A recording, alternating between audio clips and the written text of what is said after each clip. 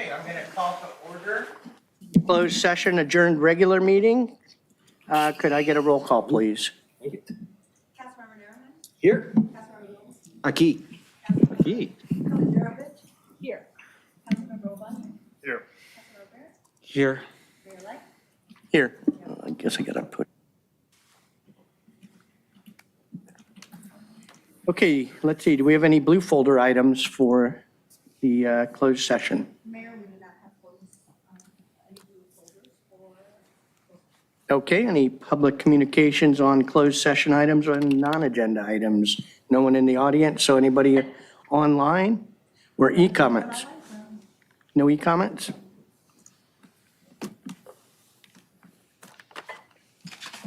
Okay, so with that, can we get a read off of what we'll be talking about in the closed session? We have items F1, labor negotiations. Closed session is authorized under Government Code Section 54957.6. Agency negotiator is City Manager Wadzansky, Director of Human Resources Strickfaden, Employee Organizations Redondo Beach Firefighters Association. Item F2 is conference with real property negotiators under Government Code Section 54956.8. Agency negotiator, City Manager Wadzansky, Interim Community Services Director House. Property is 309 Esplanade, Redondo Beach, California, 90277. Negotiating parties made by Meg Walker, and under negotiations, it is both price and terms. Item F3 through F8 are all conference of under existing litigation, Government Code Section 54956.9D1. F3 is Yes in My Backyard, a California nonprofit corporation, Sonia Traus, an individual, versus City of Redondo Beach, City Council of the City of Redondo Beach, California, City of Redondo Beach Department Community Development, and those 1 through 25 inclusive. Case number 23TRCP00325. Item F4, same government code section, and for the case New Commune DTLA LLC and Leonid Putsalankovov versus City of Redondo Beach and City Council of the City of Redondo Beach, case number 22TRCP00203. Item F5, same government code section for New Commune DTLA LLC versus City of Redondo Beach, City Council of the City of Redondo Beach, City of Redondo Beach Department of Community Development et al. Case number 23STCP00426. Item F6, same government code section under New Commune DTLA LLC versus City of Redondo Beach, City Council of the City of Redondo Beach, and those 1 through 100 inclusive. Case number 23STCV10146. Item F7, same government code section for case 9300 Wilshire LLC versus City of Redondo Beach, City Council of the City of Redondo Beach, City of Redondo Beach Department of Community Development, and those 1 through 100 inclusive. Case numbers 23STCP02189. Item F8, under the same government code section, for case number In Re 9300 Wilshire LLC, bankruptcy CD, Cal case number 2-23-BK-10918ER. Item F9, also under the same government code section for case City of Redondo Beach et al. Versus California State Water Resources Control Board, case number 20STCP03193.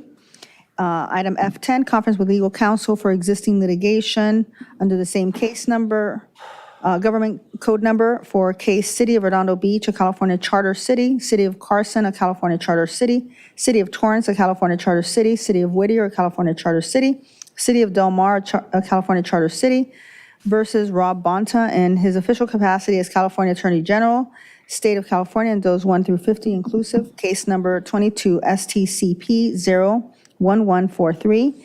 Item F11 is conference with legal counsel for existing litigation under attorney-client privilege, Government Code Section 54956.9D1 for case Rosenda Ramirez Clark versus City of Redondo Beach et al., case number 21 STCV 00584. And that concludes the reading of closed session items. Thank you. City Manager Witsansky, who's going to speak to these items? Yes, present this evening will be myself, City Attorney Mike Webb, and Assistant City Attorney Cheryl Park for all matters mentioned. For item F1, we will be joined by Laura Calty, outside labor negotiator, Diane Strickfadden, our Human Resources Director, and Pat Butler, our interim fire chief. For item F2, we will be joined by Elizabeth House, Community Services Director, and Kelly Orta, Deputy Community Services Director. For items F3 through F9, we will be joined by outside legal counsel Abby O'Brien and John Wellner. And then for item F11, we will be joined by outside legal counsel Kenton Moore. Okay, thank you. With that, could I get a motion to recess to closed session? Recess to closed session? Second. Okay, motion and a second, all for it? Aye. Okay, thank you. We'll be back on or about 6 PM. Lost the captain. That's my stop. Roll call. Yes.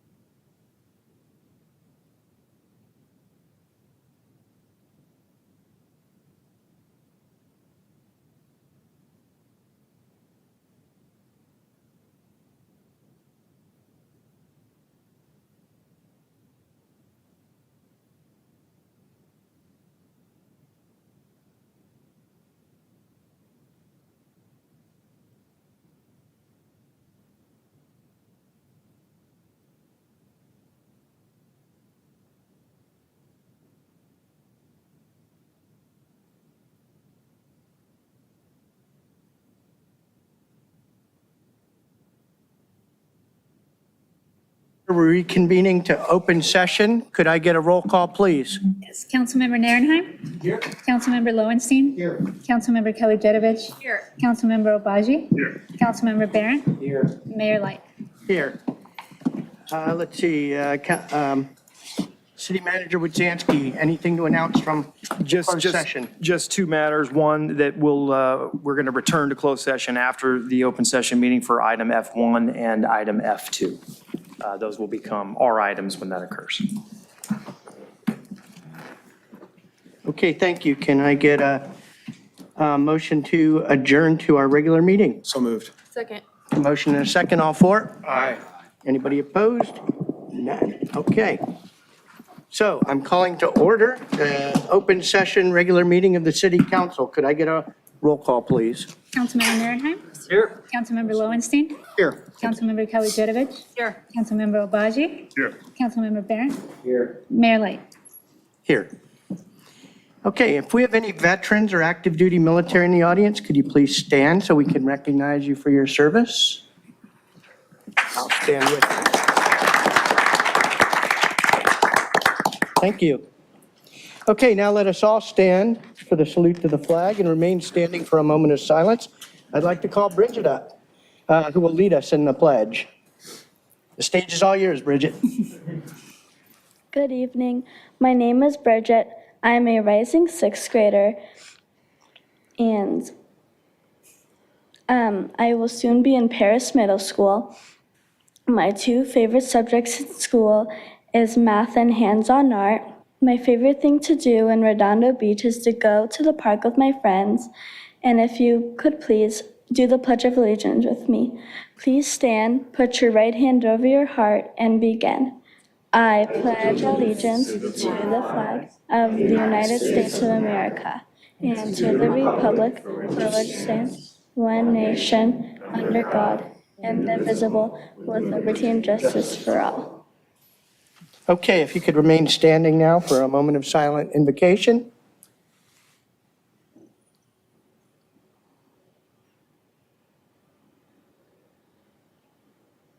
Okay, well done, Bridget. Come on up and get your picture with us.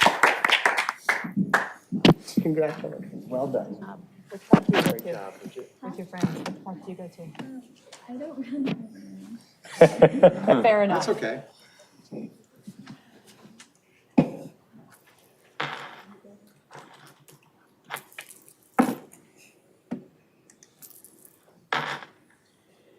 Okay, thank you, Bridget. Well done.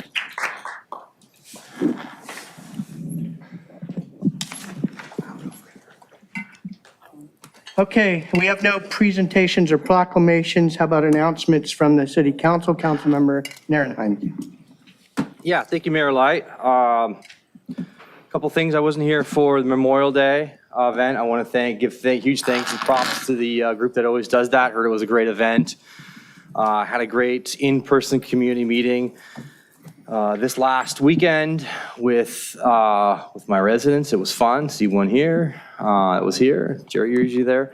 And I have I'm going to do an online community meeting next week, Monday, the 17th at 6:30 at night. So if you want to jump on that, that'd be great. And just for fun, I was gone last week and I was traveling, and I'm going to warn everyone now, I'm going to have to use two little four-letter words here, because I found something on my travels that just might be perfect for Redondo. And I'm warning you now for the expletive. I have found a new logo, or I might even say the second four-letter word, a new flag, and that is a sloth. A sloth on a bike, Pura Vida, smile, there is no hurry, Redondo Beach. Okay? And it's a two-toed sloth. Two-slowed lock. Two-toed sloth, excuse me. And it's very rare to see them. When you see them, they're always smiling at you with a really big smiley face. So they're very happy, they're very slow. We got to see one in the street just cruising around, actually in the sidewalk. They were really, really cool looking. Amazing animals. So yeah, I was down there in Costa Rica and I saw this shirt and I saw this design logo and I thought, just smile, just be happy and slow down. So So you want sloths on street signs? sloths on street signs, on bikes, on the street signs with all the happenings that are Was it going an on. e-bike or a classic bike? I'm gonna keep this at a regular bike. Did you have a Yeah. football paddle? Yeah, so that's all I've got. Thank you. Translate that, thank you. Councilmember Lowenstein. Hard to beat that. Congratulations to all the graduates of Redondo Union High School, class of 2024, my daughter included. It was a great, nice ceremony. And believe it or not, the skies opened up and there was sun. I know that's very foreign around here in June. So the only other announcement I have is for the June District 2 meeting, community meeting, hot off the presses. I'll be joined by Interim Community Services Director Elizabeth House on Wednesday, June the 26th, 6 to 7:30 on Zoom. More information in the next day or so will be found on redondo.org and also in emails that go out to my constituents and other folks. So again, June 26th, 6 to 7:30 on Zoom with Elizabeth House. Thank you. Thank you. Councilmember Kalajerovich. Yeah, just real quick, I will have a community meeting the last week of June to be determined. And I want to plug Shakespeare by the Sea, which will be in 2 locations this year. First time for a very long time in Redondo Beach. We're going to have a performance on July 13th, Saturday at Dominguez Park. Bring your picnic basket, a blanket, enjoy the show. And then the second one will be the next day, Sunday, at Veterans Park, so July 14th. We'll have advertisements coming up soon. What time? 7 p.m. the show starts, but get there early, set up your space and your picnic table. Remember, you can bring a chair, but it has to be low. It can't be one of the post chairs. It's got to be a low beach chair, in case you have one. And that's it. Thank you. Thank you. Thanks, Council, oh, sorry. Councilmember Obachi. Thanks, Councilmember Kalajerovich, for allocating her discretionary money to bring arts to Redondo Beach. In lieu of a community meeting this month in District 4, I'm going to be attending Councilmember Barron's community meeting at the Performing Arts Center on Tuesday, June 25th at 6 p.m. So please come. It's a 2-for-1. You get 2 council members for 1 community meeting. It should be good, and we should be able to review the past budget at that time, since we will surely have adopted it next week. Hopefully. Surely. And capital improvement plan. Also, I want to say congratulations and announce the grand opening of Michael's Cafe on Artesia Boulevard, located at 2302 Artesia Boulevard. Right now, they're only open for breakfast and lunch, I think Tuesday through Saturday, but they will expand their services as they get up to speed. They have people with developmental disabilities working there. They train them to work and they give them jobs there. So it's a great spot. It's our second location on Artesia Boulevard. They also have Michael's Embroidery further on Artesia, further east, where the same folks print custom designs for businesses and the like, including the Lakers. So thank you and welcome again to Redondo Beach, Michael's. Thank you. Councilmember Barrett. I have none tonight, Mayor. Okay, I do have one tonight. Had a great visit this morning, and Councilmember Barrett joined me with Impulse Space, a new space company that is housed right here in Redondo Beach. And Redondo Beach is going to Mars with them. They've got a Mars lander they're testing out. They've got an orbital transfer vehicle, and what's the third? Small sets, I believe. So pretty fascinating place. They're already up to 110 people working in there, and they're looking for room to expand. So that's the kind of business we want to attract here. For so long, when you said space in Redondo, it was only Northrop Grumman. Now we've got a brand new startup, Impulse Space, with some expertise coming from SpaceX, and not a competitor of SpaceX. They hope to ride on SpaceX and all sorts of other launch vehicles. So that was a fascinating tour, and I look forward to them growing in Redondo and helping bring more business to the town. So, Will they take the Redondo Beach flag and plant it on Mars? I already said we should put at least a sticker on their Mars lander. They're waiting for a ride. I think they're looking for 2026 launch, if I remember correctly. Yeah, So, thanks. It was very exciting. Exciting. Okay, so let's go to item E, Can I get a motion to approve the order of agenda? So moved. Second. Okay, all for? Aye. Anybody opposed? Okay, so we're sticking with the order as it is. Jumping to blue folder items. Do we have any blue folder items this evening? Yes, Mayor, we have two blue folder items tonight. Item J1 for non-agenda items, we have public communications. And for item L2, the continuation of the public hearing to consider the fiscal year 2024-2025 budget.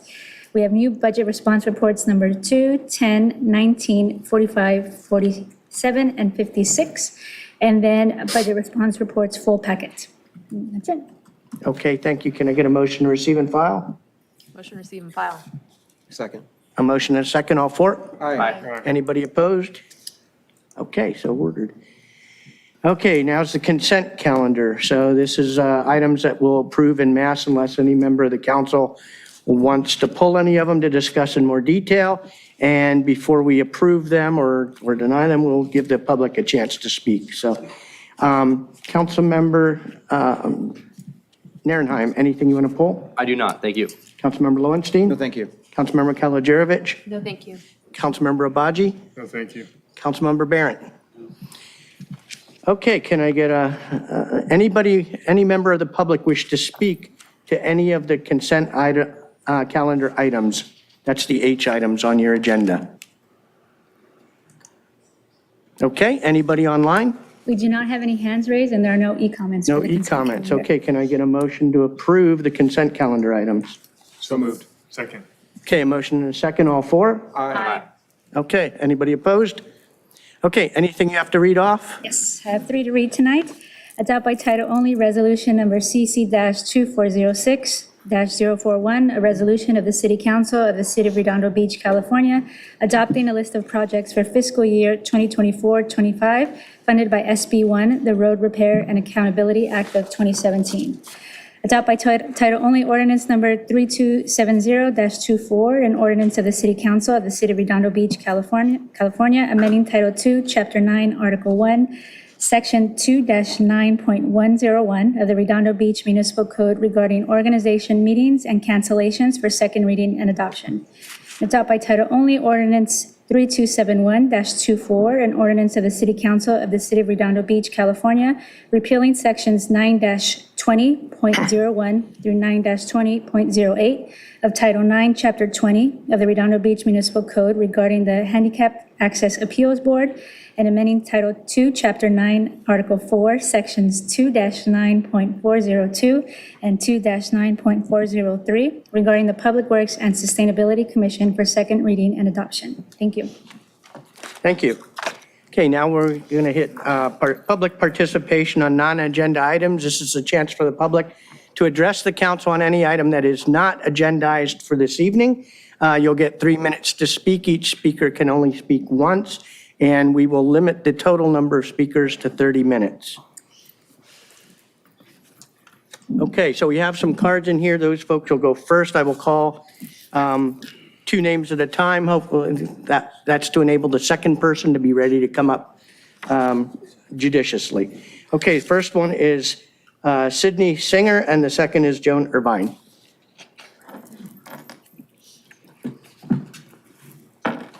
Good evening. I'm here tonight to address the council with regard to the e-bike issues in the city of Redondo Beach. Unless you've been living under a rock, everyone in the city has been impacted at one time or another by this problem. I personally have been attacked, if you want to call it that, by an e-biker who was speeding on a sidewalk as I was walking out of my house. I was fortunate I heard the e-bike. I was able to back off just in time. Otherwise, he would have run over myself and my dog. The citizens of Redondo Beach are outraged at the issues surrounding the use of e-bikes. All you have to do is talk to your neighbors, read the local papers or social media, or watch the local TV stations. They are publishing all sorts of information about reckless driving by e-bike drivers, who have caused injury to themselves, their passengers, other passengers, vehicles, and pedestrians. The news stations have interviewed numerous citizens who have been threatened or assaulted by e-bike drivers. We've all read about e-bike drivers who have thrown things at cars, causing damage and possible harm to the people inside the cars. Some community members have now begun to take matters into their own hands, and they're committing threats and assaults against the e-bikers. It's a problem. In fact, if you read the Wall Street Journal yesterday, it was also an article in the Wall Street Journal. The community's been looking for someone to blame. Some people are blaming the young e-bike drivers who are not yet old enough to appreciate the dangers and responsibility associated with the e-bikes, and who have not shown respect to the members of the community who get in their way. Other people are blaming the parents of the young e-bike riders who have not properly supervised their children. Still others blame law enforcement for not taking sufficient action to stop the problem. Rather than blame someone for the problem, we must find a way to fix it. Manhattan Beach and Hermosa Beach have now instituted new laws governing e-bikes in the hope of curbing the problem. Redondo Beach, to my knowledge, has not done that as of this time. Redondo Beach has attempted to educate e-bike riders and/or their parents of the potential dangers associated with reckless driving of the e-bikers. However, this is not enough, particularly since the seminar or seminars that were put on were very poorly attended and presumably not by the people who needed to hear the information. Manhattan Beach and Hermosa Beach have prominently publicized the numerous e-bikes that have been and will continue to be impounded, and that strict enforcement of the law is of high priority to protect its citizenry. Although Redondo Beach have indicated they are doing the same, they have not been publicizing the way Hermosa and Manhattan have, and that obviously creates more risk of more problems in Redondo Beach if people don't think that there is going to be enforcement. Redondo Beach now needs to take equally aggressive actions as our cousin cities. Ma'am, your time's up. Motion to extend 30 seconds. Okay, we have a motion to extend, second? Second. Okay, motion to second, all for it? Aye. Okay, you got 30 seconds. Thank you. I will provide you with my proposed ideas, which have been taken from numerous sources of things that need to be done, including stopping speeding, stopping people from going through stop signs. These are very, very important. And I'm concerned that the city is going to be sued if we don't do something and someone gets in an accident. Basically, I hope that this council will demand that action be taken and that the city can be just as aggressive with their laws as the other two cities in our beach community. Okay, Thank Motion you. to receive and May I file. move these into your, Motion to receive and file? Second. May I make a brief announcement on my activities? Sure. I just want to say, I thank you for coming out and speaking to this issue. Myself and Councilmember Kaladerovich, we attended one of the Redondo Beach Police Department's forums. I thought it was greatly advertised in social media and otherwise. Those who were willing to come were there, and the police department, I thought, did a great job answering questions and really speaking to the people and taking note of that. And I think you made a good point about people on e-bikes throwing things and what have you. Whether you're on an e-bike or not, that's not something anyone should be doing. And I know our law enforcement's sensitive to that. So those were the activities I was engaged in, and I just wanted to speak to that. Thank you. and I do appreciate the education that's been provided. I should not have not, diminished that in any way. Thank you. The problem is that education should be mandatory. Yeah, we've and got that's it. We're one not of the going to go two-way proposals. debate here, so thank you very much. Oh, I Appreciate did. it. Thank you. Okay, Thanks for your input. thank you. Okay, Joan Irvine and then Georgette Ganter.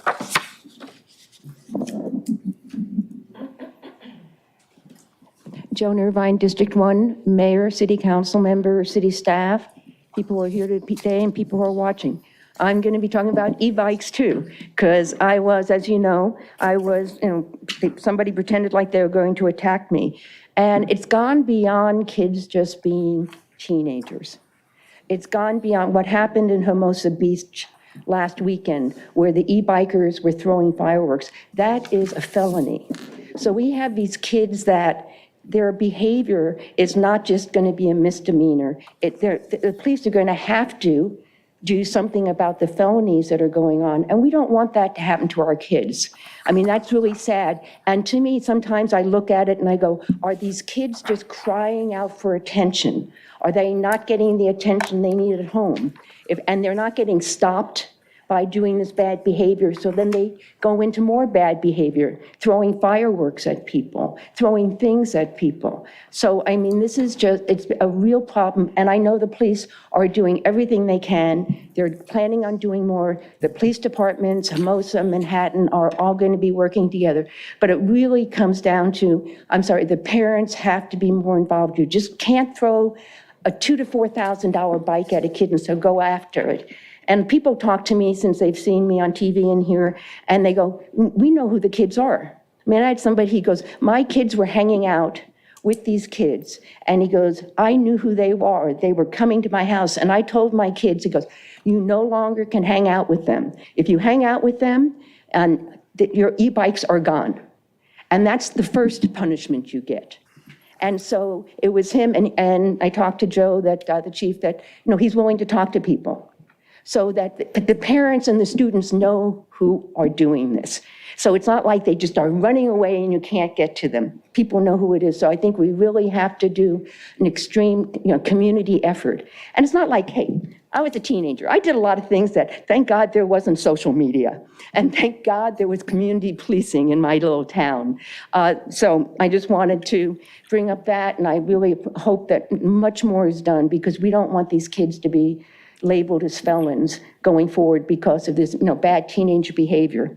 Then I'll switch over here and I'm going to say, when is cannabis going to be coming back onto the agenda? I want to make sure that e-bikes don't take over the fact of being, getting away from legalizing cannabis, legalizing delivery, and having really good dispensaries so that seniors and other people who want to be inviting in cannabis can buy it in a nice, safe place in their own town. So thank you. Thank you. Okay, Georgette Ganter, and then Holly Osborne. Hi, Georgette Gantner, District 2. I'd like to distribute these. Motion to receive and file. Second. All four? All right. Aye. Hi, I'm here to just make some comments about the May 7th meeting where it was suggested that the Public Art Commission might be changed to the Cultural Arts Commission. And it was discussed at the recent Public Art Commission meeting, as was designated. It was supposed to be handed down and discussed. No one was for it, and I believe that a letter will be submitted by the commission on their behalf.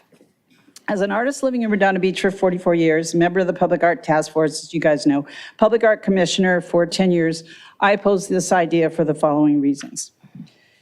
The Public Art Commission currently has $4 million in its budget and has been earmarked for public art projects. The money should not be used for any other purpose, i.e. distributed to other arts. If there's a Cultural Arts Commission, it's kind of insinuated that there'll be other arts combined into this, although it's really not applicable to Redondo Beach. The Public Art Commission, as you know, acquires the budget from a 1% deduction of developer funds. And legally, what happens to this 1% if the PAC turns into a CAC? I don't know. What is the purpose of this change? Does it save money? I don't think so, because the Public Art Commission right now meets every other month. It's, let's see. Okay, and also, how would the plan be executed? I don't know of anyone, is there anyone on staff that would know how that would go forward? And I'm not saying I think it's a bad idea forever. I think it could be a good idea at some point, but not right now, and I'll explain about that too. When the Public Art Commission was formed in 2009, there was a good reason why we chose not to create a CAC. The arts did not exist in Redondo Beach, not as far as city-sponsored. We didn't have an art center. We didn't have galleries, and nothing much has changed. So we chose to keep it simple, hoping that the city was more inclined to accept a PAC versus a CAC. And Mayor Mike Jin was a great supporter of the arts, and we had a task force, and it went through, so we were delighted. 15 years later, nothing much has changed to justify the creation of a CAC. The Performing Arts Center is a rental facility. It's not as if we have a symphony or a ballet or writing, literature kind of a situation. It was suggested that Shakespeare in the Park be combined in this, but it's its own entity, and I think it's its own nonprofit, and I don't know if they'd be interested. I mean, it should be celebrated, and we should all go, and I appreciate your making a mention of that. I'm running out of time. Okay. Georgette, maybe I can help you a little bit. I don't want to eat into your time, but the motion that the council made was wasn't to combine that. It was to change it. No. Correct? It was the motion that passed was the one that came originally, which was to combine it with the Parks and Recs. And so Arts was still standing alone. But was Public Art still standing by itself? Because you had Yes. mentioned a Cultural Arts Commission. We did, but that didn't get voted in by the council. Okay, so it's not That's my happening at this point. understanding. I don't see Luke in the, Mayor, this isn't on the agenda. I understand. I just wanted to shortcut the. No, it's fine. I can be shortcut. If that's the case, then I'll stop worrying about it for right now because it's been Luke, can you stressful. quickly just answer that question? About the execution?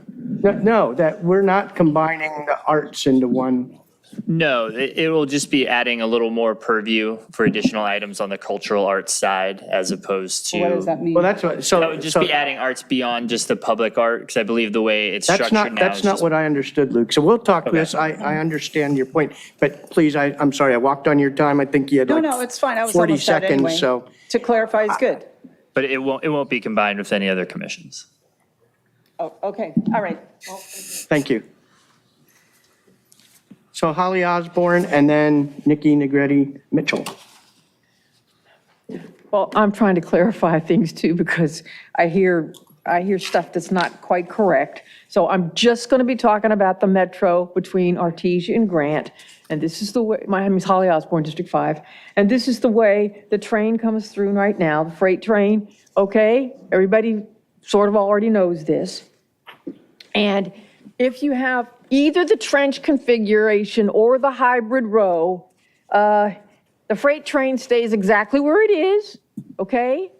And the two LRTs are in these pink lines. There's some crossover, but I can't do curved lines in PowerPoint. So anyway, this is the configuration for the hybrid row, or what I call the modified trench, and also for the trench.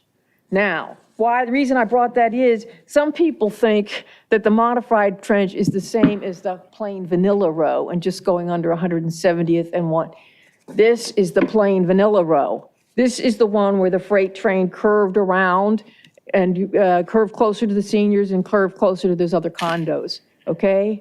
And the reason I brought this up is because Metro has this bullet chart, these bubbles, and they color bubbles in if they're good. And they say, oh, we did a design where the freight track stays straight across the seniors.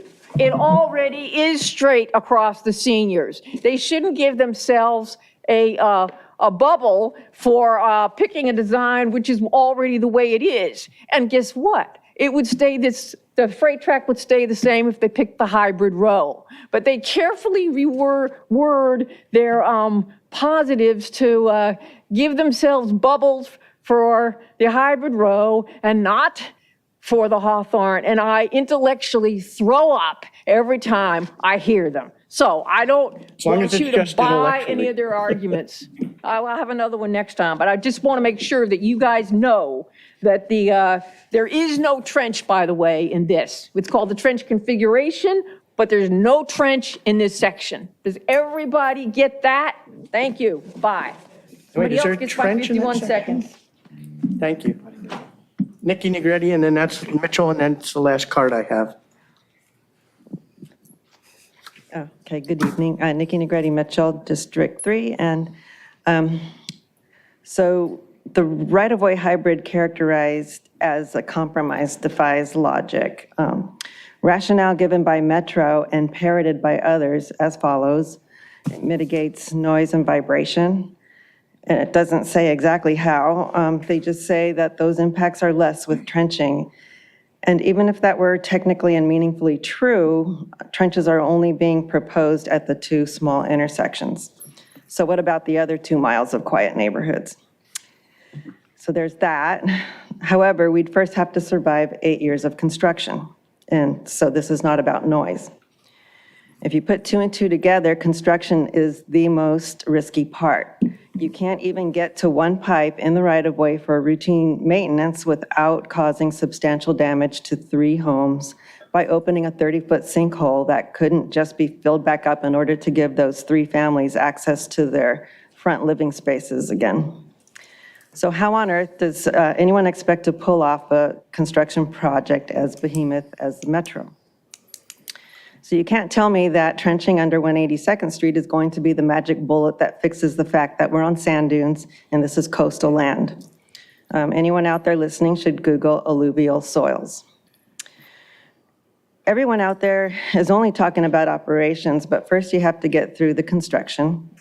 But before the construction phase, you have to survive the pipeline relocation phase. So my home is in the trench zone in District 3. 7 volatile pipes run alongside the tracks, miles of pipelines, a unique feature since they don't just intersect like they do in other metro corridors. For reference, pipes are located just 7 feet from my property, and the corridor is 80 feet wide. Note they will not take any bit of El Nido Park. A trench has a wider footprint, and Holly talks about that. So I emailed everyone an interesting article about the construction problems on the Crenshaw, now called the K line, that caused a 3-year delay. That was 3 years of a dormant, colossal, open construction site plaguing that community. Open, uncovered dirt, massive industrial equipment, unlivable conditions. The construction problems were that substantial, and 182nd Street is too little, too neighborhoody, and a crucial lifeline for the McCormick ambulance facility just a block away. The corridor there is way too fragile and problematic in so many ways. I didn't even get to the significant and unavoidable air quality impacts as clearly stated in the draft DIR during construction. I guess I'll have to save that for next time. So the only true mitigation is Hawthorne Boulevard. That's the true LPA, and it's been made clear that Okay, that can- option can is you wrap it still up? on the table. Okay, thank you. Any other member of the public wish to address the council on non-agenda items? Okay, anybody online? There are no hands raised. For the record, there's just one e-comment. Okay, thank you. Okay, going on to item K. Any ex parte communications on the public hearings that are coming up? Councilmember Narenheim. I have none for this one, actually. Just We got- the budget. I talked to Councilmember Lowenstein, staff, and yourself, and Okay. public. Councilmember Lowenstein. Nothing on L1, and Councilmember Nierenheim on L2, as well as staff and the public. Okay, Councilmember Kalajerovich. L1, you, Mayor, and staff. L2, staff, and members of the public. Thank you. Councilmember Abaji. L1 or L2? Mayor, briefly, and L2, Councilmember Barrett. Okay, Councilmember Barrett. My ex-party communications on L1 are with you, Mayor, and with city staff. And on L2, also with you, Mayor, Councilmember Obaji, city staff, and the public. Okay, thank you. And on both of these, L1, I've talked with city staff and council, and on L2, I've talked with the council, city staff, and members of the public. Okay, so with that, going into the public hearings, we're going to just be discussing L1. That's a public hearing to consider the proposed assessments for the street landscaping and lighting assessment district. So Motion to open the public hearing. thank you. Can I get a second? Second. Motion and a second, all four? All right. Okay.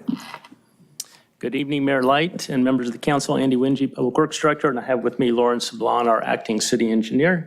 This first hearing is about the landscape lighting assessment district and adopting a resolution to levy that assessment. We will look at, Lauren will present some specifics about this year's engineer's report, which has been modified. We don't have any slides, if that's why you're looking. This is just an oral report. Sorry about that. Waiting We to see will- your new logo. We will be looking at a revision to the engineer's report and asking you to approve that as well. We modified the numbers based on the proposed budget that was available to us after the original engineer's report was done. And we've also included in tonight's administrative report some information about Proposition 218, only because there's been some conversation about additional ways to generate revenue against the general fund. We have no recommended action regarding that at this time, purely there for informational purposes. So with that, I'm going to hand it over to Lauren and let her walk through her points here. Good evening, Mayor and Council. This is an annual process to authorize the assessment for the street lighting and, or street landscaping and lighting district. This is, the annual report was presented to you on the May 21st meeting. And at that time, council passed a resolution with the intent to levy an assessment to address those costs and also set tonight's public hearing. Tonight's action is about taking in public input and deciding whether or not to authorize the collection of this revenue that's needed to support the work of the district. This revenue is collected via our property tax bills, and just noted is that we've been collecting the same amount since 1991, and we have not had any raised increase in that time. And you're not proposing any? We cannot. This is the Right, max. that's the 218 process. Right. So the maximum, we are requesting the maximum assessment, which results in about $59.20 for the average typical residential parcel, and it's double that for commercial properties.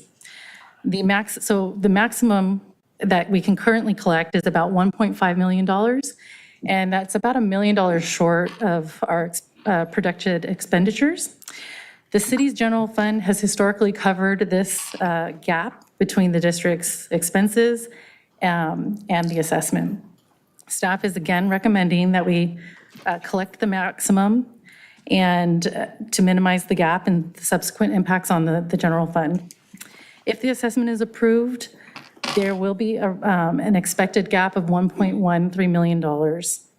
So in order to be able to collect the assessment, staff is recommending taking this public hearing's testimony, closing the public hearing, and then adopting the resolution that's attached to assess and levy the full amount.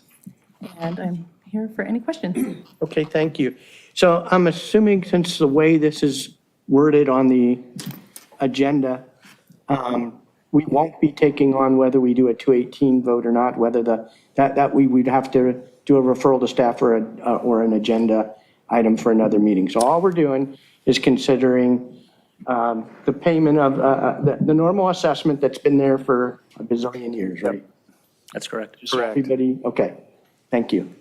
Okay, any members of the council wish to ask any questions or make any comments on this? I do have a question. The street landscaping and lighting fund is addressed in several decision packages as funding. How does that?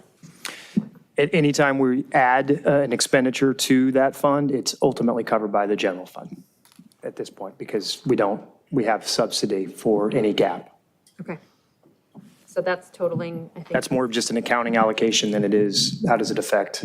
Part of the reason we modified the engineer's report to capture the decision package items that have impacted that fund from the original information we had. So with I think in the staff report, it said 1.125 million general fund. Does that include decision packages with the additional like $300,000? Yeah, so the proposed transfer in from the general fund to the Street Landscape and Lighting Assessment District Fund it accounts for the adjustments in the DPs. But if the council turns those down, do we have to come back and reapprove this? No, this would still cover all the other expenditures. Okay. It would require slightly less subsidy. Got it. That's my only question. Anyone else? Councilmember Obaji. Do other cities break even on their assessments, or are they also behind significantly, set to the tune of 7 figures annually? Most cities are doing exactly what we're doing, which is taking advantage of the old fee structure that's been grandfathered in under Prop 218, continuing that. Some cities have taken the step to go forward with the supplemental assessment process, which, as has been described in the staff report, starts with a formulaic allocation and needs analysis that would be performed by a consultant, much like we did, back in whatever it was, the 16, 17 fiscal year, whenever we last tackled this, or maybe it was even older than that. And have taken a stab at trying to close that subsidy gap. But for the most part, agencies are operating much like we are, keeping the old assessment in place and subsidizing the functions beyond that. Okay, any other member of the council wish to? Okay, any member of the public wish to address this item? Any member of the public online? There are no hands raised on Zoom, and there are no e-comments for this item. Okay, can I get a motion to close the public hearing? So moved. Second. Okay, all for it? Aye. Okay, can I get a motion to approve? Motion to approve the revised city engineer's report for the fiscal year 24-25 street landscaping and light assessment district and adopt by title only resolution number CC-2406-042. Do we have a second? I'll second that. Okay, we have a motion and a second, thank you. All for it? Aye. Anybody opposed? Okay, Adopt by title only resolution number CC-2406-042, a resolution of the City Council of the City of Redondo Beach, California, confirming the diagram and assessment and levying of the assessment for the Street Landscaping and Lighting Assessment District for the fiscal year from July 1st, 2024 to June 30th, 2025. Thank you. thank you. Okay, now going to item L2. This is a discussion, public hearing to consider the fiscal year 24-25 budget. This year, I think this time we'll be focusing on the capital improvement plan and some responses, right? Yep. So with that, let's open the public hearing. So reconvene the public hearing. Can I get a motion? Motion to reopen public hearing. Second. Okay, a motion and a second. All for it? Aye. Aye. Okay. You're absolutely correct, Mayor. Tonight's focus, this is the second hearing of 3, is on our capital improvement program. You'll hear from our Public Works team again. It's the Public Works Show tonight. Just a reminder in the process, this is the second to last hearing on the budget. Next week, we hope to have your motions and conclude the public testimony and hearing process with a formal budget motion and adoption. To date, if you look at the 6 additional budget response reports that were provided by Blue Folder, we have 40 of the current 56 BRRs to you in your packet.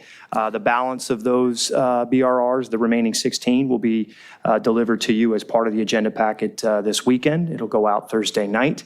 And hopefully that will conclude it. I understand there may potentially be some additional BRR questions tonight. We'll do our best to manage those if we do indeed get them. But otherwise, you've got 40 of the 56 in front of you. You'll hear from Jesse, our capital projects manager, and Andy, our public works director, as well as other staff if you have any questions on the proposed CIP. And we'll take it from there. So Jesse. Thank you, Mike. Good evening, Mayor, Council. Jesse Reyes, CIP Manager. I'll be presenting tonight on the proposed 5-year plan for fiscal year 24-25. If you could please, thank you. But first, I wanted to kind of recap our current fiscal year, some of the highlights that we've accomplished this year. This following list includes projects that have been completed or substantially completed. It's not an exhaustive list, but a highlight of some of the larger projects. You'll see Grant Avenue Signal Street Improvement Enhancements. That is substantially complete at a tune of $4.4 million. Torrance Boulevard resurfacing, that's also substantially complete, $4.7 million there. The playground rubberized resurfacing next phase, Anderson Park, was completed this year. We spent about $163,000 redoing the rubberized resurfacing there. The citywide slurry seal phase 3 project phase was completed this year. We're currently in construction for the next phase, and that'll be completed in the next fiscal year. Harbor dredging literally finished last week. That was a big project. I know very well received down there by the boaters and by the harbor community. $3.2 million estimated there. Sidewalk improvements, $350,000 spent there. Not one of our larger projects, but a very important project for the city. It's really reduced our liability and our claims on trips along our streets. The Wilderness Park Community Center improvements. This is to the roof, water bottle filling stations. We've added Wi-Fi. The restroom partitions have been ordered and they should be installed soon. Those elements are substantially complete, and then we'll turn towards the ponds, and I'll speak about that in one of the next slides. The police department pier substation renovation, that has been mostly complete. There's still some interior work, some furniture that needs to be done, but that was about a $200,000 effort there. Traffic calming, just a continuous bulb outs on Nob Hill, various speed humps throughout the city. Avenue I, we've ordered the radar, the flashing beacon. That should be arriving soon and installed in the next month or so. And then radar feedback signs throughout the city that have been installed. The next two, Harbor Patrol Dock replacement, Basin 2 pump station, these were constructed together, $3.5 million. These have been completed. The pier decorative sculpture sales, hope you guys have walked the pier. They're much nicer, add a bright colors to the pier again, even on our gloomy days. So that's been completed. That was a $130,000 effort. And then Franklin Park improvements, this is still ongoing, but we've had substantial work done there. There's still some outstanding elements that need to be completed, including the umbrellas, the shade, the pickleball court on the south side. So we're working through these, and our Deputy Director, Mike Klein, has been working diligently on these. Okay, last time I drove by the harbor, I thought the street was torn up still on Portofino Way. Is that a different project? That is our pump station project. That's the Portofino pump station. That is in Is that construction. not Basin 2 pump? That's a different. That's a different one. Which one's Basin 2? That's the pump out station, the floating pump out station that was part of the Harbor Docks project. I'm with you. Okay. On water The vessels. marine sanitation. Yes. Pump out. Okay, I got it. So what we have here is a 5-year snapshot of the program over the last 5 years. The key thing to note is the growth of the program over time, both in projects and in expenditures. What you'll see is in 22-23, we had a spike in expenditures. That in large part was due to the transit center, along with many of our projects that were in design coming into construction. This current year, we're estimating close to about the same level of expenditures. When you look at the graph to the right, projects by fiscal year, expenditures are tracking with projects and projects constructed and projects in design as we would expect. So we expect same levels of expenditures in the upcoming fiscal year. Before we leave that one, you got projected fiscal year 24-25 is significantly higher than this past year, right? Correct. And I do have a slide that goes into both of those. Do you think that's doable? Well, we'll go through the list and you'll get a chance to look at them and see what you think. I mean, that's. Seems ambitious, given, a number of the projects said you couldn't get to them last year because staff was busy. We have a number of projects that are doubled up. We have maybe 3 or 4 in the CIP, 2 or 3 in the CIP that are paired into one contract, so that helps us knock them out a little bit faster. Thank you. So what we have here is the fiscal year 24-25 CIP summary. $65.4 million carryover total estimated for 112 projects, $17.3 million in recommended net appropriation. That includes $7.8 million for 13 new projects added to the CIP. Of those 13, and of that $7.8 million, 4.3 or 56% is grant funded, Measure M, regional Measure M money. $9.5 million net for the other existing 27 CIP projects, bringing our total CIP budget for fiscal year 24-25 to $82.7 million. 125 total projects. To the right, you'll see the pie chart illustrating those projects by category. As is customary for us, the vast majority are street projects. More than a third of our projects are street projects. Fiscal year 24-25 recommended funding highlights. What I've highlighted here are both capital fund projects and regional Measure M projects. Wanted to show the CAP fund projects because this is a discretionary CAP fund. So wanted to illustrate those to the council. We have several facility allocations here. Fire Station 1 and 2 improvements, $250,000. Roof replacements throughout other facilities, $150,000 there. Civic Center workplace improvements, that's improvements throughout City Hall, $300,000 there. And going down the list, police station improvements for their next phase, $250,000.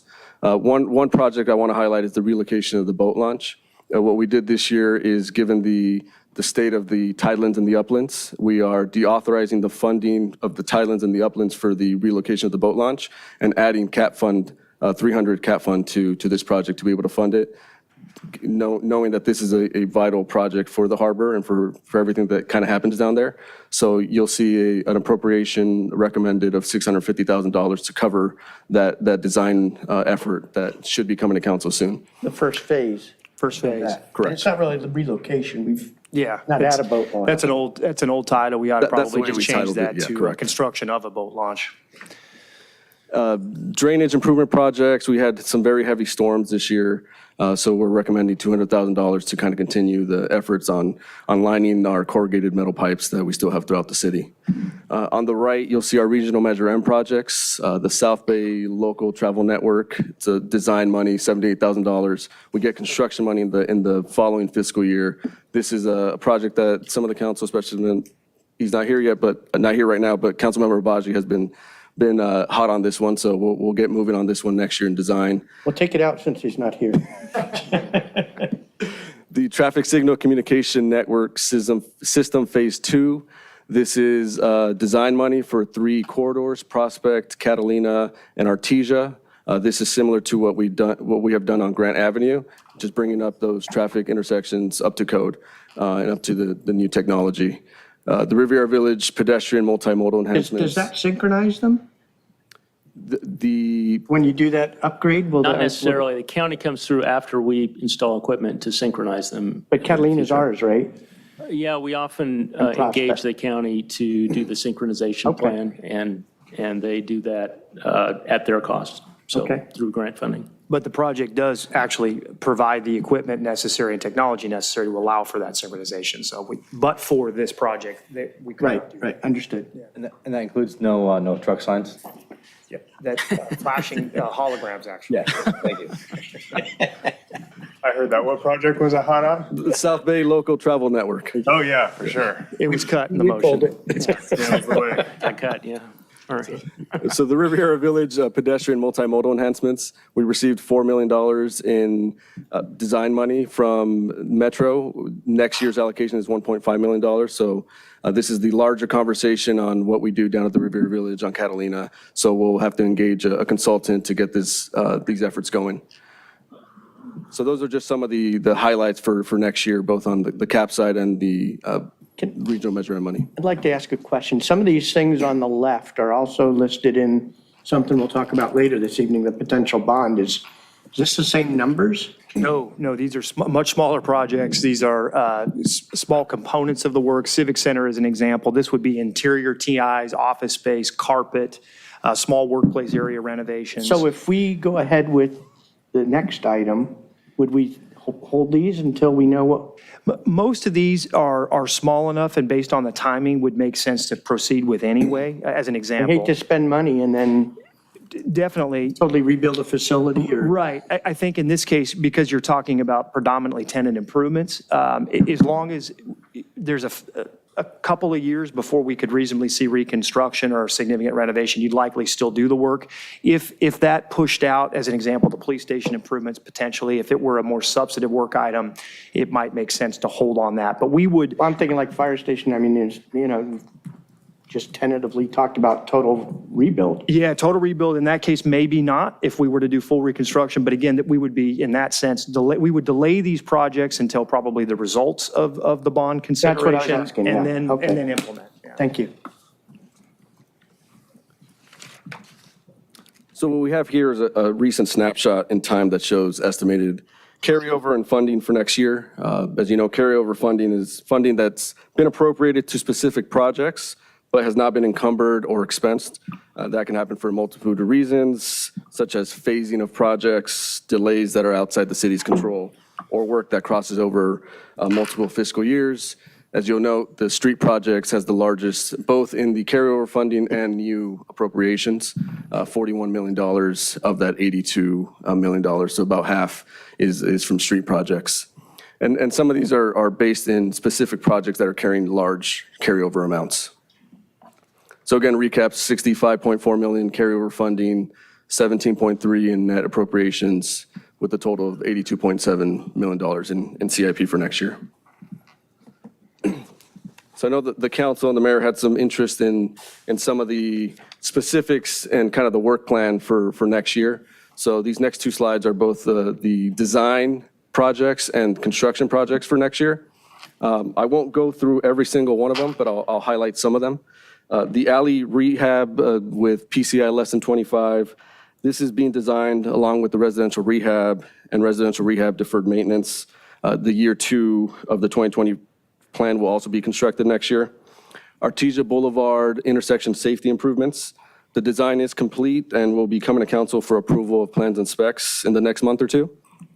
The boat launch design and reconstruction RFP was put out. Staff from the waterfront department are ready to make a recommendation to council, and that should be coming to the council the next month.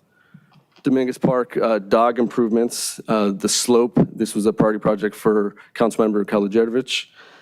This will need to bring on a consultant to determine the level of work that is needed to stabilize that slope. So we're going to make those efforts fairly soon here. Riviera Village But sidewalk. that's not really the dog park, that's the slope going Correct. down to 190. Stabilizing it. Yeah.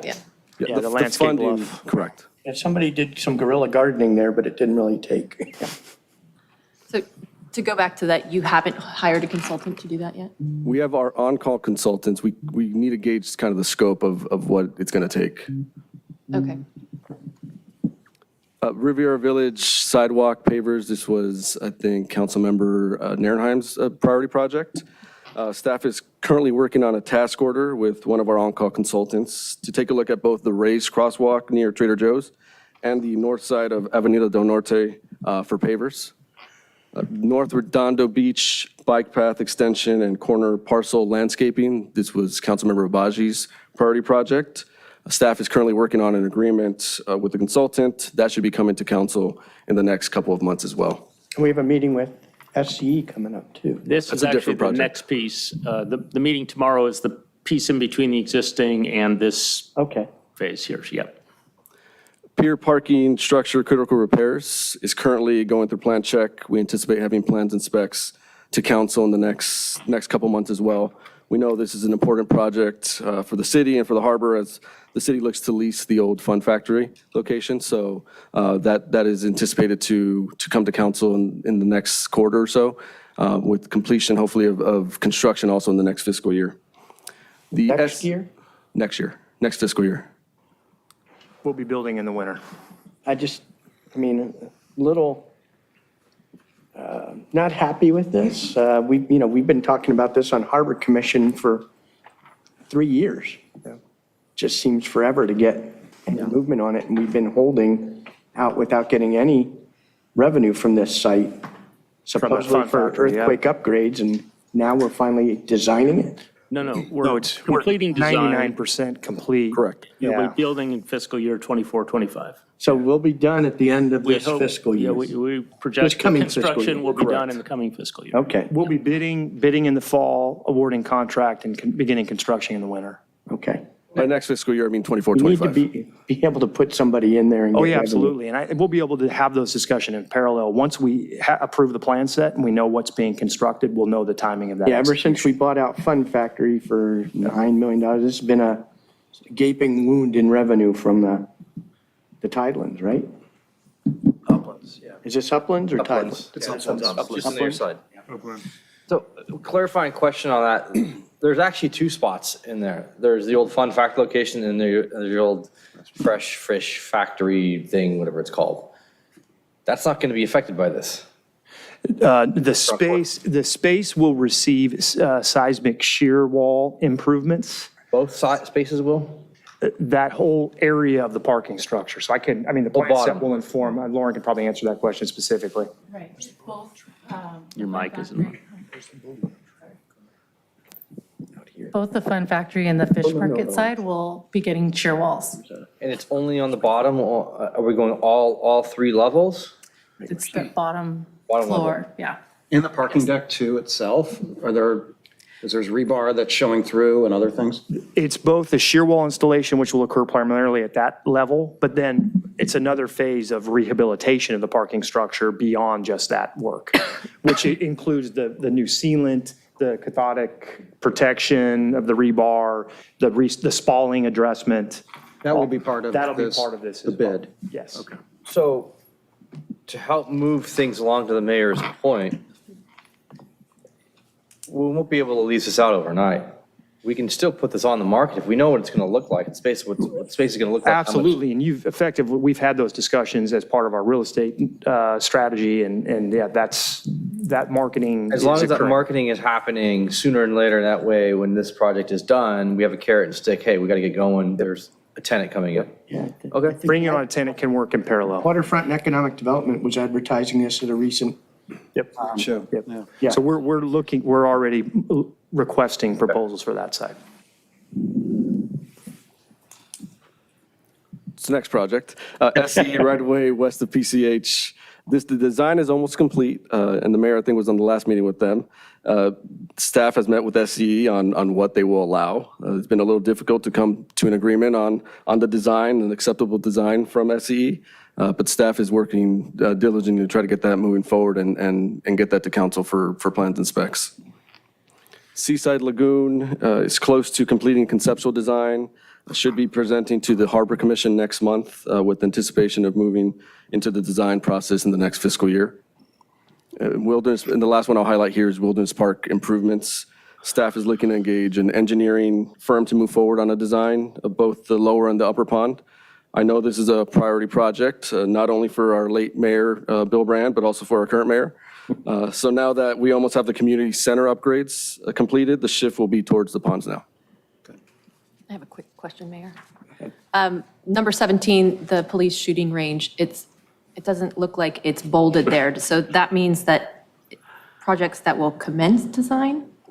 We're continuing the design on that one. Right, so, Given the uncertainty on the grants and I don't want to anticipate a full, complete design without knowing which direction. the problem is we can't apply for the grant unless we have the design finished. We will complete the design to the level that is necessary for the grant So application. they said shovel ready. Yeah. Yeah, we've dug into that a little bit, and that's maybe a little bit overstated. We're not don't need to be quite that far. Plus, we're looking at a design build concept there also, which this would lend itself to. And so that will be kind of negotiated into the grant application. So, Okay. yeah, we are definitely foot on the gas on that one. We're just not sure we'll be completed with design by. I just want to this make time sure next that year. we're going to meet the deadline. I believe this year's applications are due tomorrow or Thursday. So this time next year, if Correct. we're not ready. I That's our think- target. Because we had this discussion last year, and I want to make sure that we're ready, because I did have a discussion with the new colonel at Air Force or Space Force. And we are exploring a full funding opportunity for this. that's So awesome. not just the 70%, but the entire thing. So Full I funding opportunity? full funding opportunity. There's a waiver that can be obtained with a sign off from a secretary of a military branch. Or Homeland Just wait, Security. I'm going to deliver. You wait. Yes, but we are continuing those efforts. We're not halting anything. It's not bolded just because construction ready. It's more semantics than anything, but we're continuing those efforts. Great, thank you. So here are CIP projects that we anticipate completing in the next fiscal year. Synopsis, again, I won't go through all of them, but point a few out. The Anderson Scout House improvements, this was Councilmember Barron's priority project. Deputy Director Mike Klein, he's working on it. We have a few outstanding items. We should have those completed in the next couple of months. Residential rehabilitation, year 2, along with our alley rehab PCI less than 25, and outstanding deferred maintenance. Those will enter into construction in late 2024. Again, these are those kind of 3 projects that will be bid out together as one construction contract. International Boardwalk surface repair. This was Councilmember Lowenstein's priority project that has been awarded. We are waiting until after Labor Day to avoid the construction during the busy summer time for the businesses. So that should move in full effect after Labor Day. The materials are being acquired right now, right? We believe they're going An to be. 8-week order. There's a couple of contract executions that are still needed. As soon as we get those, we will have them order. It's about a 5-week lead for those items. So we're confident we'll get those on time. All the stuff, right? So we just get shovel ready. Correct. Okay. Start construction right after Labor Day. Yes. Can you repeat that? We will be starting construction right after Labor Day. We're going to be down there with our pitchforks. 2025. I'll be there 12:01. Yeah. On Tuesday. So Artesia Boulevard safety improvements, again, this is one project that we're completing design. We'll bring this into construction and anticipate entering into construction in the fall of 2024.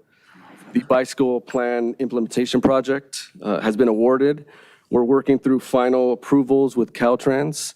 While we need an E76 on the front end, we also need approval for Caltrans once we award to be able to issue a notice to proceed. So we're working with Caltrans, which can be an onerous task on its own. So hopefully we get that notice to proceed in the next couple of weeks. The Civic Center courtyard landscape, the demolition has occurred, as you've noticed out here in our courtyard. Working to schedule the next phase of construction, and that's a project that our Deputy Director, Mike Klein, is working on as well. And lastly, I'll point to one that's in construction, Manhattan Beach Boulevard. This is one of our largest resurfacing projects. That project's underway with anticipated completion in late fall of 2024.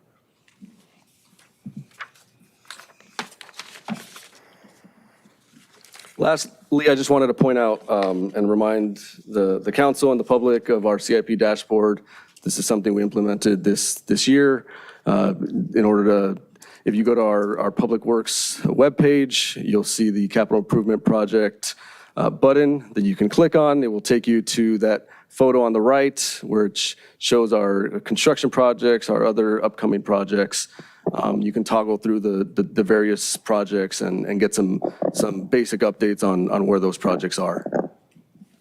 And we try and update those monthly, so some material may be a couple of weeks behind, but we're trying to keep that fairly current. So lastly, the recommendation tonight, receive and file budget response reports and continue the public hearing to June 18th, 2024. And if I can, I'd like to just thank Public Works operations staff, all our engineering staff who worked diligently over the last year to complete as many projects as possible. They're really the engines that ensure we're able to meet the public needs and the council's priorities. Okay, thank you so much. Yeah, okay. If I could just say thank you, Jesse. Thank you, Andy. And thanks to your entire team. I see a lot of faces here today who I know. These are a lot of projects, and this council may know, but the public may not know. It's not like snap your fingers and something gets built, right? It's design, it's procurement. You have to go out for an RFP, you have to review bids. It's not an easy task, and you got to get it done. You got to supervise it.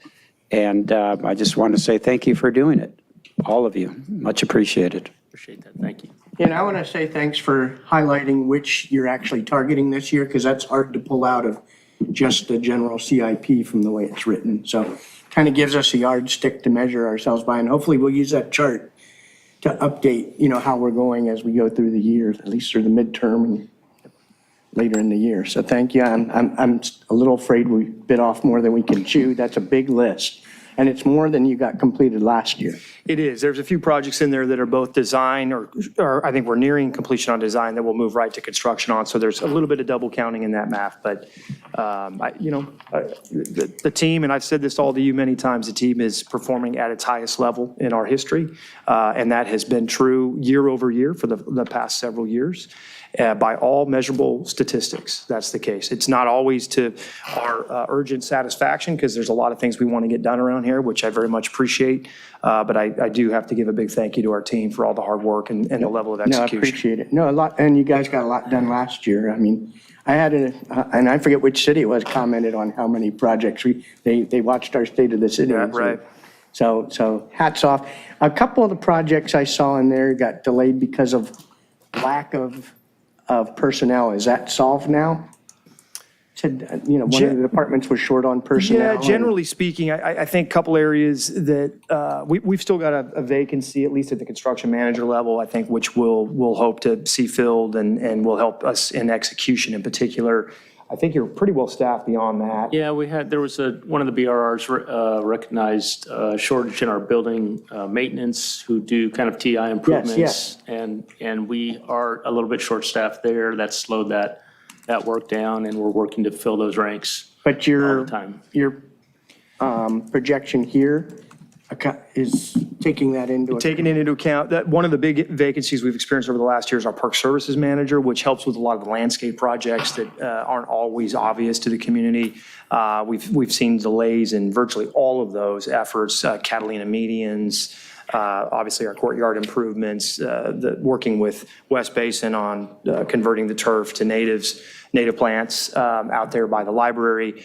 Those projects in particular have been a bit of a struggle without our parks manager, but we're close to, I think, making an offer to an individual. Hopefully we'll have that position filled here in the next couple of weeks.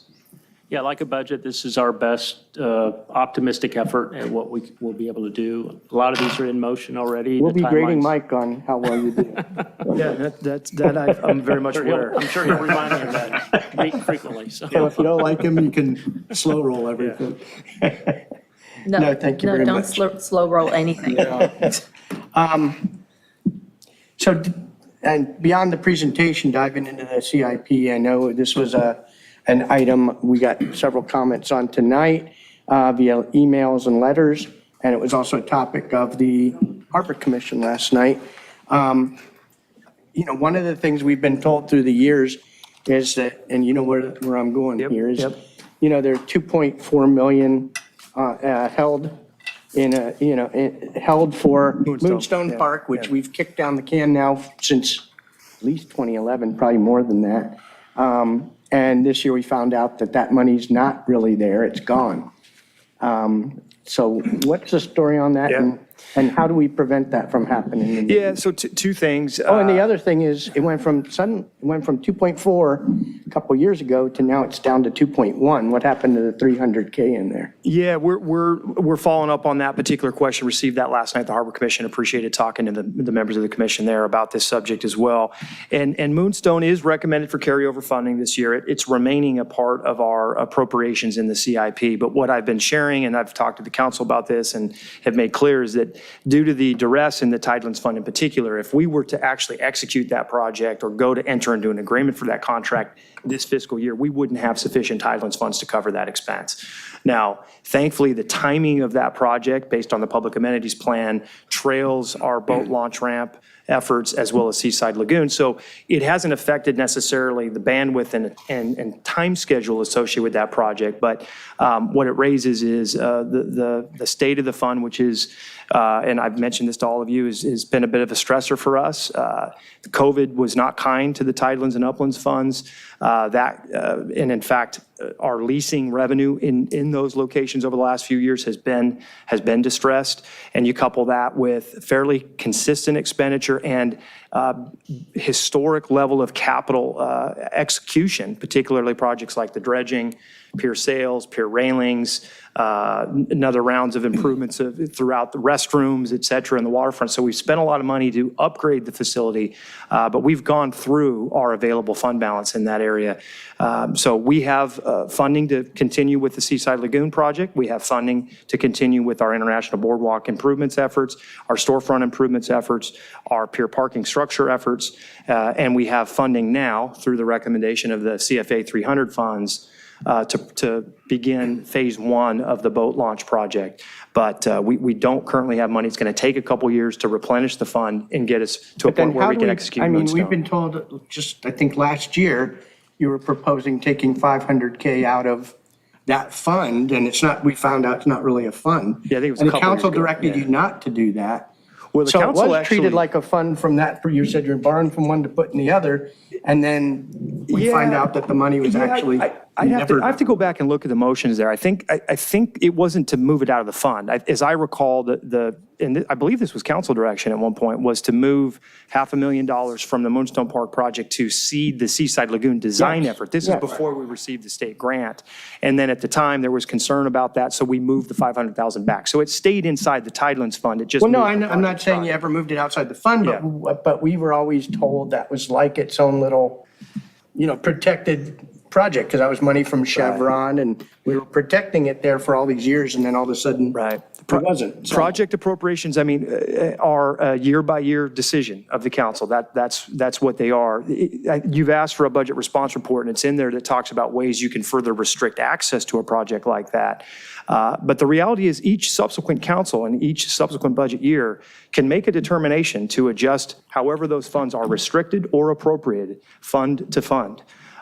So we can, we could do some sequencing. When we get money in inconsistent- and we say, Chevron gave us 2.8, I think, right? Right. For bringing that, and we said, we're going to contain this, told the public, all this is going to be spent on Moonstone Park, and we've tracked it like that. I mean, I've been on Harbor Commission for over 8 years. We've always, not over 8 years, almost 8 years, and we've tracked it that way. The council acted as though it was this separate fund, and all of a sudden that disappeared. And I think, there has to be a mechanism where there's that expectation that you put those type of controls and treat it that way.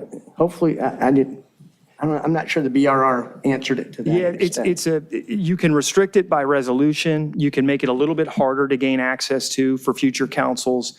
But with annualized budgeting, every year, every fiscal year, I mean, that's why we have to, every carryover project has to be reapproved by council for that money to be available for that same project in the next fiscal year. It seems perfunctory when we look at it because that's how we plan on a 5-year basis. But if we get it from like whatever it is, Measure M funds, we protect that like it's law. Well, not Why necessarily. can't we do that in? Well, not necessarily. Sometimes Measure M funds come in on a grant basis and we're restricted under the Measure M requirements, but we have moved Measure M money from one eligible project to the next to meet need. An example of that's Grant Avenue. We had to accelerate funding there to close out. I'm not going to belabor it here, but there's huge, and I upset from the fully way this has been appreciate the perception. advertised. Yeah. It wasn't just a perception, it was the statements. Yeah. So. It's there at 2.1 million. As to, how the money went from 2.4 to 2.1, we have to go back and look a little bit into time to see what the change was. But it's there for carryover. It's proposed to be part of the budget. Yeah, and it's buying less and less each year, but that's a matter of prioritization. It is, and that's the case for many of our projects, unfortunately. Okay. Some of the stuff that we're seeing get delayed in the CIP is partially from, how should I say, internal coordination issues. How do we fix that so that we're not our own worst problem on delaying these Right, things? in terms of managing scope and making sure the operating departments are cooperating with. Looking, with them. I mean, we're our worst enemy sometimes. We're putting in these requirements that are just ridiculous, right, into ourselves. Yeah, and some of that is, different staff members have more or less rigid interpretations of the building or the fire code as an example. And that's one of the things where it's really incumbent is on the operating department, potentially the gatekeeper of the programmatic element of the project to ensure that that continues to move forward as best as it can. Public Works is really on the execution side of the equation, the design side of the equation. Our community development department is on the planning, entitlement, and building requirement code responsibility. And all of those, we evaluate our own applications the same way. Sometimes, unfortunately, our private building world has their permit request evaluated. Our pure parking structure is a great example of that. One of the things that's holding us up right now is our ADA access and path of travel requirements that are being applied to the project because it's a substantive enough build where we have that obligation. It's triggering that code requirement. That's adding to the design effort. That's delaying our project execution. That's not all that different than how many of our applicants come across a project application.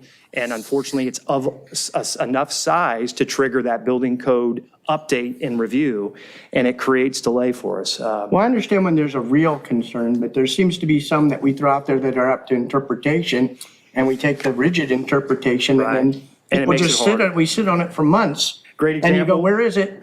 And it's stuck because of this thing, and nobody's. Great example of that is And he's only been in the job for 3 months, so. Well, the Wilderness Park project is an example. You and I've talked about that. The ADA path of travel requirements. Is there an exemption potentially for a wilderness facility such as ours where we wouldn't have that obligation, and it's clearly a barrier to I our don't think it's an project? exemption, it's a different rule It's a set for different a rule set. wilderness, yeah. The same with the ponds that, we've always heard the standing water at 18 inches or more requires safety and security and perimeter fencing. Well, under a pond standard, perhaps that that same building code requirement doesn't apply. So, you know, And more those. recently, you know, where we put a fire hydrant for a Yeah, few and boards that are in the water. You and I have talked about that one. I'm still a little bit at a loss as to where that one's come from, but yes. But, Because we're months over when the Seaside Lagoon design was supposed to come to this body, hasn't even gone to Harbor Commission yet. And those kind of delays drive cost and drive all these other things down the road. So it's a bit frustrating when we're our own. worst enemy. Yes, yeah, and hopefully. Well, if there's anybody out there from the building world that thinks we might treat ourselves differently, rest assured we do not, unfortunately. But I understand the concern. We'll certainly continue to push on that. Okay, thanks. Okay, Councilmember Obaji. Sure. Thank you, Jesse. Thank you, Public Works, for all that you've done. We pay attention to what's going on in our district, what projects we want, and it's easy to forget how much else you are handling. It's an enormous amount, so thank you. And I'll tell you that in my district, while you say you're going to work on the Artesia Boulevard safety improvements, you've already protected the left turn lanes at Artesia and Ringe, which was extremely dangerous for whatever reason, people running red lights and crashing into people making left turns. I haven't heard of that happening since you put in those protected left turns. So thank you for that. Yeah, knock on wood for that. And I've also noticed that on Grant Avenue, Artesia Boulevard, you've had the leading walking pedestrian walks, walking signals before the lights turn green while they're all red. That creates a calmness and kind of a real peacefulness, and also just a feeling of safety in the intersection. So thank you. I've seen that all around Redondo, and I've seen the improvement. Thank you, Councilmember Lowenstein, for being on Public Works for this. But at Redondo and Harbor, once you hook that left to turn onto Harbor, then you can hook a right. The light seems to be timed up finally. That took a long time, but the yacht way now turns green to make a right turn. I'm not sure it's done yet, is it? There's a few more tweaks still. We have a little bit more to go. We're relying on the county for some of that programming, and they're just woefully slow. Good. Well, How long have we been at this? 2 years. 2 years. Okay. Something changed in the last 2 weeks, and it's Yeah, been we, really, really pleasant. So thank you for that. Thank you. All right. The question I had on the $650,000 for the boat launch. I know that is, or looking at the map, and I can't share my screen right now, but looking at the map, it seems like that is in the Tidelands where the boat launch ramp is going to go, right? Yep. The funds are inadequate at this time. Can we make that a loan from the general cap fund to the Tidelands fund and repay that at some later day once our Tidelands funds is going gangbusters, because the hotels are giving us transient occupancy tax if they're any in the Tidelands zone, and the Fun Factory is going off, and Cal Surf Club. There might be a way procedurally to do that. It would likely require a state lands commission approval, some type of arrangement with them, a documentation of a loan agreement. And candidly, I couldn't even begin to tell you exactly when we could expect the Tidelands to repay that particular appropriation, because we have other Tidelands projects that we want to also see executed. So is there a legal way to do it? Probably. I'm not sure it would be worth the effort. And I would not support that, so. The Tidelands and the Uplands pay for a lot in this city. In fact, I think they're the biggest revenue generators. Is that correct, Mike? Oh, I think The if you, general if you aggregate all of the hotel transient occupancy taxes, possessory use taxes, and sales taxes that are generated from the ISF waterfront, it fees. is one of our larger, if not our largest economic engine.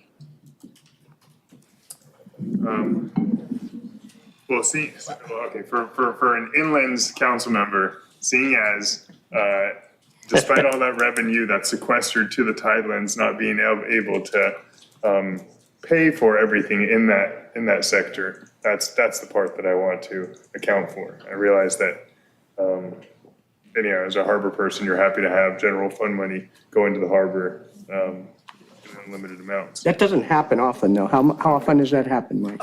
It's been pretty rare. It happens. I mean, the pier parking structure was an example. That was general fund money. That $2.4 million for that project was general cap money. That was also a year where we had significant one-time proceeds. Moving on. There was a radar feedback sign on westbound Artesia that got hit by a big truck and fell down. Has it been put back up, or have we ordered another one? It was actually the no truck route sign that got hit. Howdy. Mayor and Council, Ryan Liu, City Transportation Engineer. So we've actually had at least two radar feedback signs that got hit and are not operable anymore. We've actually used those parts to help jury rig a third sign that fell over, I think on Emerald most recently. And I think we need to chase after insurance in order to get the money back to replace those signs. Okay, got it. Yeah, so still TBD on that. May I ask something? Yeah, go for it. So there was a recent traffic accident on Prospect and PV Boulevard. Fire hydrant was sheared. Are we billing insurance for all of these, equipment destruction, street equipment? Yeah. Signs and lights and For street everything that we're able poles? to do, fire hydrant's not ours, Cal Water, so we wouldn't bill for that particularly, but other damages, yes, we go after their insurance to the extent that we can. Now, Public Works, and maybe I shouldn't say this out loud, but Public Works spends the money and the insurance money comes back somewhere to the Right, but we city's bill. fund. I'm not sure it makes it all the way back to our operating guys, but that's a discussion for another time, but. We do receive reimbursement. Yeah, we do get reimbursement. But it does take time. Through our HR. And we risk manager. pursue all restitution that we can reasonably obtain. And on the capital improvement plan, I noticed that there was, I kind of addressed this with our city manager, but there's, for Wilderness Park, there's $400,000 allocated for this year for design. I can't imagine that we're designing for $400,000.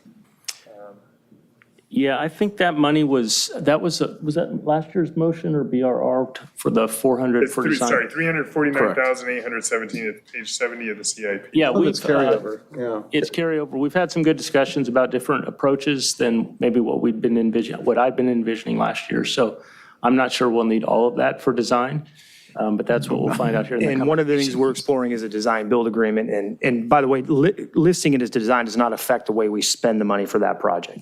And, sorry, we don't have the BRR for this year. I know we had one last year, but do we have an estimate, just a guesstimate of how much this wilderness project is going to take to bring it to the finish line? I think there is a BRR. There is a that's BRR upcoming. coming. You'll get it as part of your packet on Thursday. It is actually estimating the total cost for the master plan that the Parkland Conservancy has put together. We'll have that figure for you with as best assumptions as we can provide as it pertains to the two ponds. Awesome. That's it. Thank you. Thank you. Councilmember Nierenheim. Thank you, Mayor Light. So, speaking of CIP projects that are done, Torrance Boulevard, is that officially done and complete? We have two projects there. Torrance Boulevard is done. The Francisca Torrance Boulevard Signal project is not yet done. We are waiting for Edison to energize their meter, and so we can make those connections and finish the concrete there. Otherwise, we're done. All the striping is done on that? Correct. Yeah, okay. Striping looks excellent. The bike path, the green bike path looks excellent. Yeah. Nice and bright, very visible. Makes me feel safe. Makes everyone feel safe. So going back to the quick question of the shooting range. Hope is not a plan. David Turch and Associates. If we need to engage proactively, I have no problem spending a few extra dollars with them and making that happen. The investment for whatever that would take to make sure that happens for the $17 million shooting range, go for it. Right, so I don't think it requires a budget response report, but I will ask you now for a number or an ask, some understanding, because there is a long-term cost that's going to be associated with the fire range, but we do keep, so the rest of the council knows the reason I'm bringing this up, we hire 2 lobbyists at a state level, one at the state level and one at federal level. Federal level is David Turch Associates. We cut their funding years ago from like 50 or 60, 70 grand a year to 25 grand a year. Yeah, it might have been like 100. Yeah, it was like 100? Yeah, it was like 100 to about 25, I think. And but I will say to your question, we will absolutely reach out to them. I'm hopeful that it will actually be work that they can perform under our existing retainer agreement. Okay. But and I appreciate the question, if there is a number that would be required, an amendment needed to actually engage them more vociferously on the topic, we'll provide that to council. Okay. Well, we may need them for the seawall too. Well, we're going to need a lot of federal help over the years. That's pretty much certainty. We did get the Basin 3 docks. That was helpful. We did. We got about $1.5 million now for improvements to the uplands. Yeah, the marina there in Basin 3. No, we moved that to Mole B. It was transferred to the Moonstone Park project. Yes. Seaside Lagoon, speaking of the harbor, what is the current status of Seaside Lagoon? When is that going to be coming back to us? And We'll have Mr. Kapovich come up and provide you the latest on that schedule. He's leading the design effort. Good evening, Greg Kapovich, Waterfront and Economic Development Director. We are back on track with that. We are scheduled to go to Harbor Commission next month and City Council the month after that. I thought they were going to have one more engagement, public engagement. We will. We're going to do a farmer's market at the Riviera Village. When? Have a meeting tomorrow, but probably a couple weeks. So you're going to do that first, and then you go to Harbor Commission, and then you come to us? Correct. How much is that expected to change between those steps? We've got most of our feedback solidified in regards to the architectural design and landscape. This is more about building placement and orientation of the lagoon itself. So. Building usage as well? Building usage as well, correct. We're trying to program it to be as flexible as possible so that any particular, somebody holding an event there could use it for a variety of reasons. What is the expected timeline from today? So in the next couple of weeks, we do the public outreach, which is say in July, and then Harbor Commission in August? Harbor Commission in July as well. Harbor Commission in July as well? And then we'll return to you guys sometime in August, one of the 3 meetings. We'll work on the schedule there. Okay. Depending on your guys' agendas. Okay. And what's the next step after that? Then once we get your blessing on the conceptuals, we'll work with the Community Development Department and seek entitlements. Okay. And coastal. Coastal after that, right? Coastal, right. Okay, that's it I have for that. Thank you.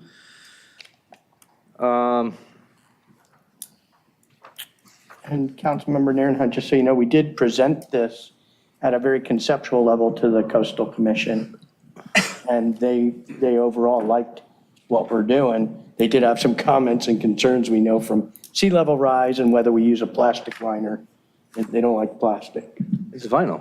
I don't think they said no, but I 70s. think we'll have to do. We'll have to describe the lifespan and life cycle of the material and degradation factor, et cetera. Tell them we're going back to the 70s. It's vinyl. Yeah.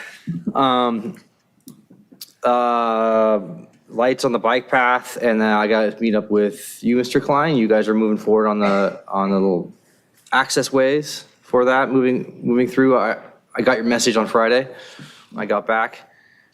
Yes, right now we're working on Sapphire, and we're putting in the bollard lights down there. We also are going to be we're going to be looking at a contract to replace all the pathway lightings that's on the LA County walkway, the middle walkway.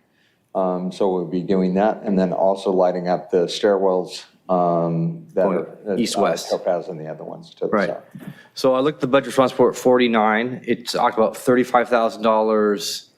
What was that? Per, let me find it. 43, 46, 49.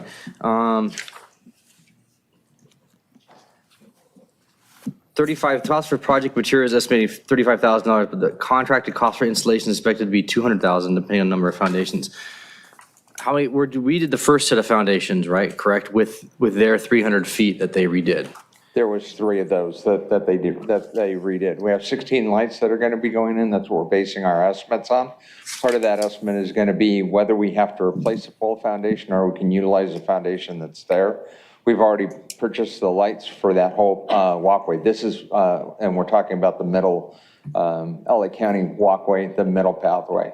So we've already replaced the lights. We're looking for a contractor that can do all of those lights. Foundations and stand lights on top of them.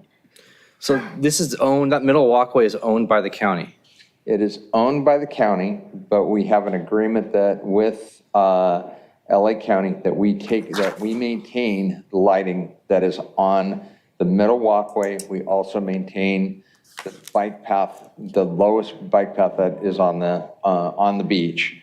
that we take care of, basically from around Nob Hill to the pier, we take care of those lights.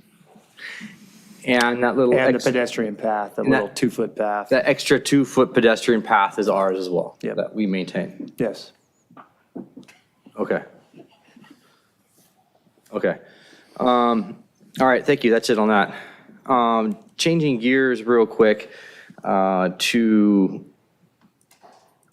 revenues. You said that, what was it, on the last meeting, you said that in the fire department, have in the budget the full $900,000 for the 911 fee? It might be slightly reduced. I don't know where we settled on that exact revenue estimate. I don't see Wendy here. How much did we collect this year?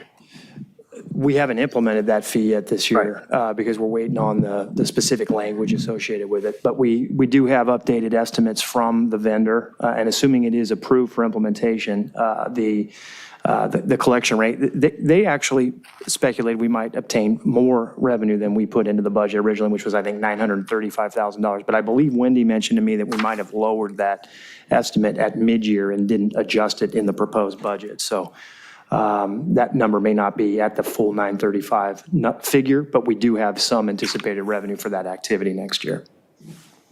Okay, because I want to be careful with that number, because we put in the budget last year a rather large number. Right, and we didn't. So what happened to that revenue projection? We adjusted it at mid-year. Yeah. So we adjusted it mid-year, and we brought it down to zero? We were fortunate. We did bring that particular line item down. What we were successful in getting is a bit of a catch-up from McCormick for ambulance transportation, our portion of the ambulance transportation fees that they hadn't paid in some time. So they were in arrears to us. We were able to work with them for them to make a full payment and catch up on what was outstanding. So that actually deposited significant revenue into that fund this year. But as it pertains to the paramedic assessment fee, that we did lower to zero expectation this year. I think it's a commingled fee line. It's not zero for this year. Correct. Well, yeah, I'm sorry, for the current fiscal year, we're in 23-24. Okay. In last year's adopted budget, we had, let's see here, short-term rentals. We had a whole host of fees, cannabis, for instance. Let's see. We did not include cannabis revenue in this year's budget, thankfully. We did not, but we have in here fees and tax related cannabis activities expected to generate between $1 and $2 million additional general fund revenues for each year.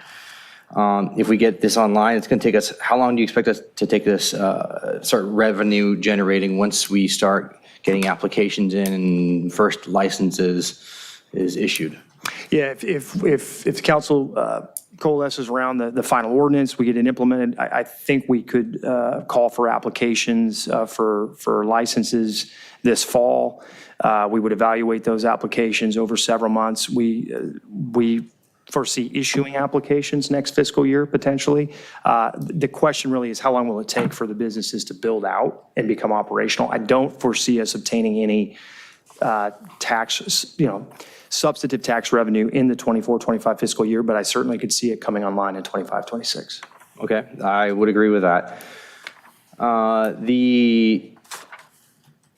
Let's see here, South Bay Social District, at least you talked about last year in the Legato project to be completed in 2024. Yeah. Do we have an update on that, particularly the hotel, but on that project as a whole, who's paid their Quimby funds and? Yeah, they've paid their Quimby funds. We have that money in the deposit. I think, Mark, if you want to come forward, he's been in communication with Legato proponents, and I think last I heard, end of the calendar year, they hope to be operational, but I'm not sure for all elements. So, Mark.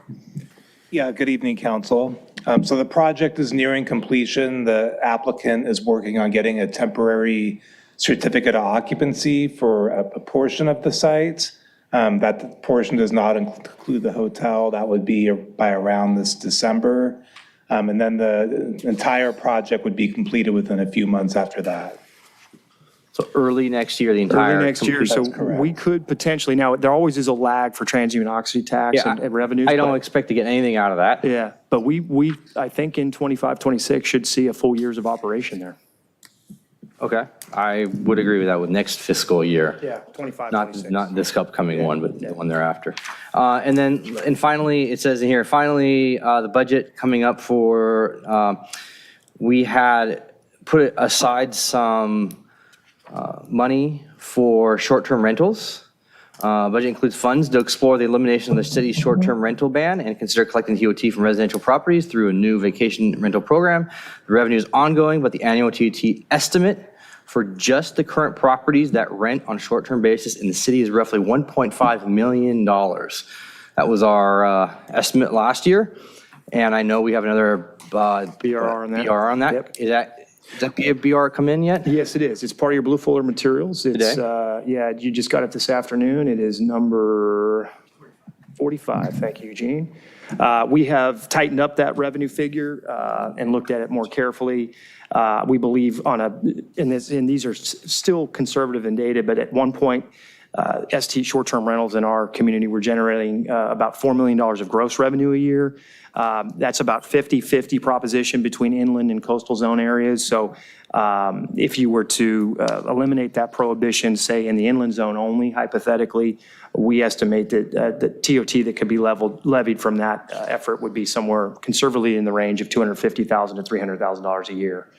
If you did all zones, you would double that figure and actually maybe increase that amount given the nature of the rentals in the coastal area.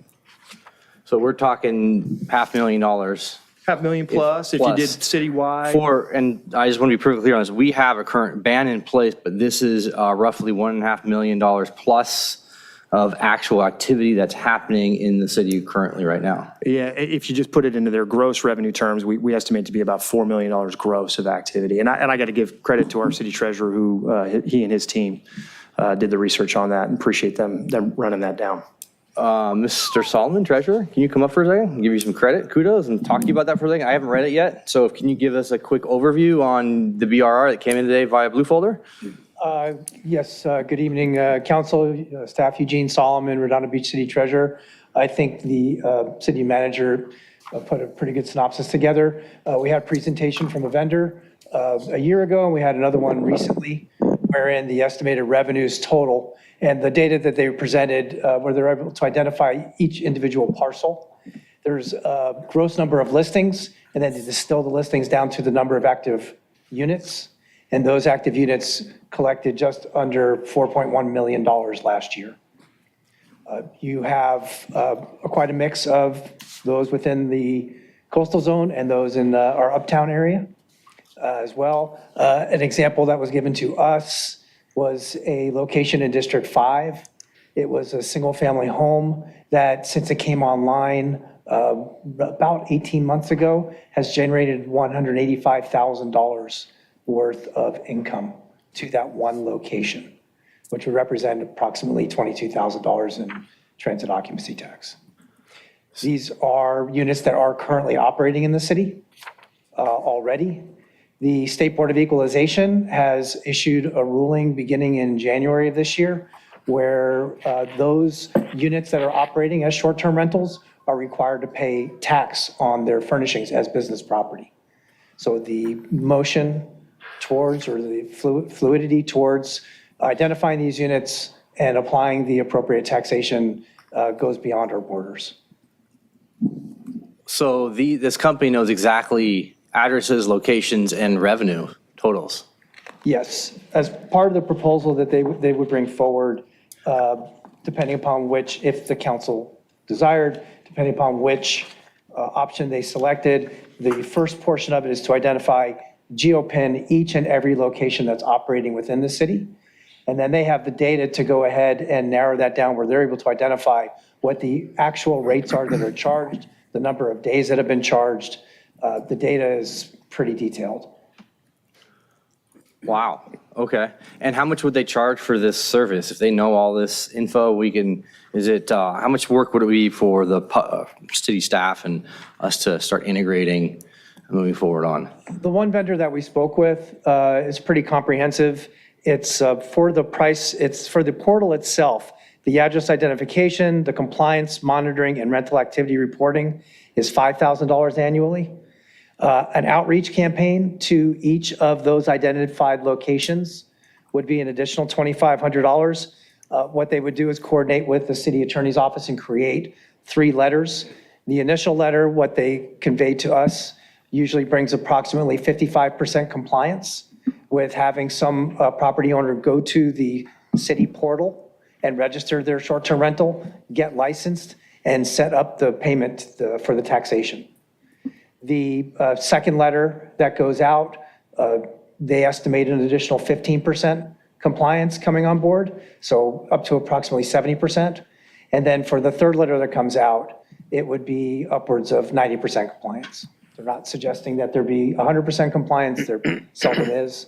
There are bad actors in every industry, and we expect that there will be some that would push back and not respond in this way. The registration portal is an additional $5,000, tax payment portal is $5,000, and then an optional complaint 24/7 hotline to take work off of the backs of our city staff would be an additional $4,000. That totaled $21,500. All in. All in, accepting what would be the city's obligations, or depending upon what the council wanted to do with regard to compliance officers.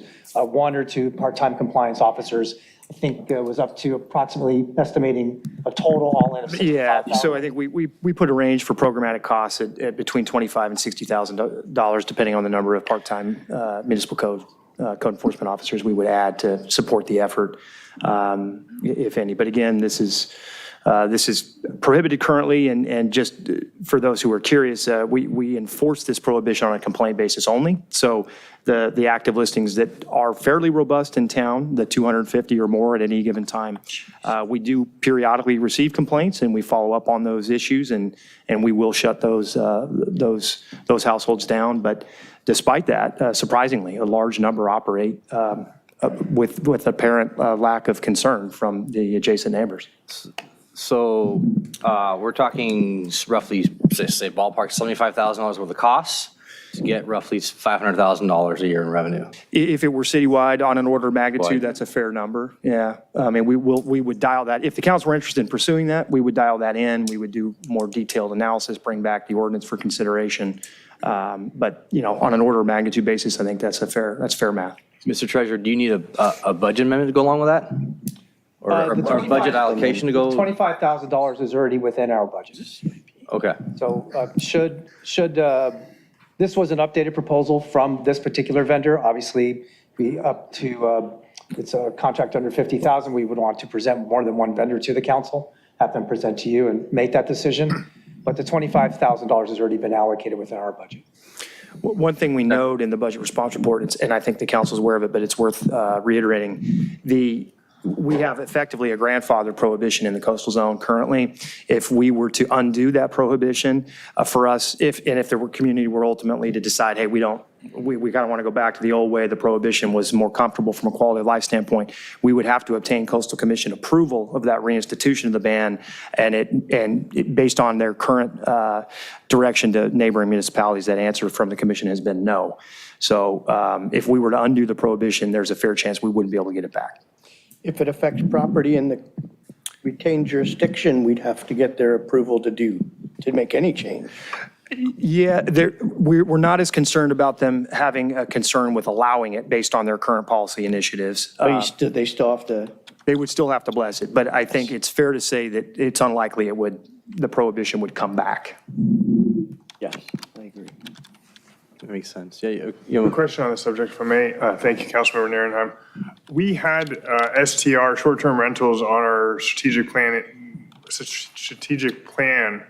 not this last one, but the one before it. It never came forward. Was there a reason that you're reluctant to bring it forward? Well, we provided the analysis to the BRR, and at that time, the thinking from staff was if there was initiative on a policy basis to push it forward, we would receive that direction. We certainly can bring back a discussion on it if the council would like to include that. But, from our perspective, we've given the information. It's up to you all if you want to have that formal policy discussion at this point. Okay, thank you. Anything else, Councilmember Nair? That's it. Thank you. Okay, Councilmember Lowenstein. Yay. I have three brief questions. The first one is regarding the Ringe Lane resurfacing, 190th Artesia. It says Prop C funding, $200,000, construction, $200,000. Tell me that's not accurate. That's a mistake. That Clearly. design money, It $200,000. costs $200,000 to pave an alleyway. There's no way Ringe is. That's just design That's money. for design. Okay, so do we have any idea what that's going to cost? Or is this design? That was the initial kind of deposit of funding to start the design process. Okay. Correct. So it's design, not construction? Yes, Okay. exactly. So it will happen next year, not this? Design would happen conceivably next year. 25, Construction would- 26. Yeah, would Okay. follow. Thank you. Related to Budget Response Report 52, changing the signs with the new approved logo. The 280 mast arm illuminated box signs in the city, $343,000, but 143 of that, of thousands is installation. We're doing it in-house. So it's allocating it, but we're really not paying it, right? So it's really close to 200,000. Is that correct? If you were to ask us to bring that out, implement that as part of a labor work effort with our current public works personnel, yes, you're right. That would be a pretty tall order for us. I'll let Andy opine, but to ask our folks to install box signs at all intersections would take quite some time, but we could conceivably do it. My question is, do you have to replace the whole box assembly, or can you replace the facing of it? If the box is in good shape and current standard, it's just the plate that we would replace. It could be a lot less than this. It could be, we just, Because I've seen a number of them replaced from being faded. I wouldn't want to promise that it's going to be a lot No, less I than this, wouldn't, but, you know. and it's kind of the good, fast, or cheap, you get two of the three, right? So if our own crews are doing it, it's going to take a long time for those man hours to be dedicated to that work and off of other projects. Yeah, understandable. What funding do we have for that? Could that be Measure M money, or could it be anything else? We would have to be one of our general discretionary roadway improvement funds. So I think state gas tax would be eligible. SB1 money? Local return would be Measure M, Measure eligible. R. Local Measure M, local Measure R. So if we wanted to say, hey, let's do half of them next year or something like that, could we do that? Propose that? But that's something else we'll not fund, right? We'd have to take it from another CIP. I don't think we have much residual fund balance in any of this. Correct. And I The fund feel like balance this is kind of a bait and switch. When we were sitting here debating the logo, it was on, when we replace something on need, we'd put in the new stuff. Now we're going to force this through. Well, we have a whole hodgepodge of signs right now, blue ones, green ones. Well, and we just exacerbated it. No, the point is to kick off so you eventually get everything the same, whether it's green or whatever we decide to do. But if we don't do anything, it's going to be, people are going to be like, what the heck is going on here? So, and also $650 a sign would be the whole assembly, not the cost of the, again, not the cost of just the, anyway. I think I made my point, but it would be nice for us to maybe start down that road sometime soon, because we have a number of box signs that are not in good shape. They're faded, people can't even read them. Right. So, okay, then the third thing I wanted to talk about was Mold D. The lights that are there need replacing, they're in bad shape. I know I talked to Mr. Klein about them. And that's a high-profile area because beach life is there. Right. People see these things that are dangling everywhere, they look pretty bad. Have we looked at replacing those? We have, and I'll have Mike opine on that if he can. One thing to note, we do have, and it's not in the listed CIP because it's an effort that's happening through the waterfront department in partnership with our property management firm, but we will be, for those who aren't aware, replacing the parking attendant station, eliminating that and adding pay stations. Yeah, I was going to ask you that next. And where are we at with repaving. that? Because that's 3 years ago. Yeah, that's close. We're actually, I think we've got a plan for the pay stations themselves. They're going to be arriving in the next month or two, and we're ready. We've got an ADA program that we've had to design for parking spaces that meets both the no net loss requirement as well as meets our current ADA code. What about Measure C? Does it meet the Measure C requirement? It will. This is the marina area, right? It will keep existing. It won't restripe for the boat launch ramp. It'll keep existing. No, I'm talking about Measure C from the frequent user perspective. I think this is replacing like for like there now. Maybe Greg can speak to that. So just comprehensively, we've started work out there. We've done a survey as of this week. And we've actually procured an engineer to start the drawing process to go ahead and submit building permits. We've done a CASP survey to make sure that we are addressing the ADA regulations. When it comes to Measure C, yes, Measure C dictates that frequent users, AKA recreational users, are allowed to use the lot at a cheaper rate than your commercial users, your patrons of the restaurants and such. We're working with our parking enforcement and our parking people to make sure that there's an option on the parking pay stations for that. We're not quite sure how that's going to look just yet, but everything Because I feel like is accurate. Measure C was passed and approved in 2018. Yeah, you're speaking about the actual discount 6 rate years. program. Yeah, that we, I think, can accommodate with the pay stations. Yeah. I was more concerned about the. And all that is the was boat launch returning ramp to what it requirements. was before, I think, Decron. Took 'Cause over the I used the to take my attendance. kayak down there and you only paid, if you had a kayak or a canoe or some boat in your back, it was less pay than the regular users, and somewhere that disappeared. The pay station program should allow us to provide for that flexibility. Okay, We're repaving the lot together with that, isn't it? And regrading We're, some areas. yeah, we're, I don't know, it's not a full reconstruction. I think it's a resurfacing, probably a That's what I mean, a grind, and- it's a slight grind and overlay, I think. Grind, overlay, slurry, repaint, and then, of course, the pay stations themselves. And we're going to do that with a boat ramp coming I in was just going to say that. mid-2028? Yeah, I think it still makes sense. All of Gonna that, restripe between yeah, them. that space, it needs it. It's in terrible shape. We're several years away. We'll use It'll it be worth it. quite a bit until that comes. Yeah. And even then, it's paving that theoretically, if it's unaltered by the boat ramp, restriping's easy.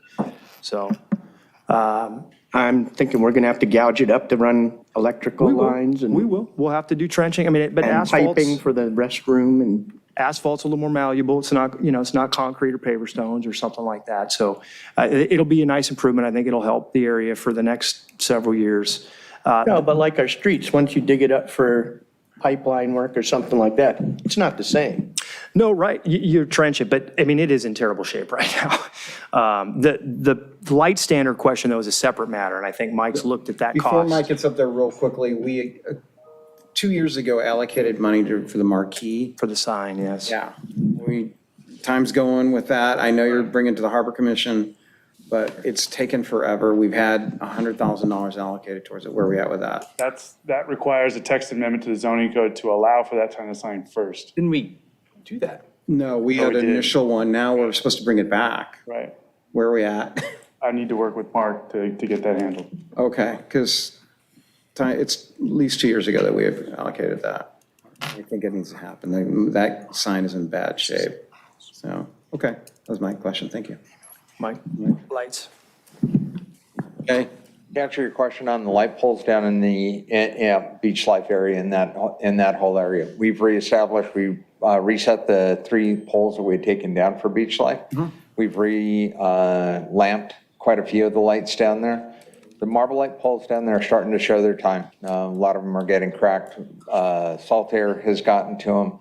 We're part of the middle bike path. We're reaching out to a contractor that does nothing but light poles to start replacing, so we can have a dollar for dollar cost of whether we have to replace the footings. Yeah. Because the footings is a big portion of this, just to replace the lights.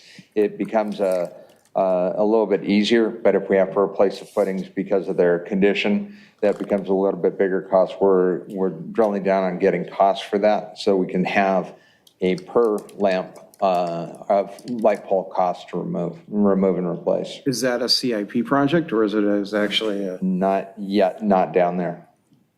Yeah, I defer to Mike to know. I don't know what our quantity and order of magnitude is at this point for cost. I mean, it could be. I don't know how many you would need for full replacement, or is this something we think we can do sort of phase by phase? I would like to do it phase by phase and parking lot by parking lot if we could. It's going to be expensive right now. We're looking at costs to just put in a light pole at about $6,000. If I have to replace the footing or drill a new footing, it runs up to about $14,000.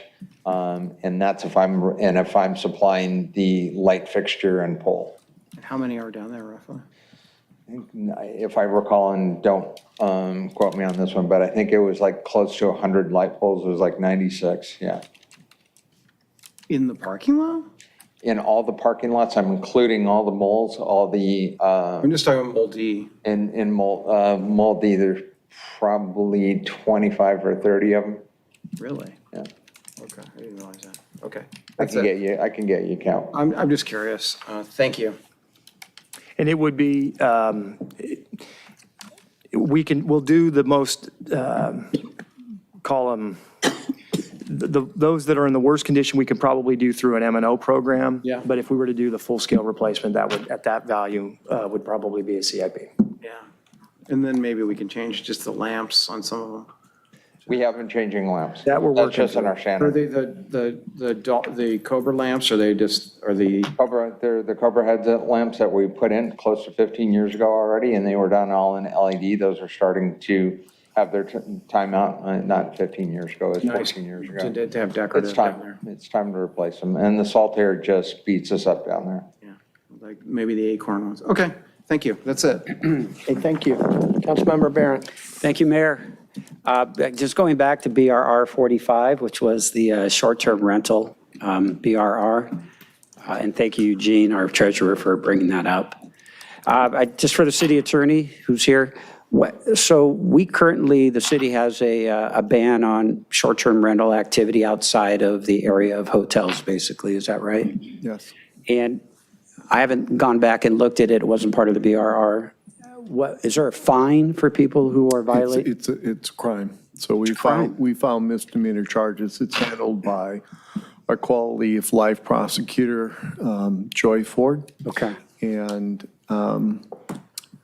clearly, whether to maintain it is a policy call for you all, but you will get, based on our experience, you'll get significant pushback from those who experience what they've described as spring break, next to where they live. There's certainly, and we've talked about this at length, like there's certainly a lot of revenue that can be brought in, but there'll be pushback because there's limited to what the city can do if it gets rid of, if it's banned. And so I think you'll hear some passionate people on both sides if the city,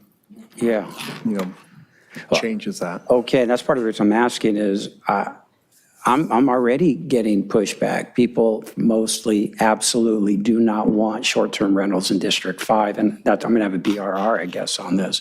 They don't want it. They don't want a hotel in a residential neighborhood. We're dealing with an issue right now in my district. Talk about destroying, or at a minimum, severely frustrating quality of life.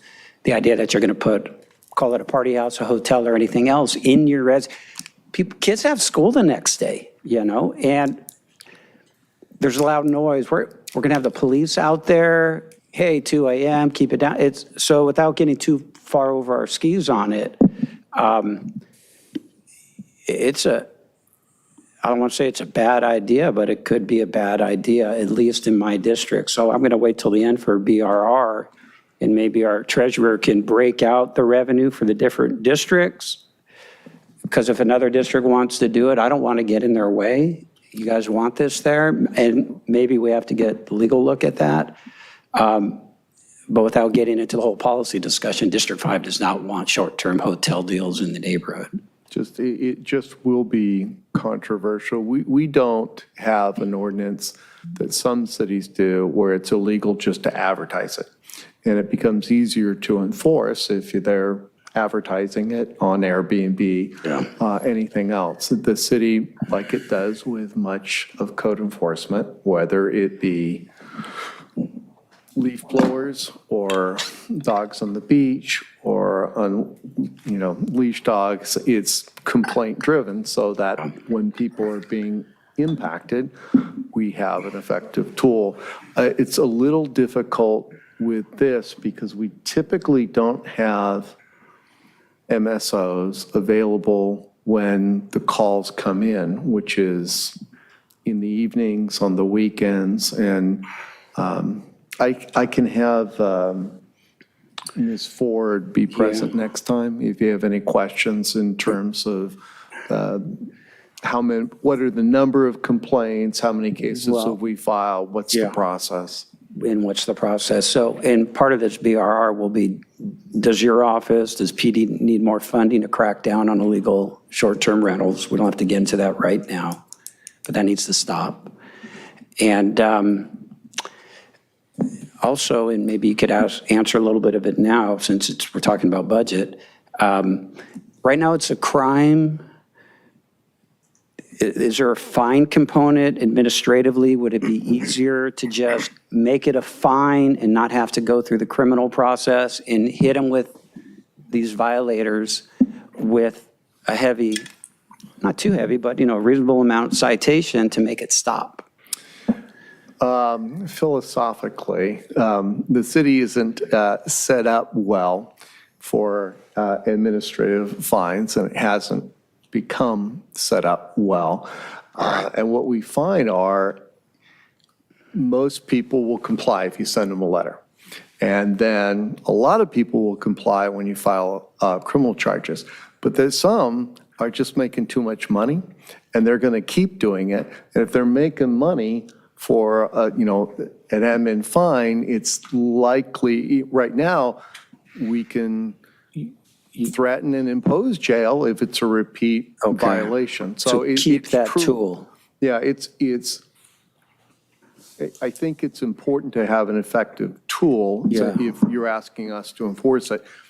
I leave it up to the city manager what he would need if you go to an admin site or a hearing officer, but really it's a policy call for all of you, is the revenue that could be garnered from it, which, it sounds substantial. It may be, I trust that it is substantial, worth the trade-off of all the complaints that you'll get from, concern. Let me jump in and ask a quick question on kind of a point of order. This is definitely related to revenue. Can we, as part of the budget cycle, pass policy on something like this? No. So aren't we kind of getting into? Well, you could. I think that, you would have to later amend the ordinance however you want to do it if you want to do that. The question is, for your, what you're counting on for your budget, do you want to count on something that may or may not be ultimately passed, because then We're not getting into Brown Act problem in this. No. That's all I wondered. So I think you're trying to figure out, are we going to have, let's say, 300,000 for half the city, was it? Between 250 to 300, though. Okay, so 250 to 300, are we going to count on that and spend it when you definitely can't pass the ordinance as part of this? So is it prudent to? Right, and we're not there. We got a lot of other items on this budget and other things, so I don't want to take up any more time now, other than if I could finish the point and if I could. How long, Eugene? 1 minute. Okay. If I could just finish. Yes, sir, please. Thank you. And so at the end, I'll put together BRR hopefully tonight, and with addressing some of these issues, what additional costs are needed for enforcement perhaps, and then our treasurer can maybe break out or speak to now briefly, district by district, so that other district council members may say, hey, I want that in my neighborhood, and we could go from there. So and that's the all. only other thing I'd add is that I'll use Airbnb as an example. I think in some cities, they've rolled out models where they are able to enforce it if there are complaints as to the people that are, renting it on Airbnb that. All right. So you may want to inquire of that, but I wouldn't have that information. Thank you, Mr. City Attorney. All set? Yeah, I'm done. With regard to the city attorney's concerns and the concerns brought by Councilmember Barron, you, as a council, will generate guardrails that the licensing is, of the licensing components. So with regard to timing of parties, with regard to usage, with regard to parking, with regard to noise, there is a list of components that you will put in as guardrails. Wait, you're advocating here for the short-term rentals? What I'm suggesting is that in response to your concerns. I'm all set. The city Yeah, attorney, I'm going to do a BR at the end. how the enforcement takes place. Okay. Is what I'm addressing. Thank you. Those guardrails, then the people, when they submit and they get licensed, are agreed to. If a call comes into the 24-hour hotline, that those guidelines are being hotline? violated as part of the vendor's package of services, Okay. then the vendor notifies those operators that they're in violation of the licensing, or they could be in violation of the licensing. They may be in violation of licensing in coordination with the city attorney's office. And they're, at that time, if they are found to have been in violation of that, their license to operate is suspended for X number of months. All right.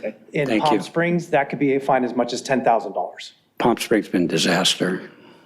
I talked to a hotelier there. I don't want to get into it. And they were comfortable with it. All right. Thank you so much. And Palm Springs was the one that I was referring to, and there's different views of how, so I'm not trying to sway, it's like, big policy call. It's just, You're swaying. And I just I'm wanted not to, trying to sway in that, Okay. okay, well, passing a law, as we've had almost a discussion about every day, Thank you, Mayor. is not enough. Otherwise, we would have no leaf blowers or dogs on the beach and stuff like that. I don't care. I don't care. I don't care okay, we get what it. you pass. I just want you to be aware of it. Understood. okay, thank you, council. I will, for fear of beating a dead horse, Poor animal, poor guy, it's a Yeah. good horse. there is a new crime trend now where they're targeting Airbnbs for robbery and actually holding up the, Old crime trend. oh, okay, old, I just found out, new to me, new to me. Okay, let's see, Councilmember Obaji, and then, So I don't think anybody should incorporate short-term rentals into their budget motion because you haven't had a policy discussion on it, and you can't possibly know what anybody other than your Brown Act buddy thinks about it. What was I going to? I think that's prudent. Say, and I think we should, and I'll make a referral at the end of this meeting about it because there's a lot of things we need to discuss. There are 250 Airbnbs occurring in the city of Redondo Beach when it's a banned practice. Maybe that's not a problem because I'm not hearing about it. Nobody's complaining to me. So maybe it's not something we should be concerned about. On the other hand, maybe we need to put stiff penalties for Airbnb for allowing these NVRBO if they allow these things to be posted on their website. Maybe then we'll get complete compliance. Any chance, Councilmember Nairn, I could borrow your share record? This is a budget discussion, right? So we can talk about our budget? Sure. Anything budget? Yep. Cool.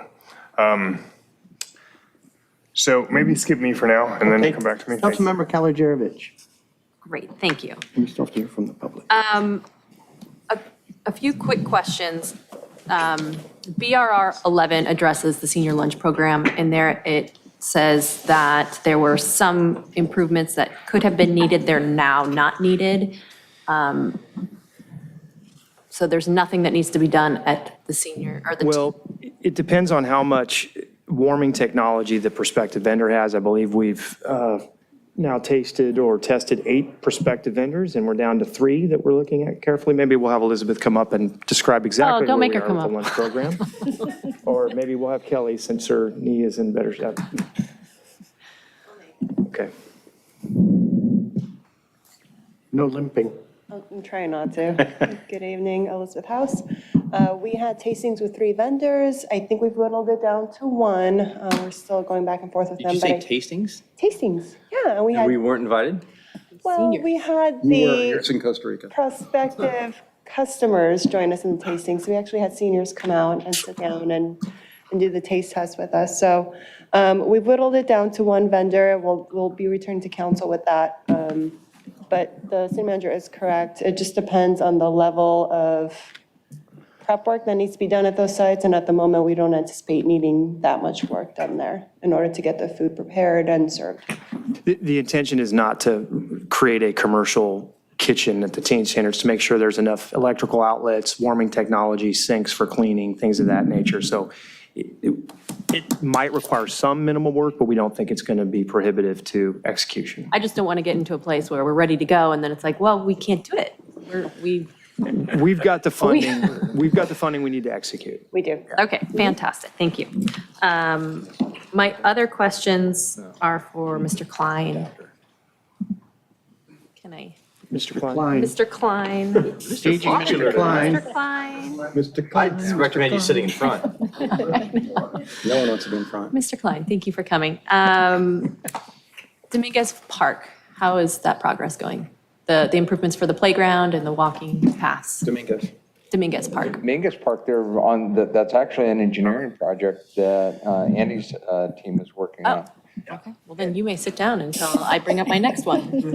That's engineering, that's the full Okay. engineering. I asked today, it is moving along. The civil work contractor is moving along per schedule, and we're waiting for game time to come in at the appropriate time and begin their installation.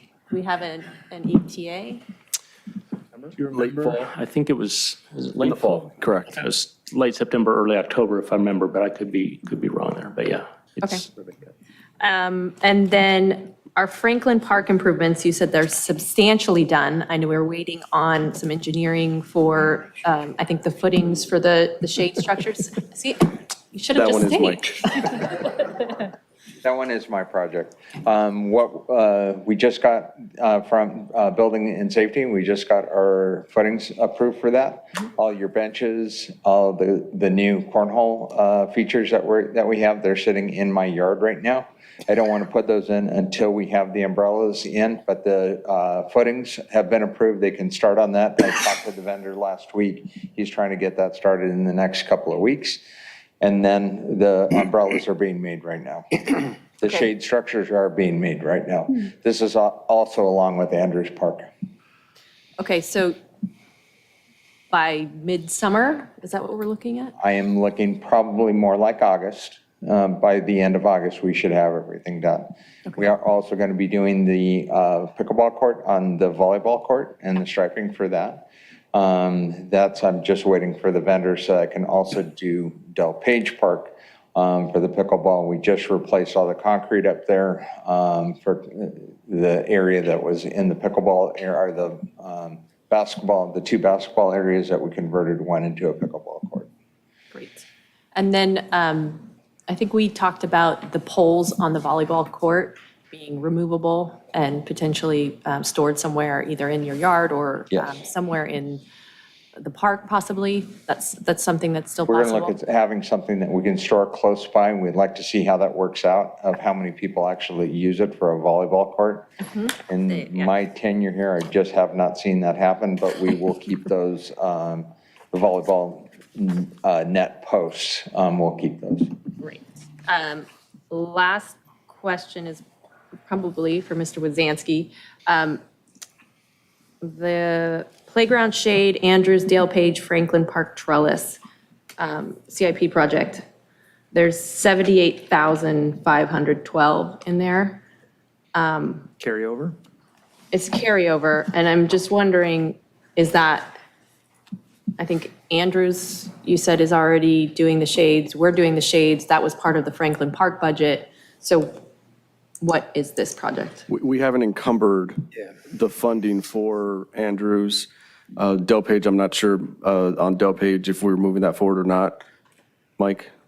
The Del Page project was coming out, that was, I think, Councilman Barrett's number. You Well, mean no, for that's the pickleball. I think there was some. Shade structure. There's three shade structure conceptually. Two, I believe we've got procurement agreements for, right? Andrews and Franklin. Yep. I don't believe the Andrews contract was encumbered against the $79,000. Correct. I don't believe it's been encumbered yet. So that number, that math, that 79 isn't available. I don't know what the exact availability is. Dale Page, I think we looked at the costing and it was quite expensive, as I recall. Quite expensive. The other problem that we're fighting right there is that we do have fuel lines that do go underneath that in the Edison right away that we have to be careful of, and we would have to look into that. We don't want to put something in that we'd have to, in case we had to tear it out, we may have some issues there with that. Also with the Southern California Edison power lines going over. Okay, so you said, I just want to be clear that the Andrews Andrews Park shade has not been encumbered? It's been ordered, but I don't believe that carryover figure accounts for the encumbrance for that contract. Okay, because I know it's showing on Franklin that it is. Right. Right, but the footings have been approved. What I was stating in that was that the footings for that project have been approved by Building and Safety. And It so- is possible that once we're all set, once it's all said and done, that we will have some residual funding for this project. That would, in essence, go back to whatever fund it's coming from, and I believe this is capital funds. Right, and I don't want to take anything from Councilman Barron's shade structures that are there. I'm just trying to figure it out because I know it was pulled out of Franklin, so I'm just Figuring it out. figuring it out. That's what we're here for. Those are my questions. Thank you. Thank you. Back to you, Councilmember Obaji. All right, can we share 2B, please? Councilmember Barrett and I have been working on the budget together, so I just like to share with his authorization kind of our thinking thus far with you all so that you can, think about it in the coming week, craft your response to it to the extent you got changes and the like. Try to be comprehensive. So we start out with the remaining balance with all decision packages accepted. Very. It's like a very blank well. page. Got it, me. Very impressive. No red ink, that's for sure. It's all black. We're in the black. We're in the black. Let's see, does that share? Let's go. Yes. No, wait, like my screen popped as if it was going and then it didn't go. Oh, you need to take it out of the IP side wall. No, put it back in again. It doesn't recognize it until she turns it on. We have it. It's on? 2B, right? 2B. 2B. Or not to be. It only works for Councilman Narenheim. Wow, maybe it's the cord. No, it worked on my side. Gonna move over here. All right, should we take, maybe plug it into 2, we try 3A.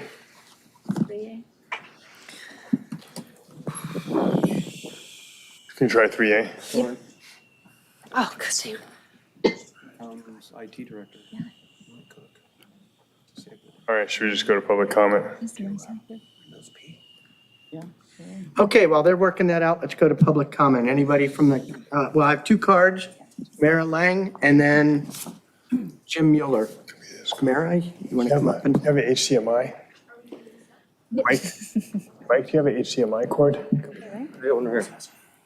Yeah, let's just take public comment now, and we'll come back to this. He took it out. Yeah, just. Can I get a Let them motion know, to yeah. receive and file? So moved. Second. All 4? Aye. Aye.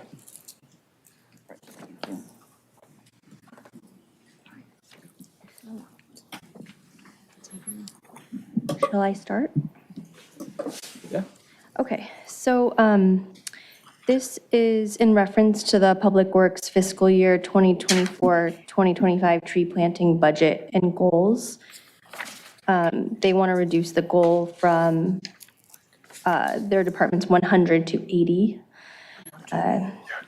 So this is in reply to that. So Redondo Beach Public Works has set an internal goal of planting 100 trees annually.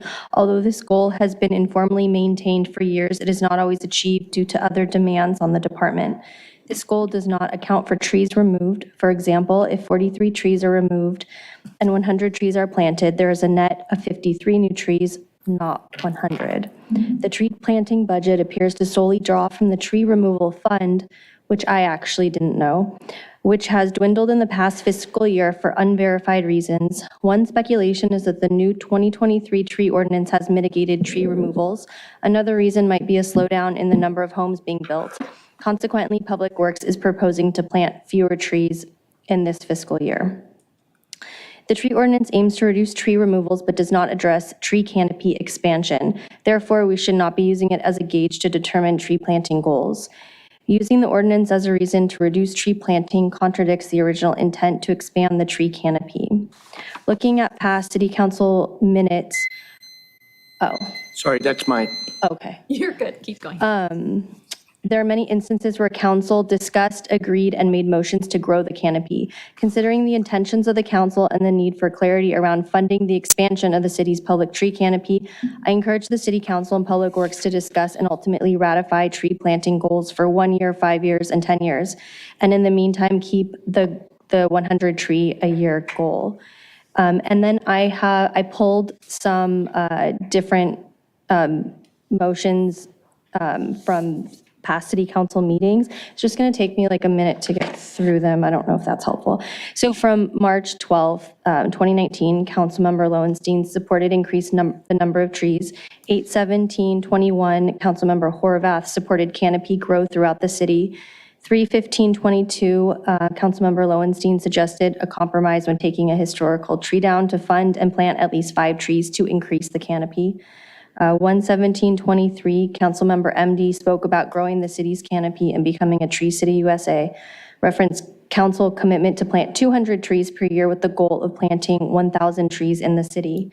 And then there was another motion by Councilmember Obaji and seconded by Councilmember Nierenheim.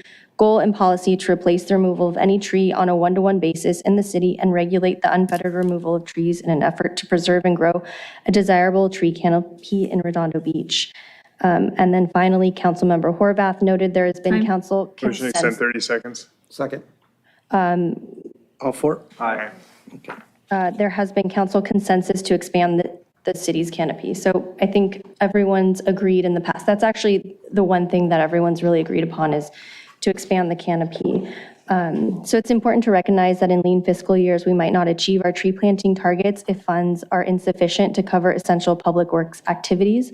Therefore, it's crucial to establish explicit tree planting goals to anticipate budget needs and perhaps make other allotments or get creative with funding.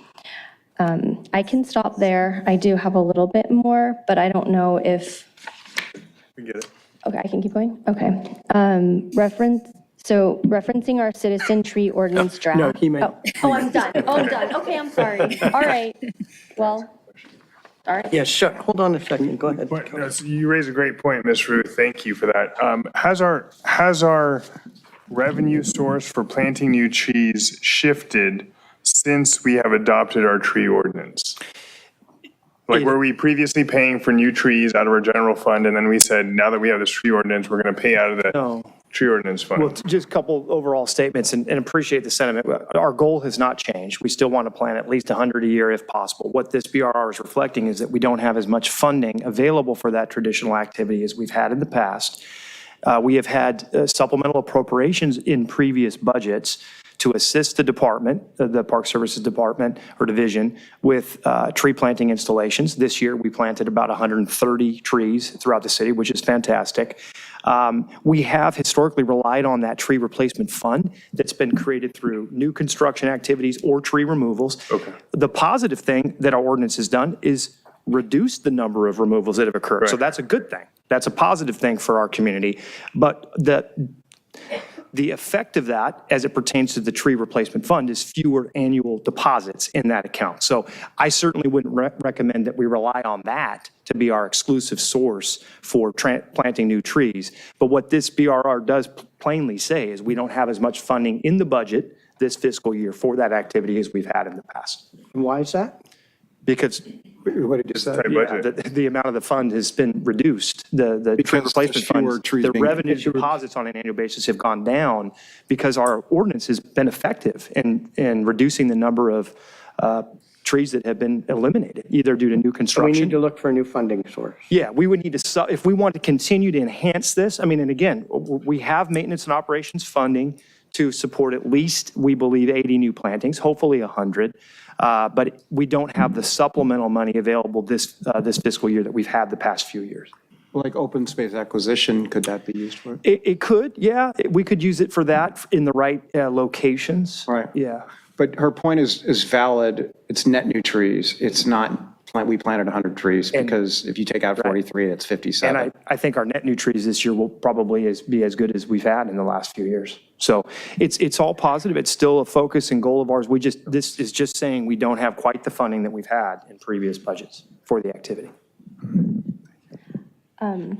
can I add something?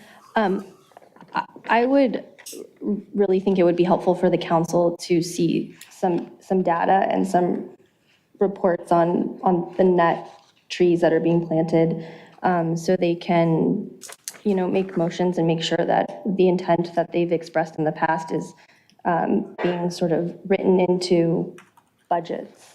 And yeah, there's more here, but I included it on the sheet. I don't want to Thank you. use more of my time. Okay, thank you. Thank you. And we are a tree city now, so No, we're not. hopefully we're. Yeah, we are. We got. Certified Tree City USA? Yeah, you weren't That was here. part of the proclamation. Last meeting. Last meeting. We got a flag and everything. You missed everything. Wow, look at that. Did you put a sloth in the tree too? Yeah, well, maybe. Missed the tasting and the tree planting.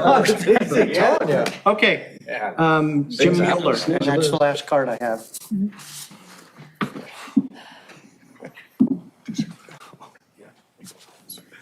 Thank you for the opportunity to share some of the results of my investigation into chronically vacant and blighted buildings in at least 2 districts in Redondo Beach.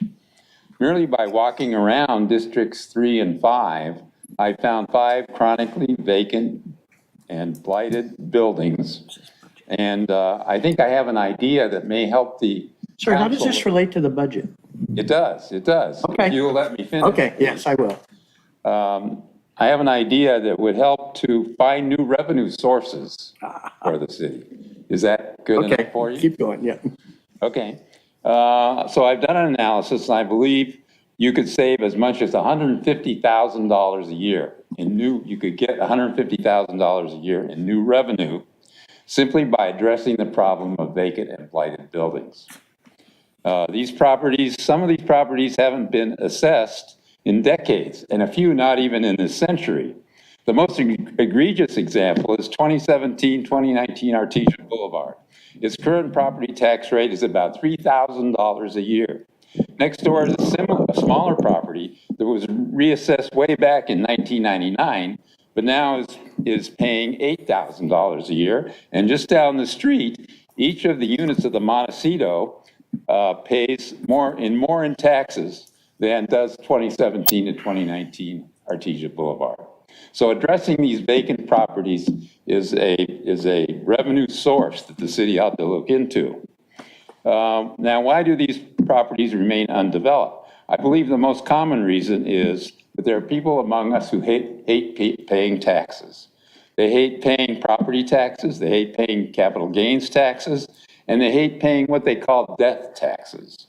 And many are obsessed with this. They would rather leave a property vacant and undeveloped, even foregoing a fair profit, just to avoid paying taxes. And so what these properties also have in common is that most of the owners are not residents of Redondo Beach. They don't have any interest in or connection to our community. And furthermore, these properties also have in common that they are a burden to the services of Redondo Beach. In other words, if a homeless squats in a vacant building, the police have to be called. If a bare wire or a gas leak causes a fire, the fire department employs. If rats or raccoons or other vermin make them a home, the health department and animal control have to be called. So these tax haters, though, love the free ride they get from Redondo Beach. So I call upon the city government to do something like our neighboring communities have done. Make the owners eliminate the blight they've perpetrated. Require them to have a development plan that assures Redondo Beach gets more housing opportunities for families who actually want to live in Redondo Beach and be productive citizens of the community. Thank you. Just a quick question for you.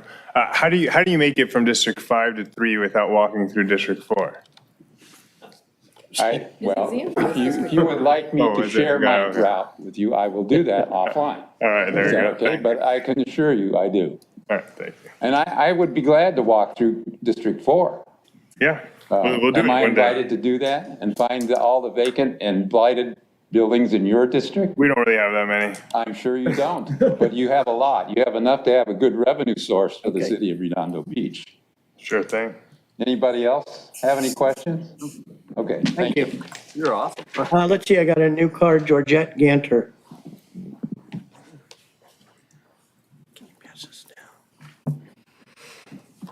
I just wondered, are there any other plans to do any improvements on Artesia Boulevard besides what was discussed tonight? They talked about at some point beautification, maybe before any project, any art projects or an assistant would be hired and so forth. So I just didn't know if there was anything that was planned for that. I just have a few questions. I'll just run through them. If you have answers, great.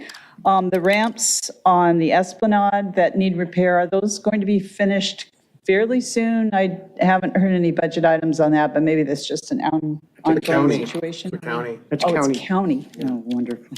Yeah, they are working on it. Okay, good. Long-term They're plan, past short-term design, plan. yeah. Okay, thank you. And then number 10 on the item was civic, the improvement right here next door in the Civic Center. What is planned for that? Do you guys, does anyone know? Drought-resistant planting. Courtyard? You're talking Yeah, We're about, going to plant new plants there. Just Some new will be plants? native. Okay. Some New will. pathways, new plantings. Okay. And there's going to be some new hardscape. Okay. We're not, this isn't a back and forth, so you can give us comments. Okay, and- okay. Just curious about why we're starting to get new street signs before we had the logo. I mean, it's after the fact, so it doesn't matter. And then we have blue signs and then the green sign. I wasn't sure because I think you mentioned we have a about. logo. We do have a logo. Right, I know, but it wasn't approved, and then we have street signs, then we have green ones, so I'm just assuming, I guess, that all the green signs will be replaced. Okay, maybe, okay. And if the green sign on the 300 block of North Katuta is replaced, can I have it? I know you're not going to answer me that, but anyway. And the ban on the short-term rental, I think, should continue because it's the life of the citizens that live here, it gets, I mean, I know revenue can be fantastic from that, but I think the ban should be continued. It's just, you have a responsibility for the lifestyle of your residents. You said 300 North Gertrude needs a new street sign. Yeah. Okay, thank you. Thank you. Anyone else from the public wish to address the council?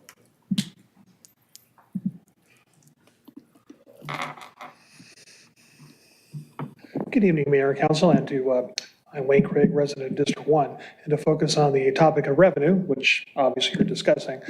The biggest problem Redondo Beach has isn't putting more housing in, it is commercial property, because that's what generates tax revenue. And I actually went through District 4, Councilmember Obaji, and back when you were running for office, and took a lot of pictures of a lot of buildings that are no longer empty, because there were quite a few. Converting those into housing doesn't really make a lot of sense, just because, again, we don't have revenue because we don't have sales tax, the revenue coming in. Putting more houses is not going to solve that problem. Also, really hadn't planned on commenting, but there was a kind of a total misunderstanding of why our tax base is the way it is. It's so senior citizens who live in our city don't get taxed out of their homes. Prior to Prop 13, the idea was, or some cities, and this happens in other states, you're reassessed every single year. Now, when you have a market like Redondo Beach, which property can appreciate almost 20% per year, that means these senior citizens are going to probably have to sell their houses because they can't afford to pay their taxes anymore. So that's a problem when residential. It doesn't make a lot of sense. The state, though, is in the process now, I don't know if the gentleman before is aware, they're looking at having a dual tier type of tax system with Prop 13. In other words, the residential component would stay the same, but commercial property might be reassessed on a more frequent basis. Again, that's problematic for cities like Redondo because we need more commercial property. So if that goes into effect, the revenue we're talking about tonight is going to drop down even more. Anyway, if we're going to make changes, I think with empty property, perhaps the ordinance is more in order. Focus on blighted property. If there's something like the old broken window scenario, which my Councilmember Baji has said many times. And then also another idea that came through with Council members Lowenstein and Ehrenheim was the whole storefront improvement project. Back in the day when they were the only two members in the council who were for promoting developing the city in a proper way, we were going to pay $200,000 a year to do a study to try to figure out how to improve business on Artesia Boulevard. That seemed kind of ridiculous. Now, instead, we did a storefront improvement project with matching grants so businesses could improve their storefronts and generate more revenue. So that's the kind of creative thinking we really need to be looking at. Changing the tax code and doing other stuff is kind of naive. It's not really the solution, especially when commercial property is what is the economic engine for the city. Thank you. Thank you. Anyone else from the public wish to address the council? Anybody online? There are no hands raised and there are no e-comments for this item. Okay, Councilmember Obaji, I'll give the floor back to you. Thank you. 2B, please. To be, yes.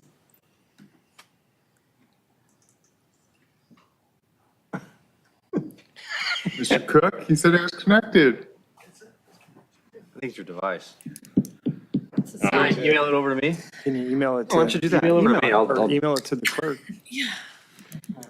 Sure, maybe to the clerk. Active. Email to, He's Is this a decision package? Oh, he said two. No, it's Yeah. Is it a decision package in our IT budget? Or is it better? It's PBEC. who should Is that I? in our comm budget? Issue. Manzano. Should I email it to the clerk or to, Mayor got it. are you just here, your computer where you could share? You want a USB drive? No. It's all good. I'll send it, I'll send it to you, Niels. It's interesting because you've done it before.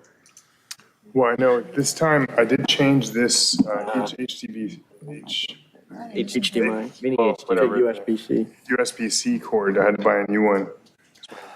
Colleague took it. Doesn't show anything. But anyway, I've emailed it over to the clerk, Councilmember Ehrenheim, and Jesse. This one? There it is, the extra. Okay. How big is it? Send it to me? Case- I haven't Sure, got it you yet. want to put it up on yours? Although I've changed, I just changed that last thing. Yeah. I'm just waiting. Forward to, Should he send it? Did he email it to me? yeah, I emailed it to you. It has no subject. Anyone know a good joke? There it is. All right. Oh, there it is. You want me to share it? I got it right here. Whomever can get it on the screen first. It's open. Open.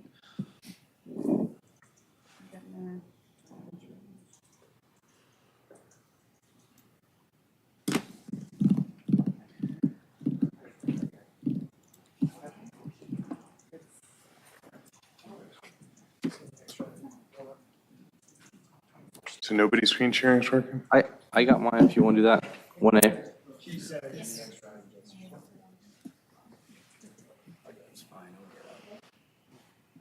Yay. All right, sweet. All right, thanks. So the assumption that's the balance that we have at the, in the budget is 83,391 if you accept all the decision packages. So line 8, decision package 6 is approved with an amendment. So they already increased the non-prime time tennis fee to $1 an hour. We don't want to change that because that's where we imagine the elder folks are playing. As recommended, prime time increased it to $3 total per hour to $13 an hour. I don't think I put in what the increase their revenue would be, but moving on.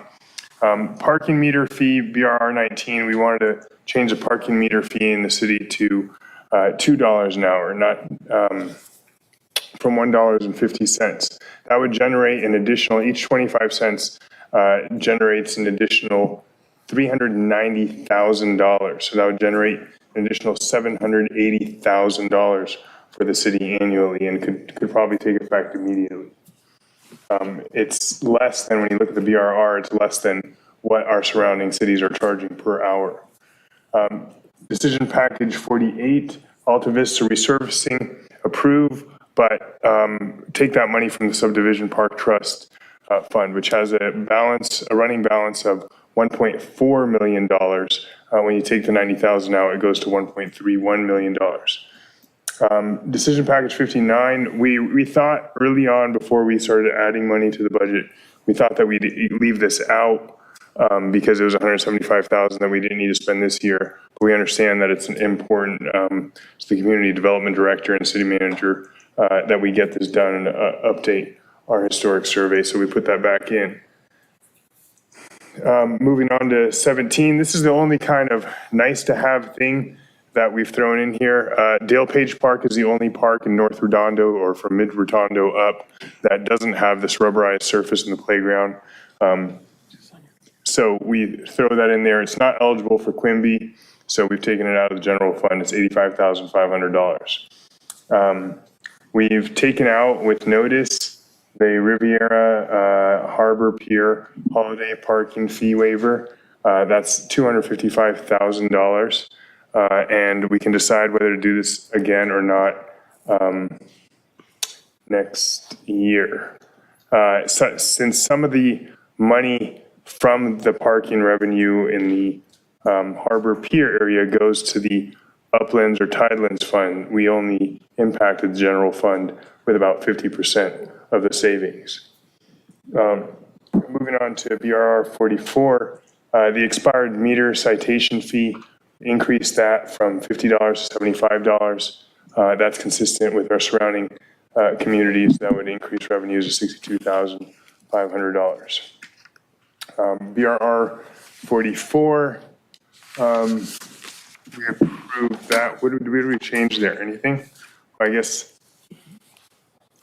we're changing these numbers. It's going to increase. Increasing the rate that we're charging out for police standby services and non-sworn personnel, an additional $21,000 to the budget, to the general fund. For BRR number 53, this would add to address Councilmember Lowenstein's concerns for the pier and International Boardwalk, add 2 additional part-time municipal services officers. This would be at a cost of $55,922. It would have to come out of our general fund because the Uplands and Tidelands funds are somewhat depleted.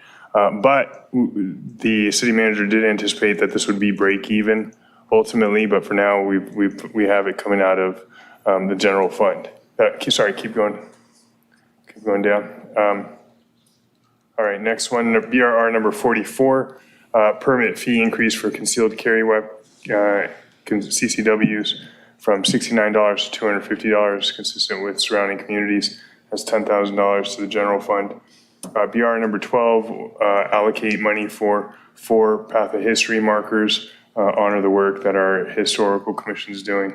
BR number 20, $80,000. Since we have the money in the budget, in the general fund, we figured we'd allocate this, seeing as 3 of us may not be here next year.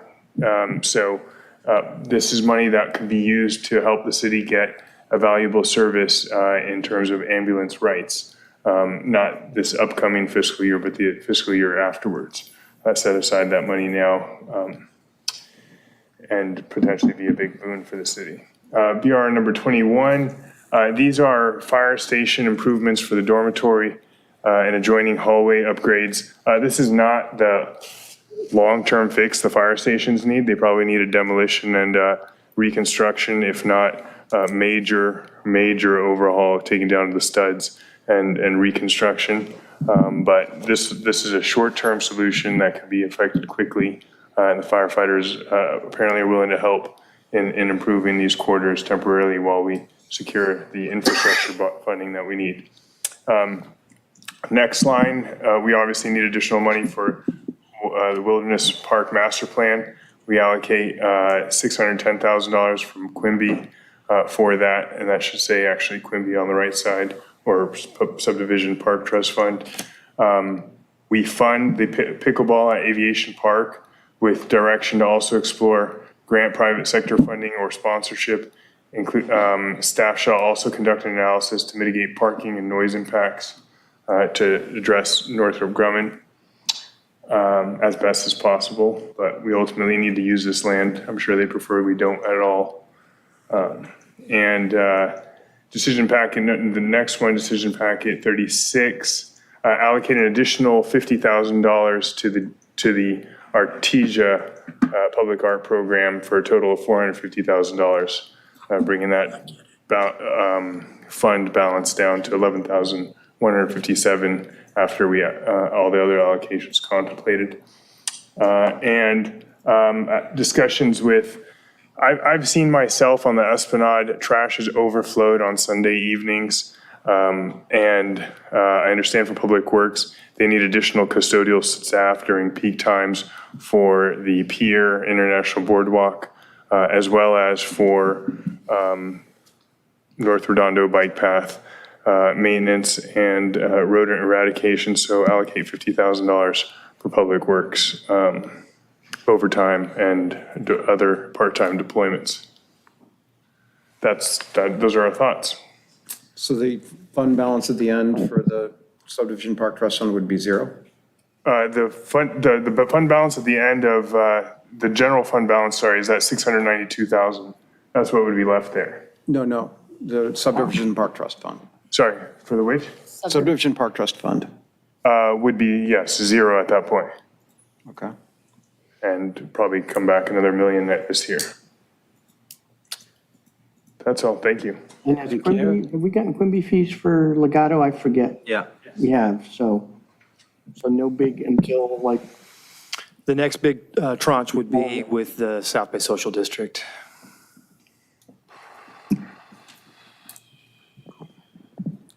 That's it, thanks. You can take that down, Jesse. And happy to forward that around to everybody, and obviously we'll have to send it to the how do clerk. we make sure we can get access to this? He's going to You email can it. receive and file this for consideration. You got to post it to the public at the same time. Well, it's going to go to the clerk, and she's going to publish it with the minutes. Usually email it within 24 hours the next morning. Anything we receive and file, so that includes that. And then you publish it on the website? Okay. Okay. Appreciate the, Thanks for the effort. Oh, and to the kids watching at home, always team up with the person who's at the top of the class, graduated from the top of a class at law school, because you'll get your homework done a week early. Are you saying he did all the work and you're taking all the credit? Do you need a motion to receive and file? Yeah. Motion to receive and file. Second? second. Okay, all for it? Aye. Mill's partnered with the person at the bottom of this class. Okay, my PC died. I went on vacation. You partnered with Me too. Thank you. My PC has died. I can go to present, but my PC won't. You gotta move the There's mouse nothing around. on there. Wake it up. No, PC, that's mine. I should get my screen back. Move the mouse around, hit the button on the keyboard. I don't know why. Time's up. We closed the public hearing just now, so we have to. Motion to continue the public hearing? Yeah, motion to Second. continue, yeah, there you go. And receive and file the budget response It reports. came back. And, Motion to receive and file budget response. and the motion, or call it the Proposed draft. supplemental budget material provided by Councilmember Robashi. Yeah, we already did that. So motion to receive all I'll make a substitute motion to receive and file the presentation, public comments, the additional items from Councilmember Rabaji, and to Budget response reports. budget response reports, the additional budget response reports moving forward. And continue the public hearing until next week, Tuesday. Second. Okay, a motion and second, all for it? All right. Okay. All right. Work. Oh, all right. Make a, Next item. Okay, item N1. but before we do, I just make a motion for an 8-minute break. No, let's just get going. No, we got stuff to do tonight, guys. I mean, We got stuff to do. refresh, Take a vote. recharge, There's a motion and a second. refocus. Take So a there's a vote. motion and a second, all for it? Aye. Aye. No. The ayes win. How long? Come on. 8 minutes. 8 minutes. 8-minute break.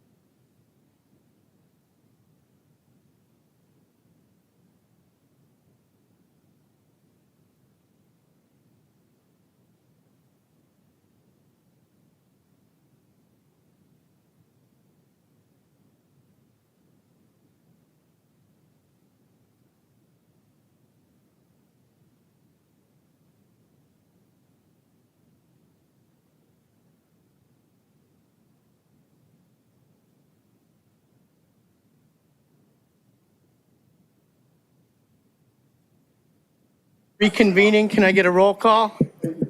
Councilmember Narenheim? Here. Councilmember Lowenstein? Here. Councilmember Keller-Jedovich is absent. Councilmember Obaji, absent. Councilmember Barrett? Here. Mayor Light? Here. Okay, we're going into item N1, discussion and possible action related to the issuance of bonds. All right, thank you, Mayor, Council. Appreciate you having us out here this evening for this item. So this is a discussion on the possible issuance of public infrastructure bonds. And I think a common theme that we've seen in a lot of the topics we've been discussing lately is we do have a lot of facilities that are aging, and that creates a lot of difficulties, a lot of issues that come with that. And so this discussion can kind of go over what it may cost to replace or renovate some of those facilities, and also some mechanisms that we could use to possibly finance them.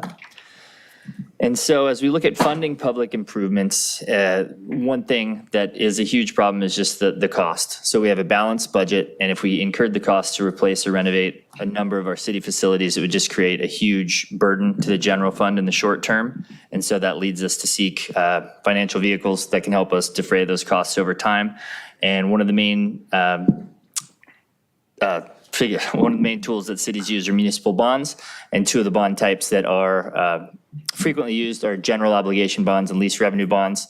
And so general obligation bonds are what's referred to as an ad valorem tax, where money for a specific purpose is taxed, and that the valuation is based on the value of parcels in the city. So for example, if you $100 million in bonds, it would be X amount of dollars for $100,000 of assessed value for a parcel, and then that would get spread proportionally over the parcels in the city. And to issue a general obligation bond, voter approval is required, and we'll deal with that a little bit later. And so as we look at lease revenue bonds, this is similar to what we've issued in the past.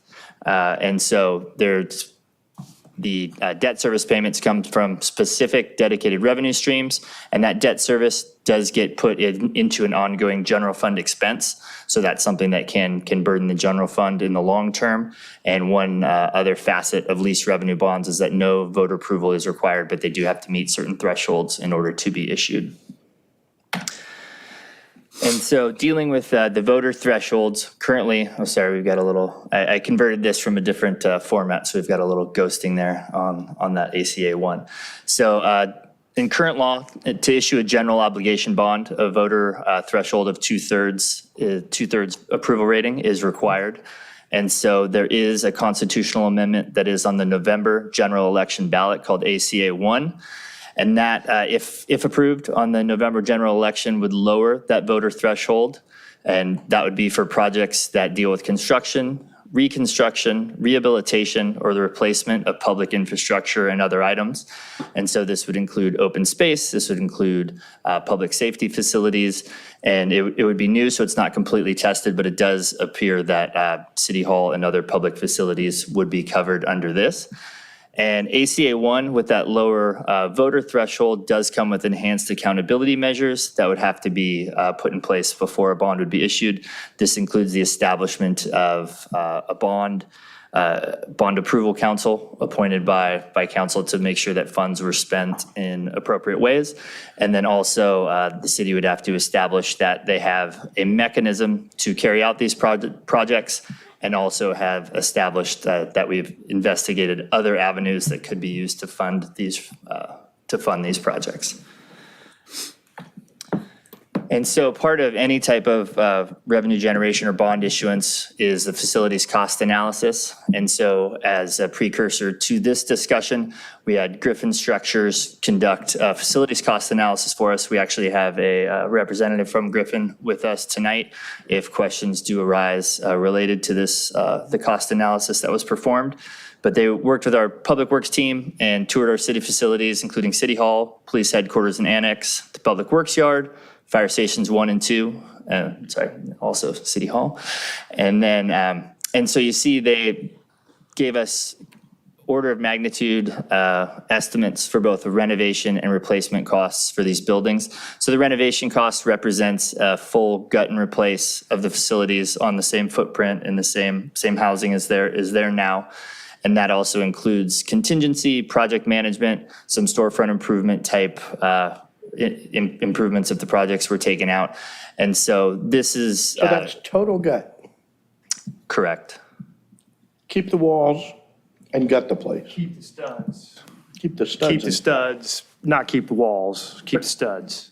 Studs aren't really the $30 million or $25 million difference between. No, that becomes foundations and other things. So studs and foundations would stay, and we've got Dustin here to answer some of that if you'd like. All right, and so as you'll see, some of the, and the way that the cost analysis was performed, it's sort of a pick and choose format. Should we go down the bond path, council could choose to renovate certain facilities, replace others, and make those determinations of what that total cost of the bond issuance would end up being. And so if we were to move forward in the bond process with council direction, there are some timeline issues that are up for consideration should we seek to get on the November ballot. So prior to August 6th, we'll need the direction if we desire to pursue a bond, which public facilities to include, and then that would then give us the total amount of the bond issuance. And procedurally, there's also a resolution, that a public necessity that would need to pass by a 2/3 vote of the council. There would also need to be an ordinance ordering the submission of general obligation bonds to the public, and that would require 2 readings. So it would have to be, that second reading would have to take place but prior to August 6th. Or on August 6th. On August 6th, I apologize. But there's no 30-day lag because it's related to elections. After that second reading, it would take effect immediately. And then there would also need to be a resolution passed at that time that would place the bond measure on the ballot and request consolidation with the statewide general election. 2/3 of the council, 4 votes. 4 votes, Not correct. 3. Correct. Right. And then following August 6th, if we're pursuing a bond, council could direct staff to engage with the municipal advisor, and they would be key in determining the schedule and provide additional advice related to the bond issuance, along with the bond council, which would help us draft some of those resolutions and ordinances related to the bond issuance, as well as issue a legal opinion that we've met all of the legal and procedural requirements. And then further on, we would engage an underwriter that would help the city structure, price, and facilitate the sale of the bonds. And that is the end of the prepared remarks. And so at this time, we just would ask council discussion to include direction to staff on whether to initiate the preparation of a bond measure, which facilities council would like to see approved, or at least start that discussion, and what the proposed bond usage would be for that funding, and then direction on whether to engage outside advisors, including that municipal advisor, bond council, underwriter, and if you would like staff to engage anyone to conduct any survey research or any additional public outreach associated with the bond measure.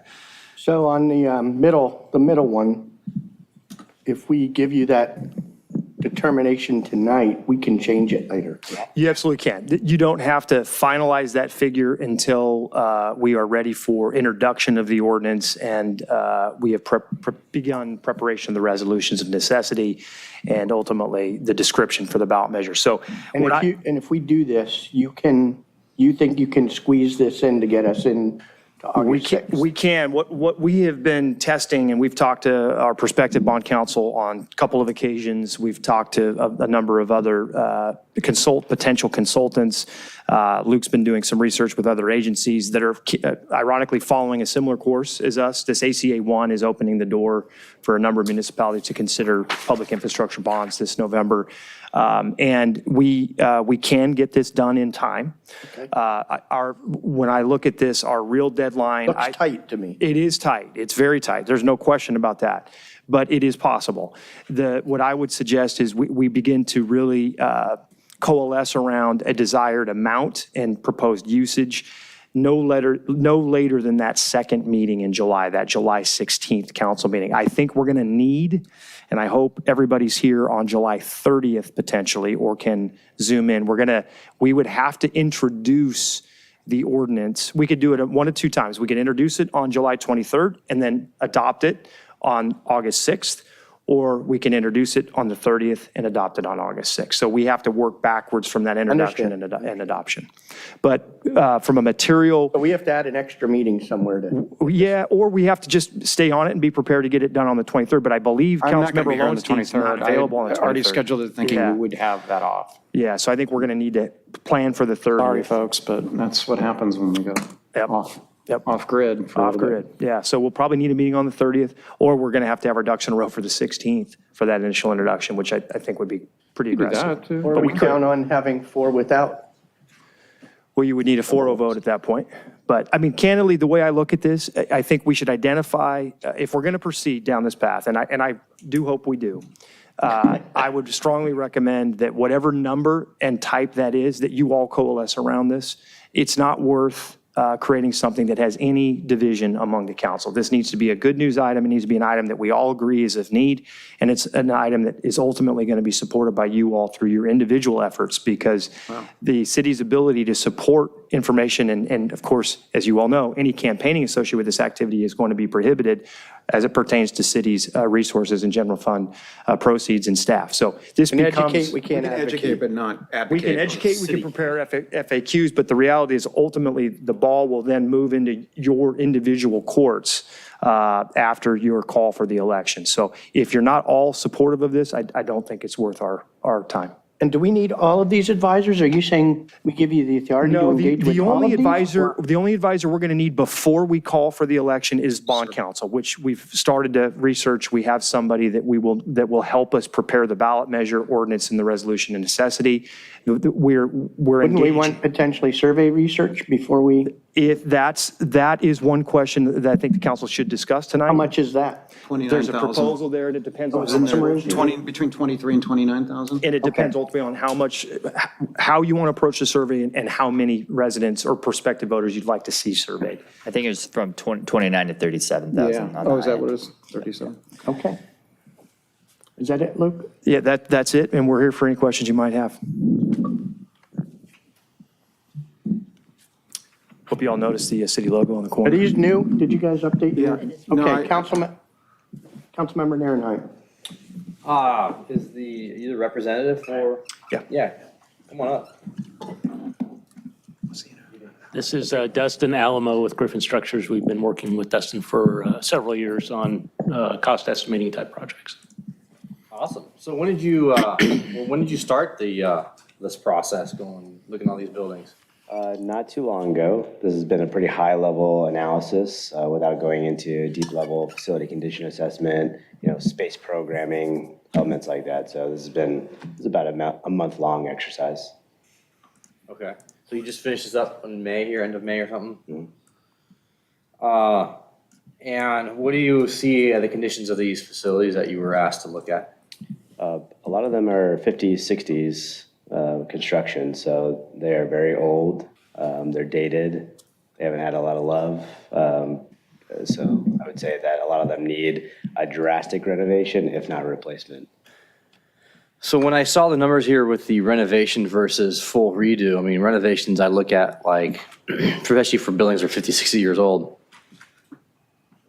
renovating a house, you might just tear the whole thing down, right? Amount of management you have to do for taking care of the place and take the wall down, you find 10 more things, right? How much was that considered into your number? Well, this is a high-level study, so we haven't done any, we haven't brought engineers into this to look at structural analysis and, all the mechanical systems, the roof replacement. It's pretty high level, just giving our estimate of kind of market trends on the renovation costs for these types of facilities. So I'd say at a high level, the age of the facility was incorporated into our estimate. But there always is the risk, like you mentioned, about, once you get into a project, it's kind of a ball of yarn for this age of a facility. So, and even if you replace it, it's kind of like replacing grandma's old Buick, with new things. But at the end of the day, it's still grandma's old Buick. It just has a little longer life.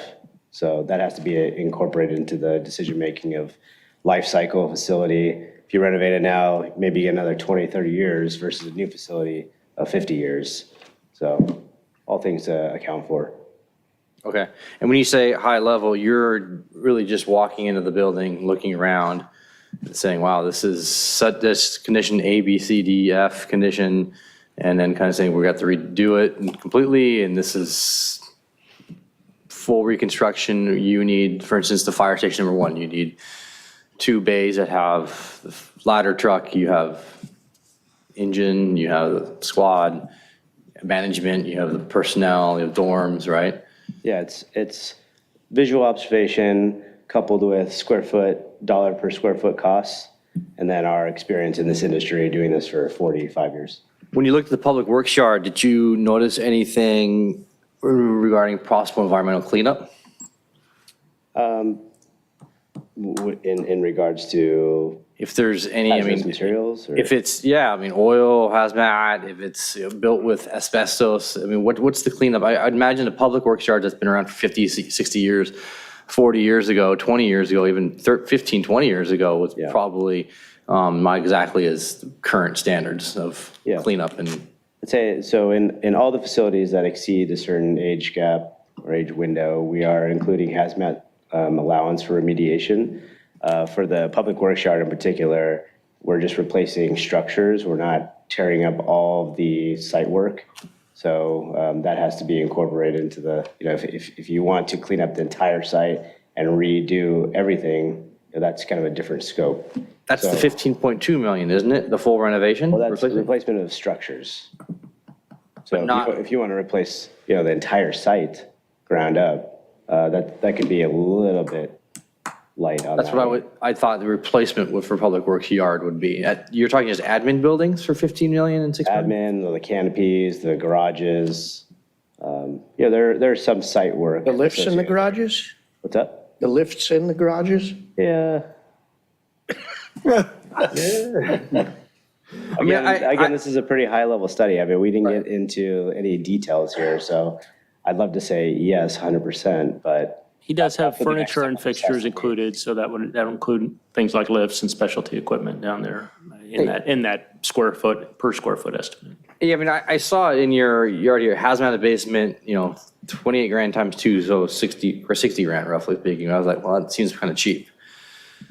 That's more of the facilities. So if it has asbestos, lead-based paint, those are remediation efforts. But, if there's a pool of oil under the ground, that has not been incorporated. So. Okay. And the library light renovation, that is the one right next door here? That's right. Didn't we just build that in the 90s? Early 90s? Yeah, that was just requested as a appendix, just for kind of a lighter renovation. Not necessarily now, but if that was to be something that occur in the future, you guys are running up against new HVAC replacements at some point in the next 10 years. Those kind of equipment, they don't have a life past 25, 30 years. Roof replacement as well. So when you start adding all these things in and any kind of update to the interiors, aesthetic, that scope can grow. It could also contract. So. And I take it you weren't asked to look at the fire station number 3 in the harbor or the old library, the Performing Arts Center building? No. Okay. Not yet. I need to see more of a detailed list here of the report. Do you have a detailed list report? Is that that's the research company, FM3. Is there a more detailed research report than what you provided here in the list? No. That's it? You would get that as a secondary? As of now, we could certainly go into a lot of detail on this, but for what we've been asked to do so far, this is more of a cursory review to help decision-making. Yep, I got it. Okay, thank you, sir. Mr. City Manager, why did we not look at fire station number 3 that was identified that needed some work? And then, for instance, the old library, Veterans Park Library, it's 100 years old, it's a 100-year-old structure. And then, of course, the Performing Arts Center, that just needs. Yeah, we wanted to try to be as judicious with the number of facilities that were evaluated as possible here. These were the 6 that came to mind as sort of primary concern. The reason not include Fire Station 3 was because it is our newest fire station, of course, built very recently. And this is really teasing out how many facilities, if any, the council wants to ultimately pursue a bond for. So we could provide estimates for those facilities if that's something that the group wants to consider as part of inclusion for the bond issuance. We felt these were sort of our 6 most critical current assets, and given their respective ages, were kind of the top of the consideration from our perspective. I mean, the old library is a revenue-generating facility that's approaching 100 years old, and there are facilities up and down the coastline that have been redone, and they get top dollar and look absolutely amazing and gorgeous on the inside. So I would definitely want to have that facility looked at.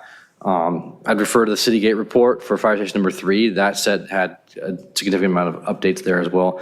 And then I know we always spend a bunch of money on Performing Arts Center every single year, whether it's HVAC, it's roof, it's whatever that we're doing there. I mean, it's probably not, the shell is fine, but I know the speaker system, and that probably wouldn't fall under the bonds, but maybe. We just replaced it, didn't we? The speaker systems we did. Speaker systems, yeah, we're about to do seating, we've got seating, we've got lighting. funding for a phase of the seating that's coming. Lighting is part of the planned improvements. We absolutely could have Griffin look at that and get some figures for you.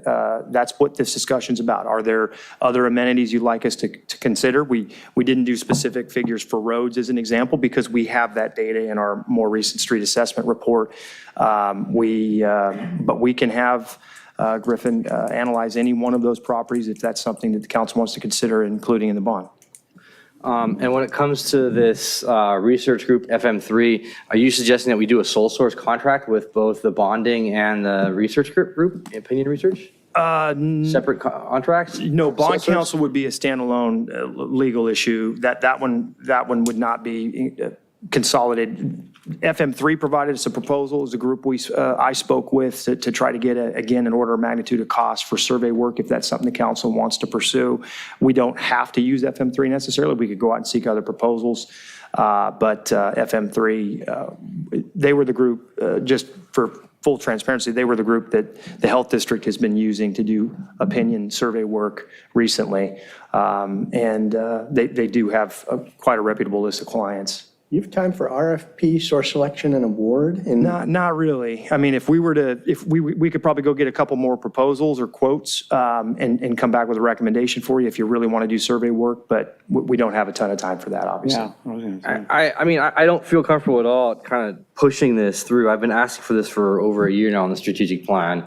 And this report was due actually in February, and it's kept getting pushed. I just don't see how this is going to get done this quickly, all of a sudden, and then have the voters say, oh yeah, you did your research, and now you hired a firm to go down this path.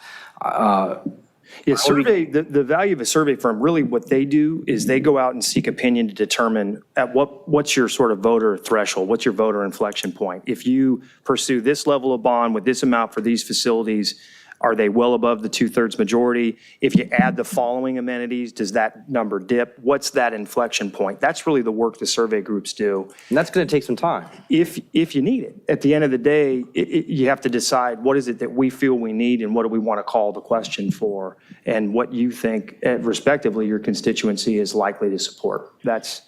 I think this bond should speak for itself. Our buildings, certain buildings are above and beyond, way past dire need.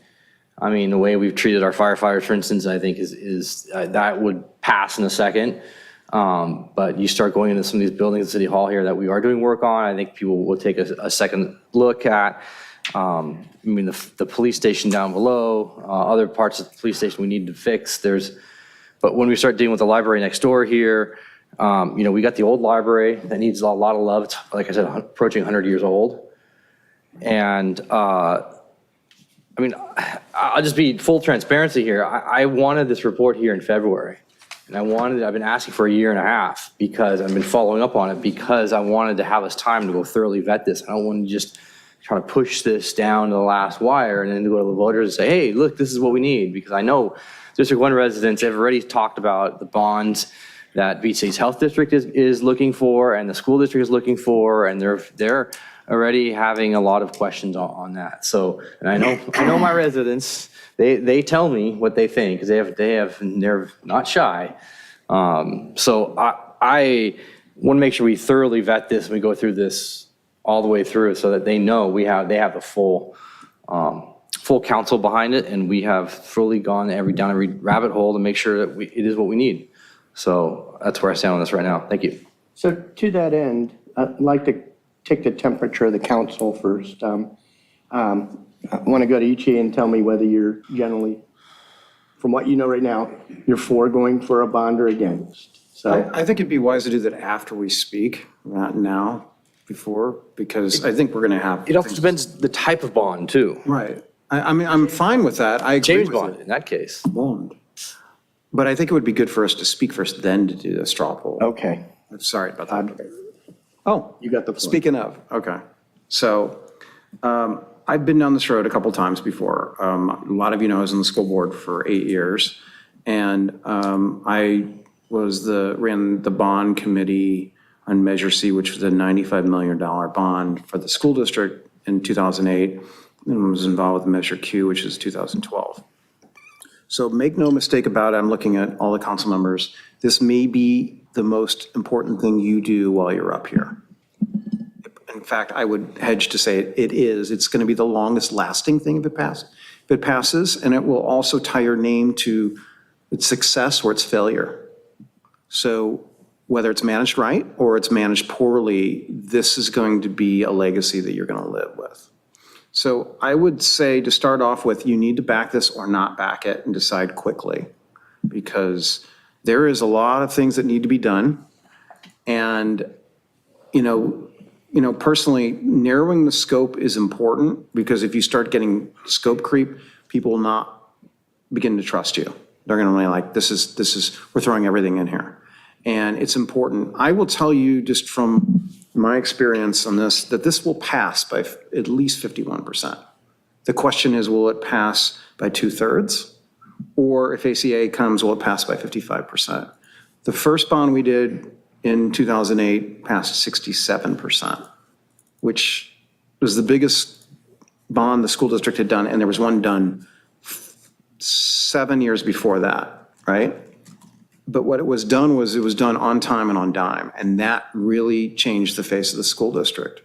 You should have seen the facilities before. They were worse than anything we had here. So keep that in mind. The second thing I want to ask you about is the survey research. Where's the funding? Would that come from? Is that fund money? Yeah, we would pull it out of existing M&O. We'd probably squeeze a few accounts together out of the CM office, and maybe if there's money left over in the mayor and council's budget to pay for it. Okay. It's important that we're all on the same page. I agree with this. But honestly, long-term, ignoring the facilities, the infrastructure in our community, we do it ignoring it at our own peril, because it's only going to get more expensive over the years. This is not something you go, well, we can do it later. You see what the cost is of roads. You see what the cost is of construction. It gets worse every year. If we had done this 5 years ago, it would have probably been 60% of this cost. Now we're looking more. So think about that. What's the cost per 100,000 of assessed value? Was it 13? Yeah, roughly $13. It might be 12 and a half based on our finance director's sort of back of the envelope math. How big a? So a $100 million bond on $1 million assessment would be $130 extra to property tax. Is that basically the? Well, I think that's, 13, yeah. 13 yes. times 10. Yes, if you're talking about $1 million property, I think we're at I think our average home now is up to 1.4. Yeah, I was Yeah. shooting But from yeah, the hip. yeah. There's, okay. Mills mentioned the school district. They're going for just south of 300 million. That's a huge bond. It's really big. It causes me some concern, but I'm trying to work with the school district through the school district city subcommittee. We've talked to folks, and I've expressed a little bit of concern I have, but I've yet to see exactly what it is that they're proposing. But keep that in mind too. If they decide to go and we don't go, or we go at the same time, that will have an effect on us, because residents go, oh my gosh, we've got 2 different bonds going. Which one do we pick? Plus BHCHD. That one's a little different because you got 3 cities voting on it, and it's smaller. But, right, but this is, this is a heavy lift as well, too. So keep that in mind. Roads are, I'm a huge fan of dealing with roads, but paying it over 30 years, I'm a little bit concerned about, honestly. Because these are going to be roads that are going to be done 2 and 3 times. To me, I think that it's better to do a short-term bond for something like that. And I actually think bonding for that is actually really good because it keeps you ahead of inflation. The final thing I want to talk about is new versus renovation. I think I may have mentioned this to you today, Mike, if we ended up tearing down anything that's west of PCH, how much coastal commission approval would we need for the permitting process? Yeah, I think we have full permitting authority. I think in some instances we might be subject to appeal, but I think it is, with the nature of the facilities, I think we have a little more control. Okay. What's your thought on new versus renovation? For me, what jumped out at me is in the areas where the two price points were comparable, it seems like we should take a hard look at new construction. A great example would be Fire Station 1. Right. Where you've got significant deltas between the two, I lean towards renovation. So City Hall. Yeah, police. City Hall, police, the 2 police facilities, renovation seems to make more sense based on the numbers. I still think in whatever numbers we settle on, and we can mix and match this any way you'd like. Yeah. I do believe it would be prudent to consider some additional contingency. Each of these figures include contingency. It includes cost of funds increase over time due to escalation and timing of execution. It includes project management, design, programmatics, supervision. So it's a fully baked number on a square footage basis. But when you look at a couple of those facilities, Fire Station 1 is an example, and potentially Fire Station 2, it may make sense to contemplate reconstruction or at least provide funding for that opportunity. And then when we get into the detailed options later, if it's approved, we have that choice. Yeah, because, for example, with the fire stations, we decide to bring ambulance in-house, they're going to need more additional bays to house. Additional and storage more people. capacity, et cetera. Right, so that's one thing to consider as well. I'm with you on that. I personally am in favor of having survey research done. I think it'll give us a good idea where we're at. It'll give us a base where you're at. And then from there, you just build on top of it. So, and if there's a bond committee that's formed, you figure out a way to bring this to voters. Right. And, but a lot of the work's gonna be done by us, guys. We decided to do this. Tell people, and everybody that was out here saying, oh, we need to keep our city fire. Well, now's the time, if we decide to do this, that they pitch in and they work on a bond campaign, because that will tell you everything about how people's commitment is to keeping it in the city. So that's where I'm at right now. So I will tell you ahead of the straw poll, I am in favor of a bond because I think it's definitely needed. Question is the scope of it and the things we cover are really the questions for me, and how big it is, because as a taxpayer, I want to make sure that my investment in the community is well-founded. And I think everybody else feels the same way. So thank you. Councilmember Abaji. Mr. Smoody, could you put up, I emailed you a document, could you possibly put that up, please? I took a column of a kind of a dream sheet, taking together our BRRs, our required capital investments. If you put together, refurbishment plus the dream sheet comes out to $150 million, including $50 million for public space acquisition and pier parking structure, reconstruction, et cetera, or renovation. And if you do brand new replacements of everything, which I've heard, oh, sorry, that wasn't the sheet. It was a PDF, I thought. Did I send you a PDF or no? Yeah, I'll forward it to the clerk's office because I don't have access to my email right here. Oh, Give me just 1 minute, if you don't mind. Okay. Yeah, this isn't updated, but if you replace everything, it comes out to $225 million. And I hear you, Councilmember Lowenstein, about not repaving streets, but Grant Avenue needs repavement, and it'd be $4.7 million to repave it. It's like, where are we going to get $4.7 million from? Maybe it's a lease revenue bond, sure. I will say it's going to be a lot more over 30 years than $4.7 million if you finance it that way. There's other ways of doing it. State funds. And also, we were at ICA a couple years ago, and I think one of the cities that is in, I want to say it's Vernon or somebody actually taken out like 10-year bonds or 5-year bonds to do with it. I agree with you. We have needs, and especially in North Redondo. This is a dream sheet, like everything that we could possibly pay for, all the BRRs, Maria and Barrel, Inglewood, high school circulation changes, $900,000, high school circulation study, $60,000, alley repavings for PCIs 0 to 25, $200,000, PCIs 26 to 50, $3.4 million. So, any event, I do think that, I know in the press that we'd said something like 100 million. I don't think that's going to be adequate. I think it's got to be 150 million, possibly up to 200 million. And it's, in terms of replacement, what I'm hearing from the consultant right now is you just don't know until you get into the buildings what you're going to encounter. And I've heard horror stories about trying to refurbish stuff that was built 60 years ago. We haven't made a major investment in our city in a long time, as far as, I can hear, except for the library here.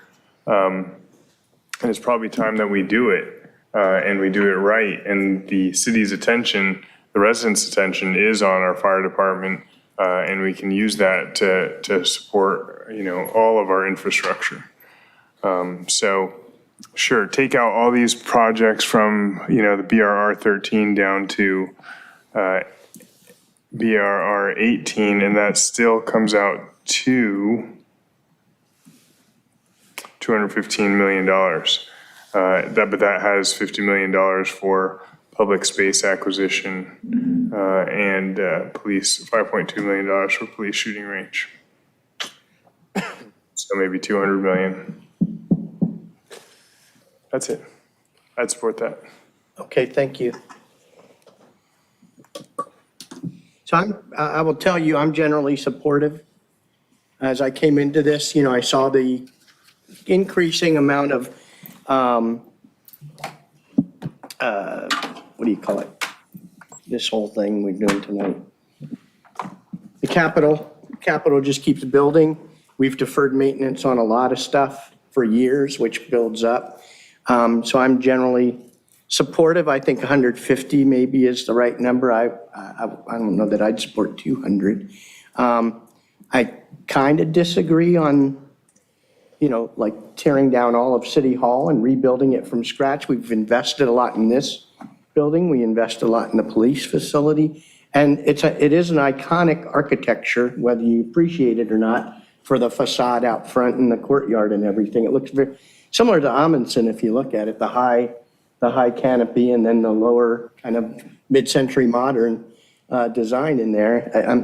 And I will tell you, the house I grew up in was over 100 years old. Where I grew up in Pennsylvania, most of the houses around me were well over 50 or 60 years old. So you can refurbish a place. And I'm not sure, certainly see windows that are leaking here. Probably the electrical system's old, but the whole gut to the studs, I'm not sure I totally agree with.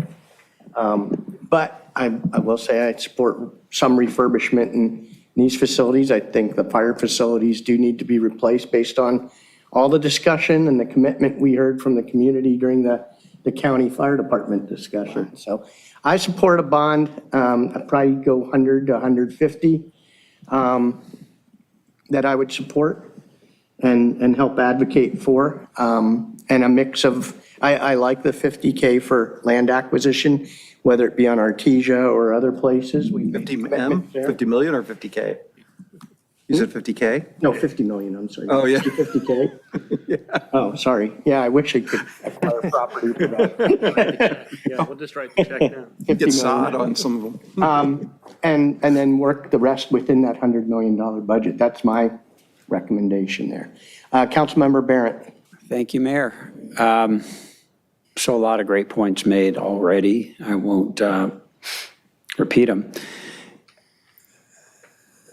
And the city manager touched on it as well. the residents have to go along with this, and we can't have sticker shock if we start talking about 100 million, 150 million, 200 million. I'm not sure residents are going to go along with that. Something more in the 85 million, something under 100 million, I think could be more palatable, especially if it's up in comparison to a much larger bond from another entity at the same time. Like, let's be the option that they say, you know what, if I got to pick between these two, and some of us may vote for both, but most residents may say, if I have to pick between these two, I like the $85 million one, not the 200, 250, 300. So that's a consideration I'm kicking around. The other point raised by Councilmember Lowenstein in Narrenheim, the fire stations. I mean, if there's one thing that I think has been made clear to us and the residents, Fire Station 1, Fire Station 2 probably need a full replacement. And because we've seen it, and Councilmember Narrenheim has often brought the photos in, and others have spoken to it. So having those in there, I think would be attractive to the residents. There's a public safety aspect to it that's real. If we're going to speak to the public safety issue, there it is, Fire Station 1 and 2. Police Department Annex, I have never seen any photos. Fortunately, I've never been inside. But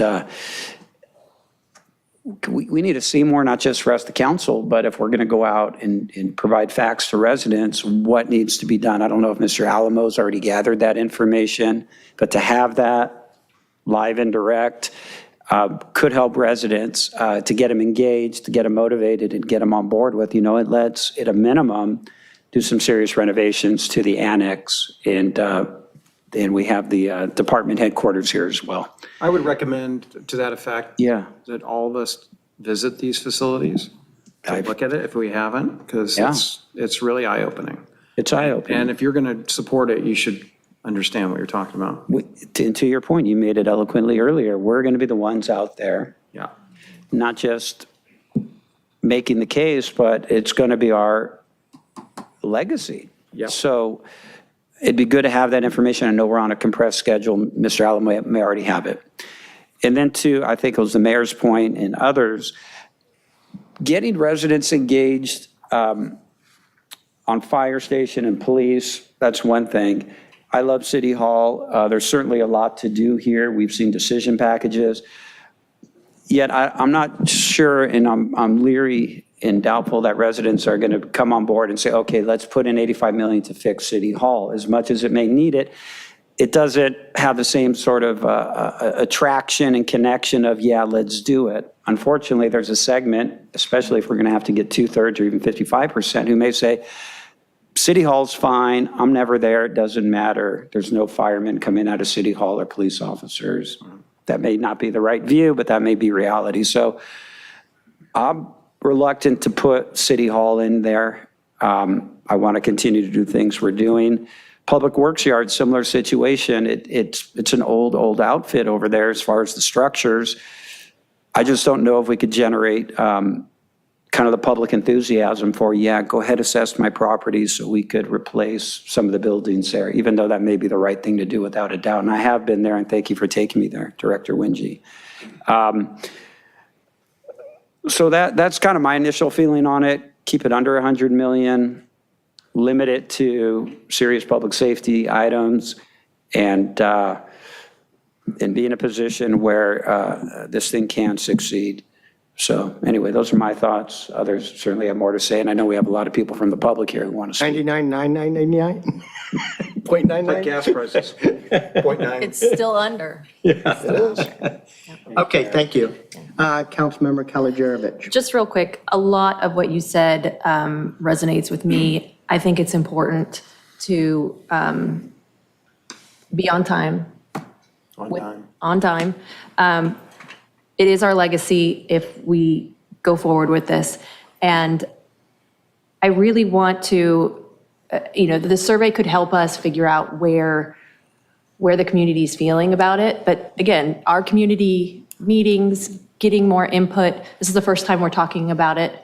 as a group, and I did Brown Act with Councilmember Barrett on this, and I do see a value in keeping it at a smaller number. I'm open for the discussion. I'd like to hear from the public on it. A lot of, with 3 bonds coming up, I just think that we could lock ourselves in to meeting that even 2/3 threshold if we're at a 2-figure million number as opposed to a 3. But I think we can discuss it and get that survey and really figure out what it is the community is feeling is palatable. Can I ask a question related to the survey real quickly? Sure. Will they test people's support of each of the different elements of a bond? Yeah, what we would ask them to do is we would probably create some threshold questions for them to try to resolve for us or reconcile in their opinion polls, kind of where we start to see leakage on support, for what facilities. And we would come up with a series of questions and then they would go out and do their work. It would start with a contract. We'd have to come back with a contract fairly quickly. And hopefully not a push-pull. I hate those.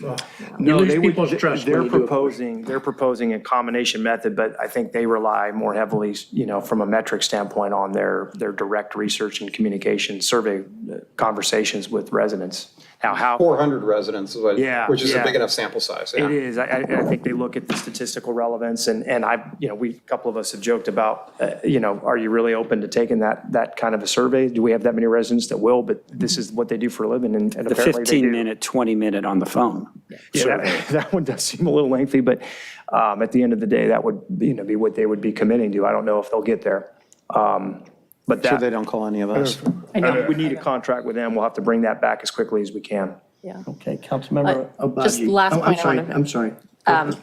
When it comes to Public Works, these are the guys that do the work that kind of goes unseen. No one is going to say, hey, you know what, I want to do a Public Works yard.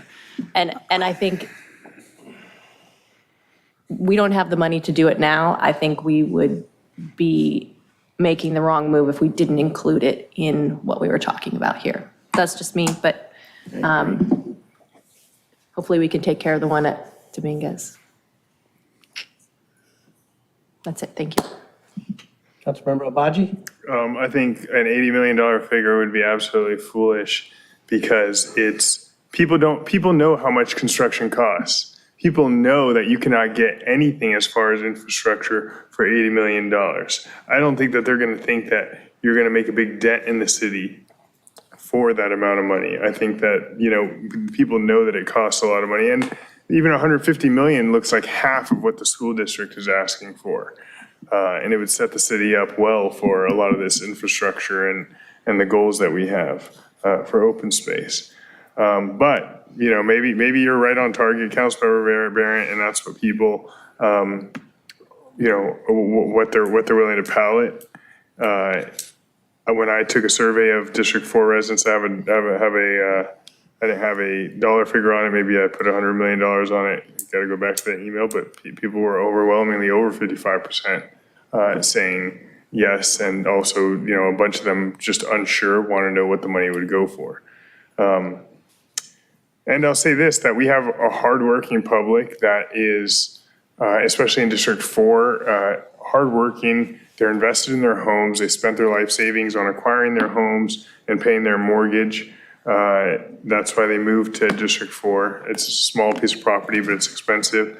And they want nice things around them, and they want their property values to go up. And nothing is going to do that more than a new fire station 2 right there on Grant Avenue.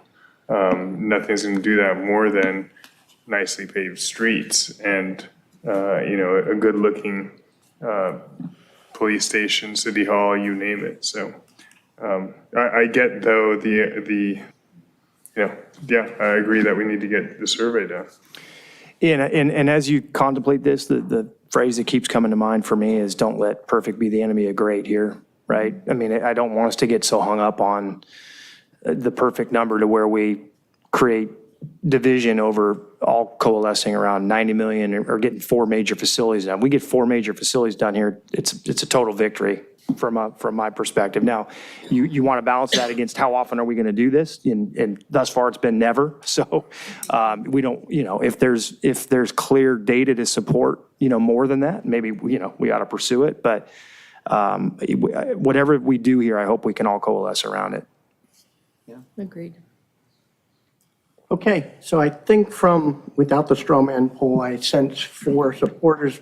Nils, you're the one I don't know what, are you? Listen, I've been asking for this survey So for you're yes well or- over a year now, so we can go down this path. I'm not going to try to shoehorn this and push this forward, like really push suddenly, When it comes to the numbers aspect, I think until we get more of a detailed understanding of what needs to get done, it's kind of just all flying in the dark. So we're just all throwing numbers out there. When it comes to I don't care what BCHD and the school district are doing. I don't think we're going to have time to get in November. And when November hits and those fail or succeed, we're going to find out right away what the voters can and can't do. And by that time, we're going to be people probably well knowledged on what we will be doing, how badly we need to be doing it. So That actually raises a really good question. I'm sorry to interrupt you. The school district has to do it in even number of years because they're Prop 39 bond. Do we also have to do it in even numbered years, or could it be also odd? Yeah, I don't believe we're limited as to timeframe. Okay, thank you. yeah. So I'm not sure. Listen, I support this concept. It's we got to go through this properly and do it right. Right now, we just have a basic outline of a couple of facilities. If we go for this, it's going to be fast. Well, it's not going to happen. No, we have our election in March. We have our election in March. But if the school No, we're district talking in goes November, and right? Beach City Health Well, goes, then we're could be kind of left in a out. different. Yeah, the schedule can be whatever the schedule the council wants to be comfortable with. We don't have to do it in November. We could do it in March. We could do it at any time. There isn't any pressure there. The only reason I think we're contemplating November is because we conceivably would be competing against other government agencies. And to Councilmember Barron's point, the community is going to view each of these prospective bond measures differently. If the other 2 agencies were successful and then we came at March, we might not have an opportunity to be successful. So there's as much strategy involved with this political calculation as anything else. Okay, if you guys could cancel your stuff so I can start with a clean sheet here. Quick question. Can I do a quick question? Sure. Could we do multiple questions or multiple bonds? So Yes. here's one for fire, for Yes. the fire stations. We can. Okay, let me ask city manager. Want to, it's different. I think legally you can, absolutely. What I would want you all to consider is if we're not all rowing in the same direction politically and from an individual perspective, we're not going to have a lot of propensity for success. So if you're going to create multiple bonds, and in some instances, we're going to have broad consensus among you to support them, and in others, we're going to have divided consensus. I don't know why we'd even waste the time with the divided consensus. That wouldn't be the goal. The goal would be split them up so that, maybe they would vote for an $80 million bond or a $50 million bond to replace just the fire stations. And they'll vote for a $30 million for the police department, but they won't vote for $60 million for the city hall. Cafeteria bond. Yeah, I'll let me reserve the right to do some additional research to see could we split it up that way. I mean, you could do individual bonds for individual amenities, I believe. But what I don't think you can do is a bond that includes, say, 4 of the facilities, and then a bond that includes 6 of the facilities, right? 4 of the 6 being in both bonds. No. We'd have to separate. Right, separate out the the amenity facilities, improvements and isolate those. I would hesitate, having people pick, for example, fire versus police. Right, I okay. I'm not don't- necessarily split those up, but I'm just saying. Yeah. Okay, let's go to the public. I got 2 cards, Robert Carlberg first, and then Kenny Campos.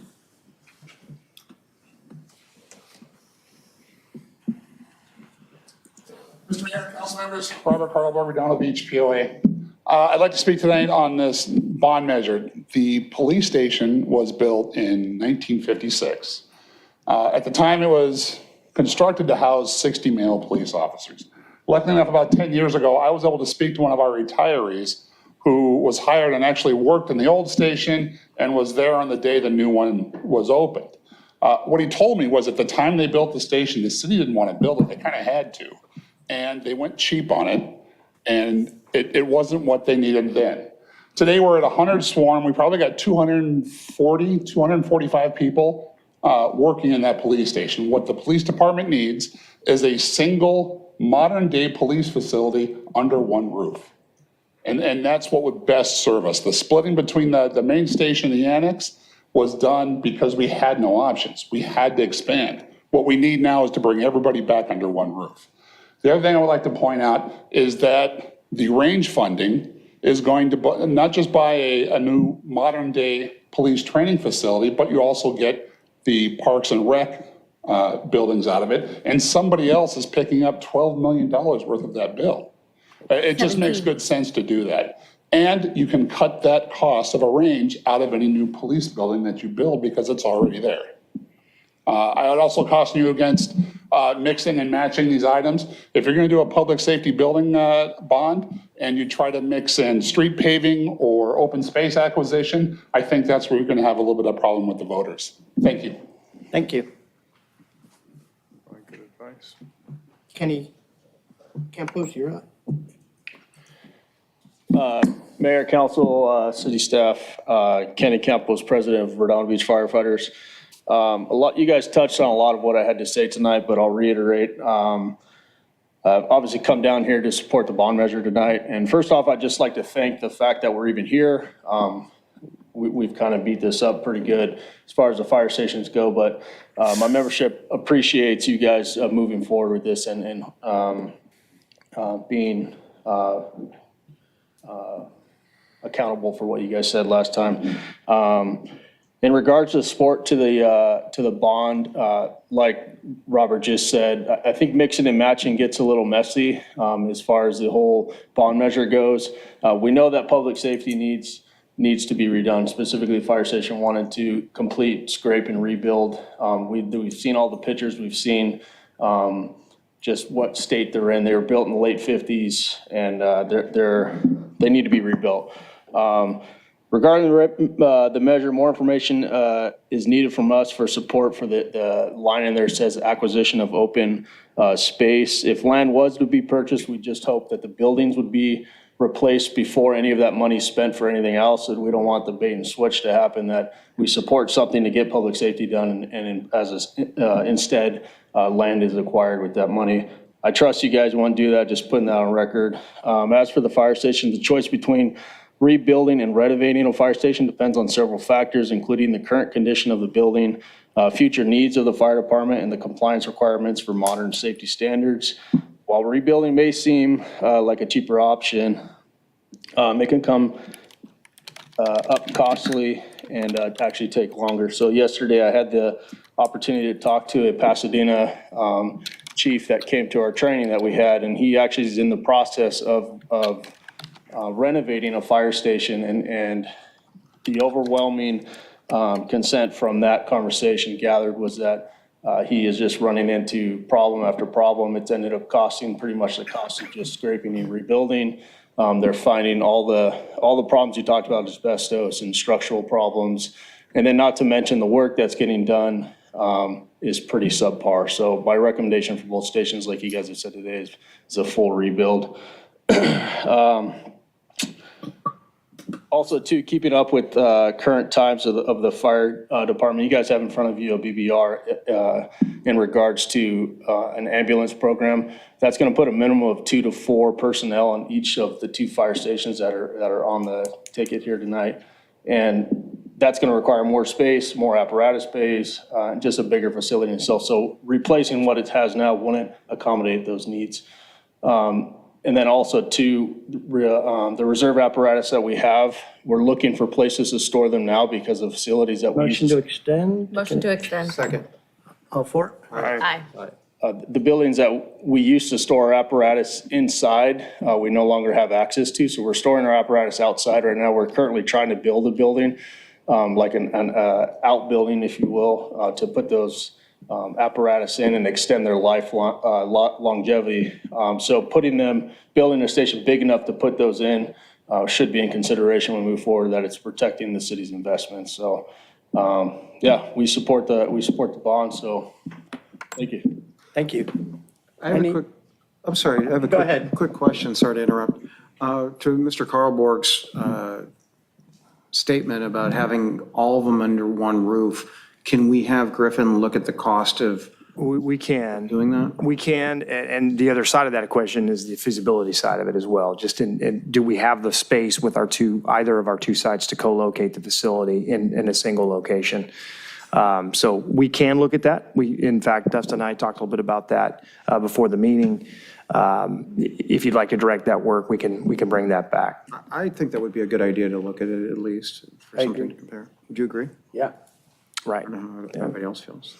Yeah, and the factor that, I think you all know this, but, the site over at the annex is a site that we lease. Now, we have a very long-term lease, so I would have no trouble recommending to you renovation of that space or even reconstruction of that property as it is, but it isn't an indefinite control.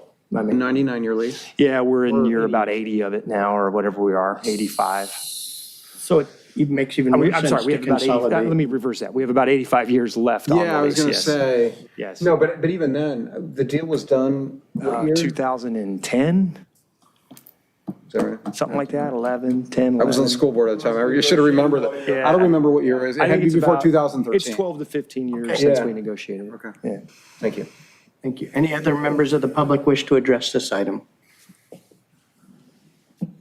Except Eugene Solomon. Carving out.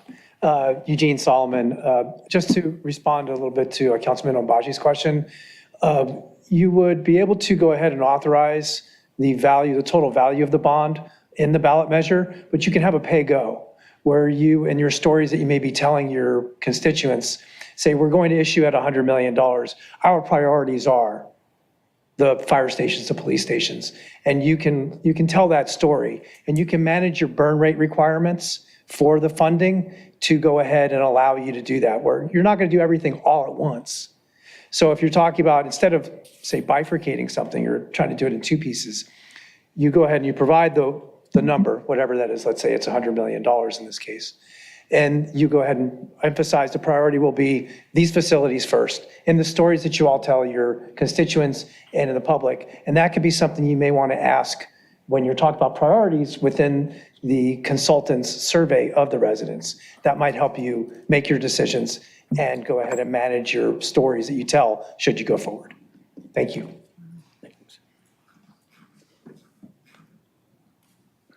Jerry Woodham, District 1.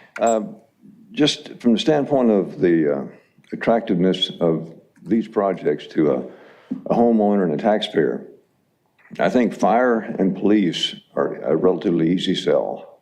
I think City Hall and those projects are very difficult, not impossible to sell. So from that standpoint, I certainly support the bond issue and support doing it now. But be careful about which projects you include in this overall list. Yeah. Thank you.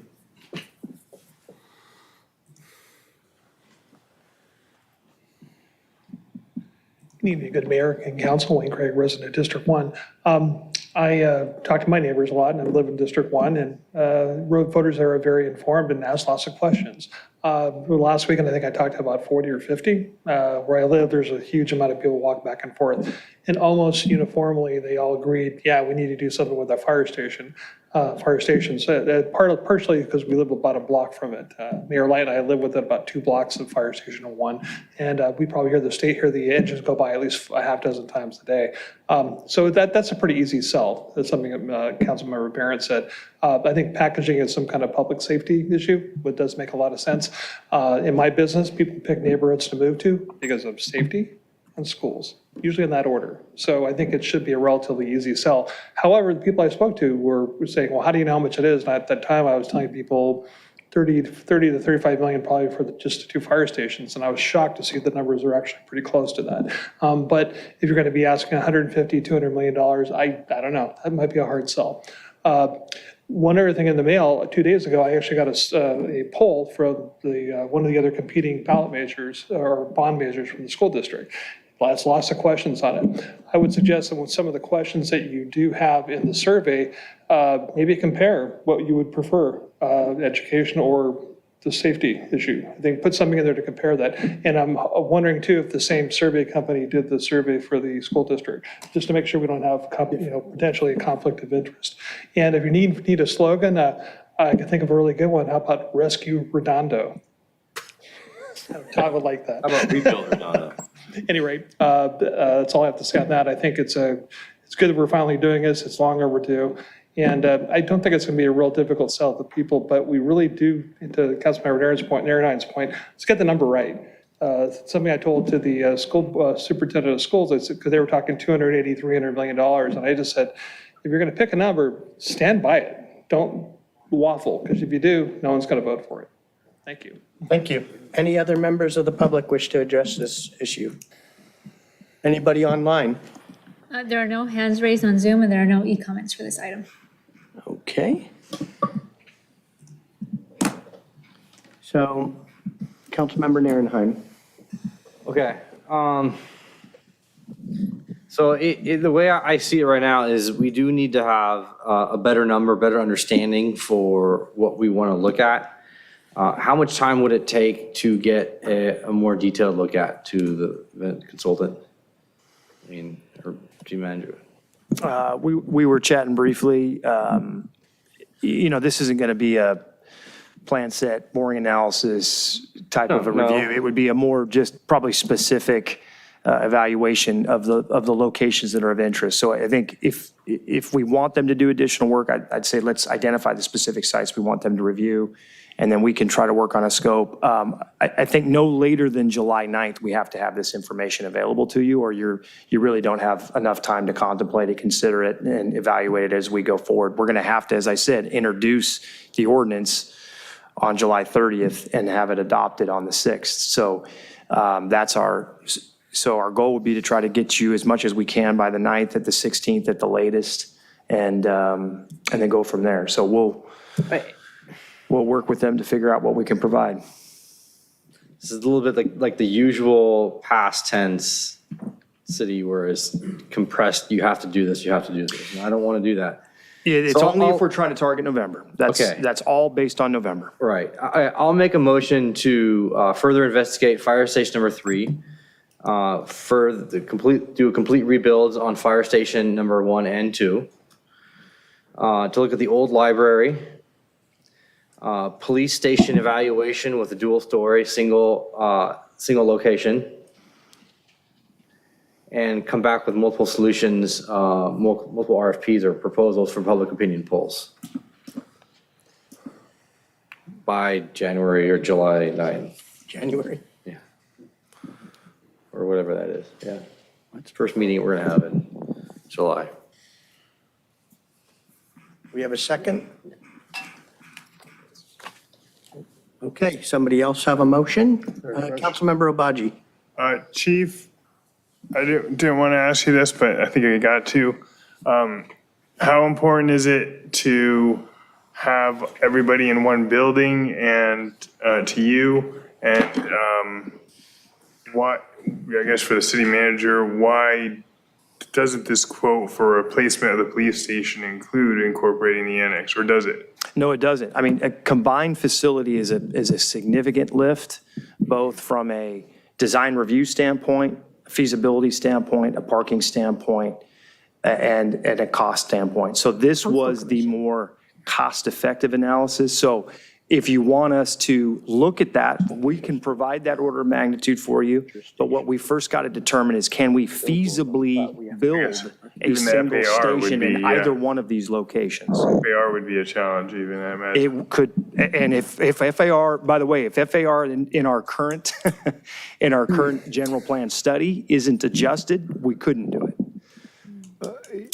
I believe that when the city did the long-term lease with the school district, I believe there were plans designed specifically. And so there, obviously the cost would But go I will up. tell you, as the Public Works Director later that inherited those plans, they were not sufficiently reviewed or vetted, and they did not properly contemplate design review and egress ingress at the site, nor did they recognize the cost of subterranean parking that would be required to accommodate It was a structure. to accommodate the school district. So those would have been really nice to have and to build, but I'm telling you, that's fiction. So if you want us to study that, we will. I would rather have Griffin opine on this. So how important is it, Chief? So first, I just want to thank you for even considering the fact that we need new police stations. I mean, those facilities are they've degraded considerably. I've been going to that same exact building for 30 years. I started with the city 30 years ago this month. So from a communication standpoint and operational efficiency standpoint, I can tell you in the different levels that I've worked and now being chief, it's very difficult having everybody in separate buildings. The annex is across the street. It might as well be 10 miles away. I mean, I go over there maybe once a week, maybe once every 2 weeks, depending on what's happening.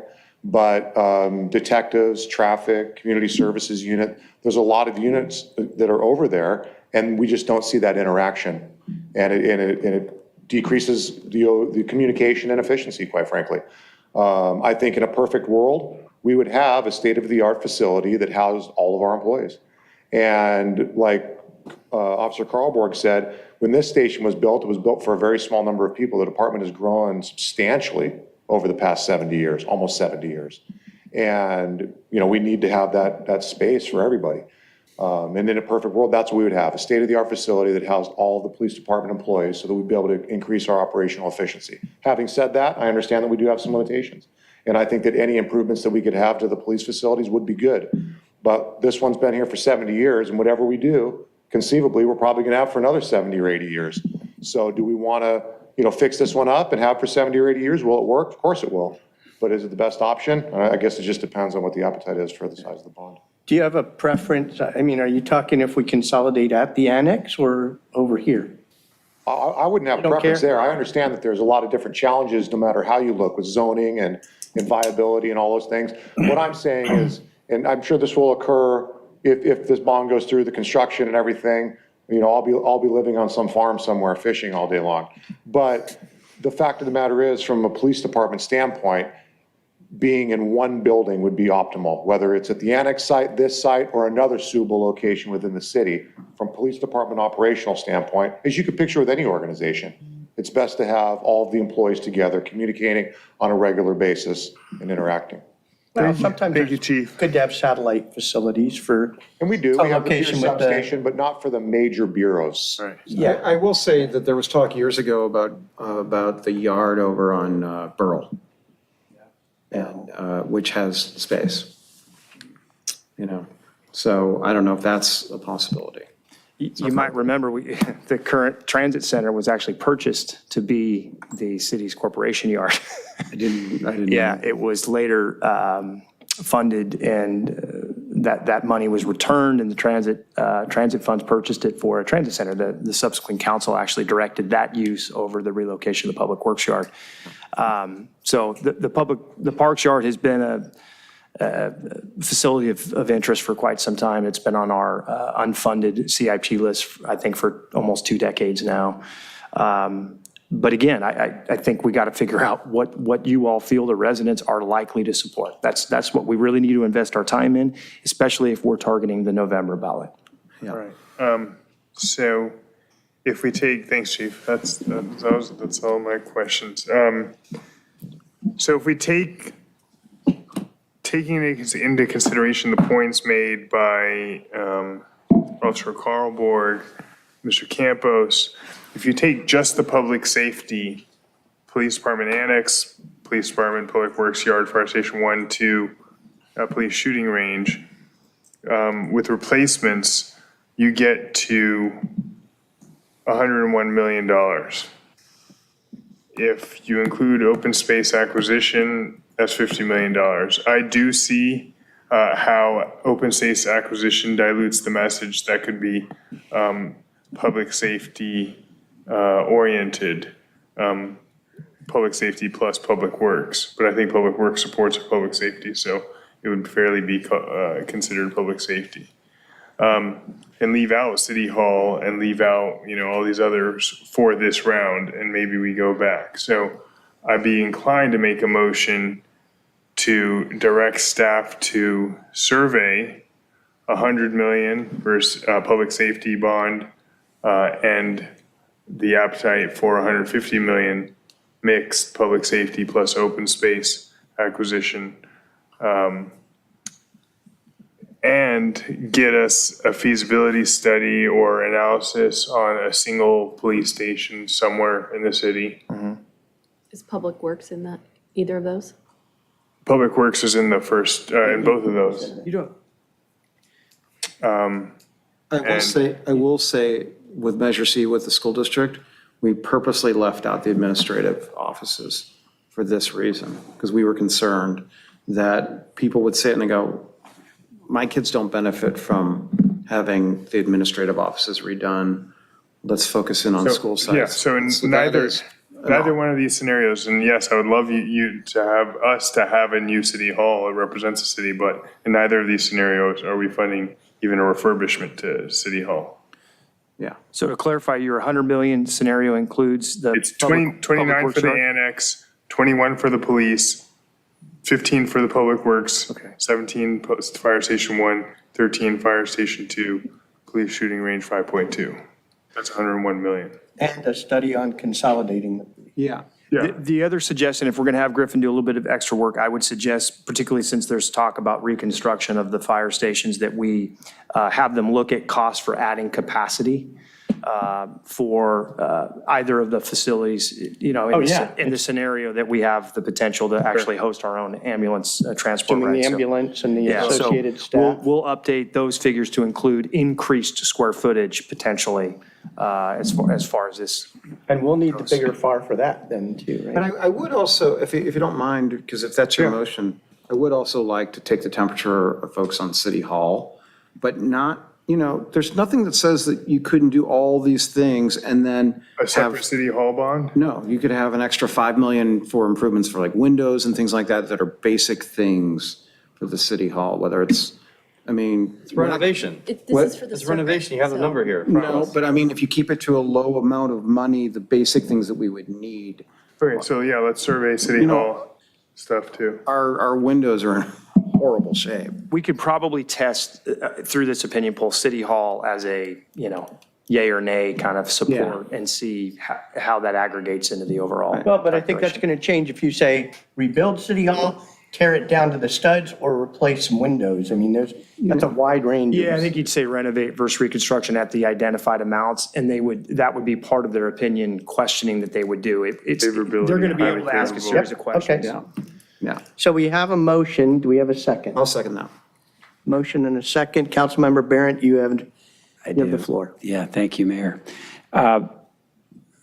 So, Mr. City Manager, what's the minimum direction you need tonight to keep this process moving forward in the event we do decide to put it on the ballot?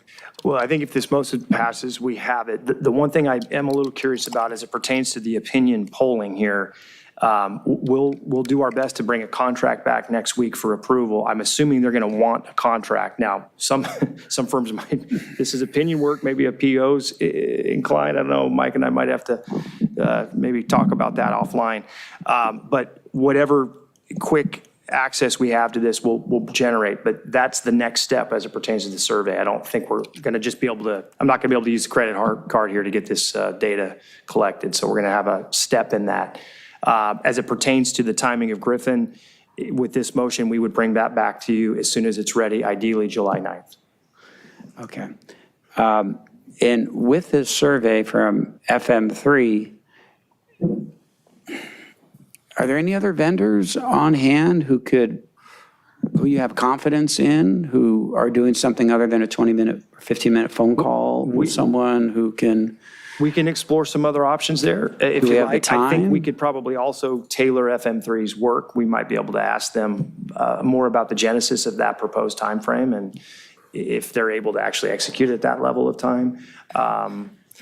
We are in a bit of a limited. I'd be careful about that. Can Yeah, I we don't have a make a lot of time. suggestion? Sure. On that note, could we have the police use a survey after you contact them? They shoot out a survey. Could we use that same system to pull people on public safety infrastructure investment?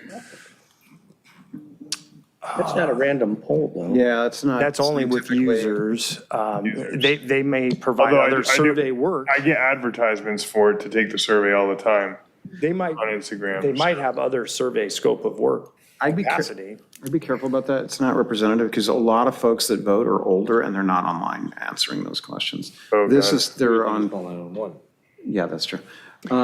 This would be high propensity voters, I believe. Yeah, I is who would be they really careful targeting. about, because then you might get skewed results. Yeah. Younger voters, you know. And so on the FM3 survey, what, it's 60, 70,000, what? No, it's 29, I think it was 30 up to. 29 and 37. Yeah, 29 at the low end, 37 at the top end, depending on the length of survey we would We go want to 15 be minute versus conducted. 20. I think you'll lose people at 20. I know, I was going to say Yeah. 15 for So- sure. Depending on whether we do the voter or the resident survey. We wouldn't do both? Well, I'm sure they'd be happy to be contracted. Well, but are they, in order for them to provide the deliverables that they're proposing, do they need to do both or just one? If you know at the time. I think the answer is they only need to do voter. It would be, they added resident as a matter of capturing sentiment as opposed to who's going to vote for the bond measure. Okay. All right. And you think that'd be money well spent based on what you know about this organization and I believe they're reputable. I believe if you look at their client list, they do a lot of this work. We could certainly double check that and verify that they are. My issue with this is all about, it's data for you all to be it's informed in your data. decision. It's another data point. It's a data point. I don't think anyone's going to hold this up. Maybe after we hear from FM3, we'll hold it up and say, here's the answer. But it's a data point. It's a data point. That's what we're collecting here. We're collecting a data point. All right. And then on the motion, it sounds like, and I'd want to hear it again, we're talking about including something more than the 2 fire stations and the 2 police facilities. Well, what I heard is we're obtaining some additional valuation cost estimates on co-located police station in a single site. Yeah. Some additional, and we'll have to probably do some internal FAR review. Where's Mark? Not here. We'll probably have to evaluate the feasibility of either of those sites as being able to accommodate such a facility.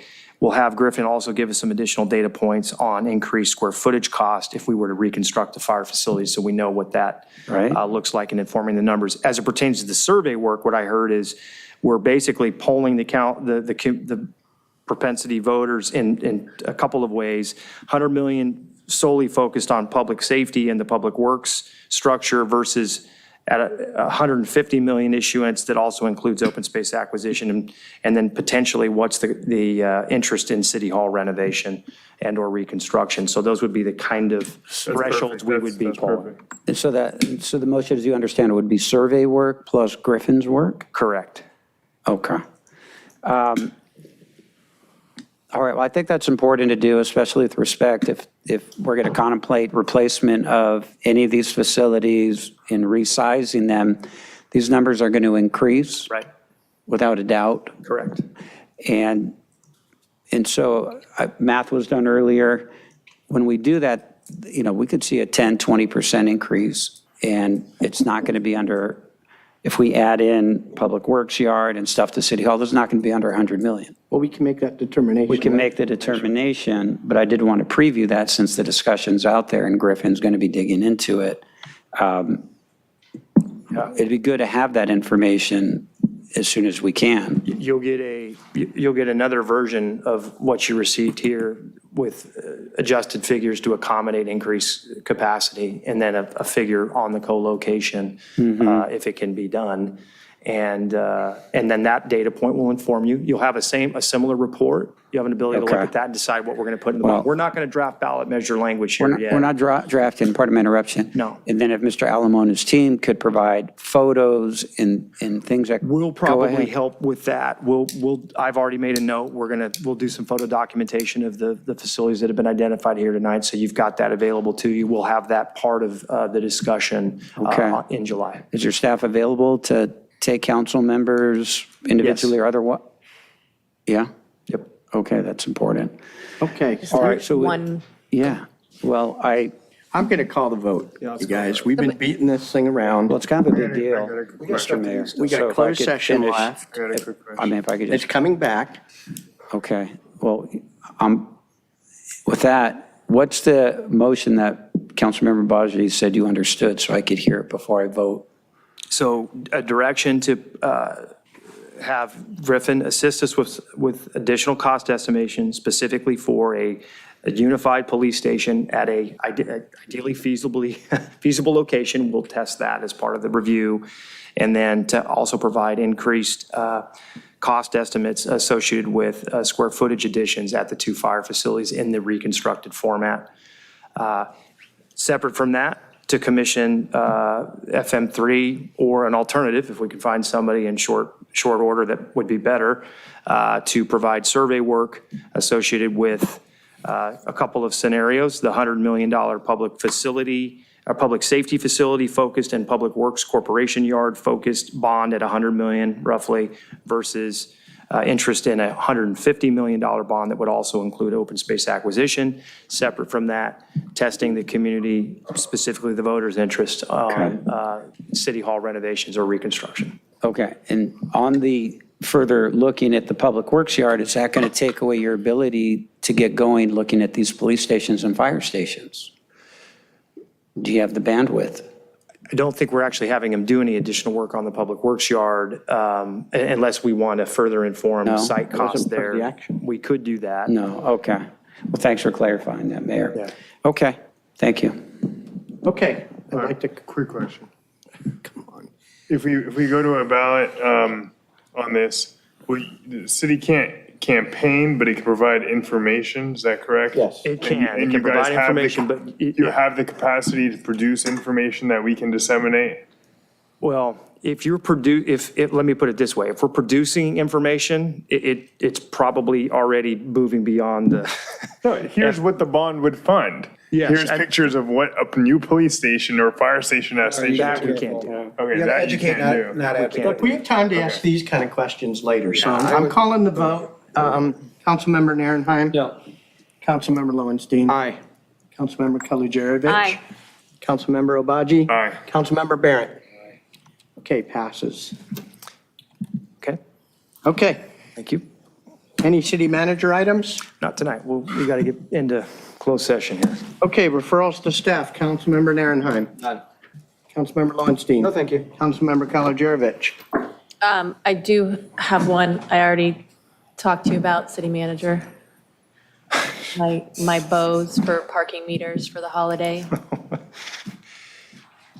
The budget There was a request for holiday cheer, and I want to make sure that if we're not going to have free parking, that we're going to deliver. Yeah, smile, it's not free. So as I understood it, the question is, what's the cost to potentially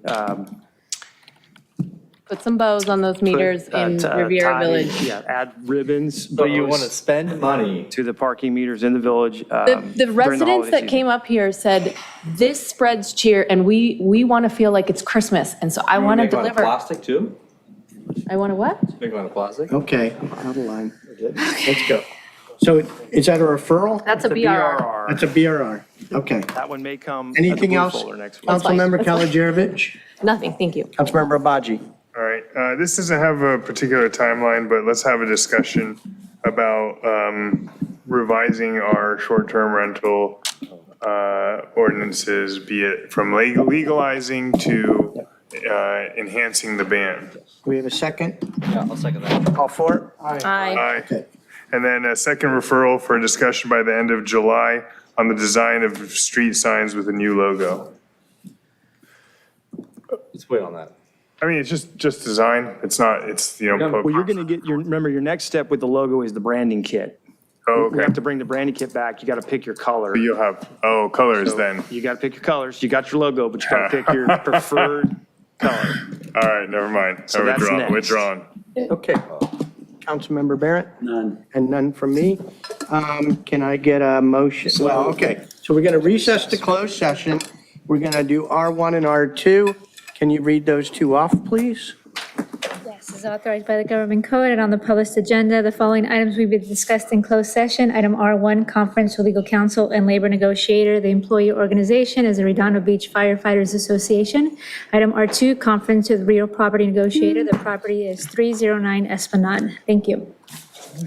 And City Manager Wojciechowski, who's going to speak to those two? Yes, for each of those items, City Attorney Mike Webb and I will be present for both of the items. For item R1, associated with the Fire Association negotiations, we'll have Diane Strickfadden, our Human Resources Director, and Pat Butler, our Fire Chief. For item R2, we will have Community Services Director, Interim Community Services Director Elizabeth House, and Assistant Community Services Director Kelly Orta. Oh, I think there's a request to go in on R10. Is that just the city attorney present for that? Yes, It's R10? it is the SB9 case. That's a restaurant. Okay, can you read Item R10, conference with legal counsel, about it in existing there, or- litigation. The name of the case is City of Redondo Beach, a California charter city, City of Yes, 'cause Carson, a it's California SB9. charter city, You know City what I of mean. Torrance, a You know California exactly what I charter city, City of Whittier, California charter city, City of Del Mar, California charter city versus Rob Bonta in his official capacity as California Attorney General, State of California, and those 1 through 50 write inclusive, it case down. number 22STCP01143. Thank And you. that will be City Attorney Webb and City Manager Wojciechowski talking to that. Okay, can I get a motion to adjourn to closed session or recess to closed session? Recess. Okay, all four? Aye. Okay, we'll be back.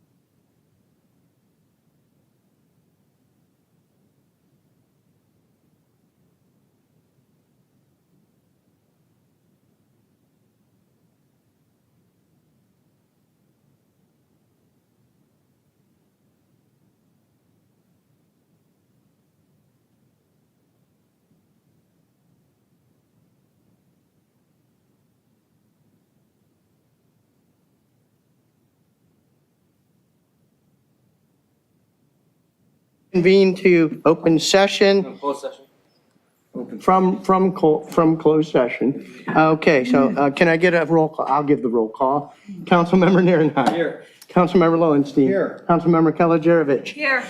Councilmember Obaji, Councilmember Barrett. And I'm here. Motion adjourned. No, any announcements to make? No announcements this evening, Mayor. We have no announcements to make. Can I get a motion to adjourn? And we didn't address one of the F items. Well, that's okay. We don't. Okay. Motion adjourned. Second. All for? Aye. Thank you, good night. Good night.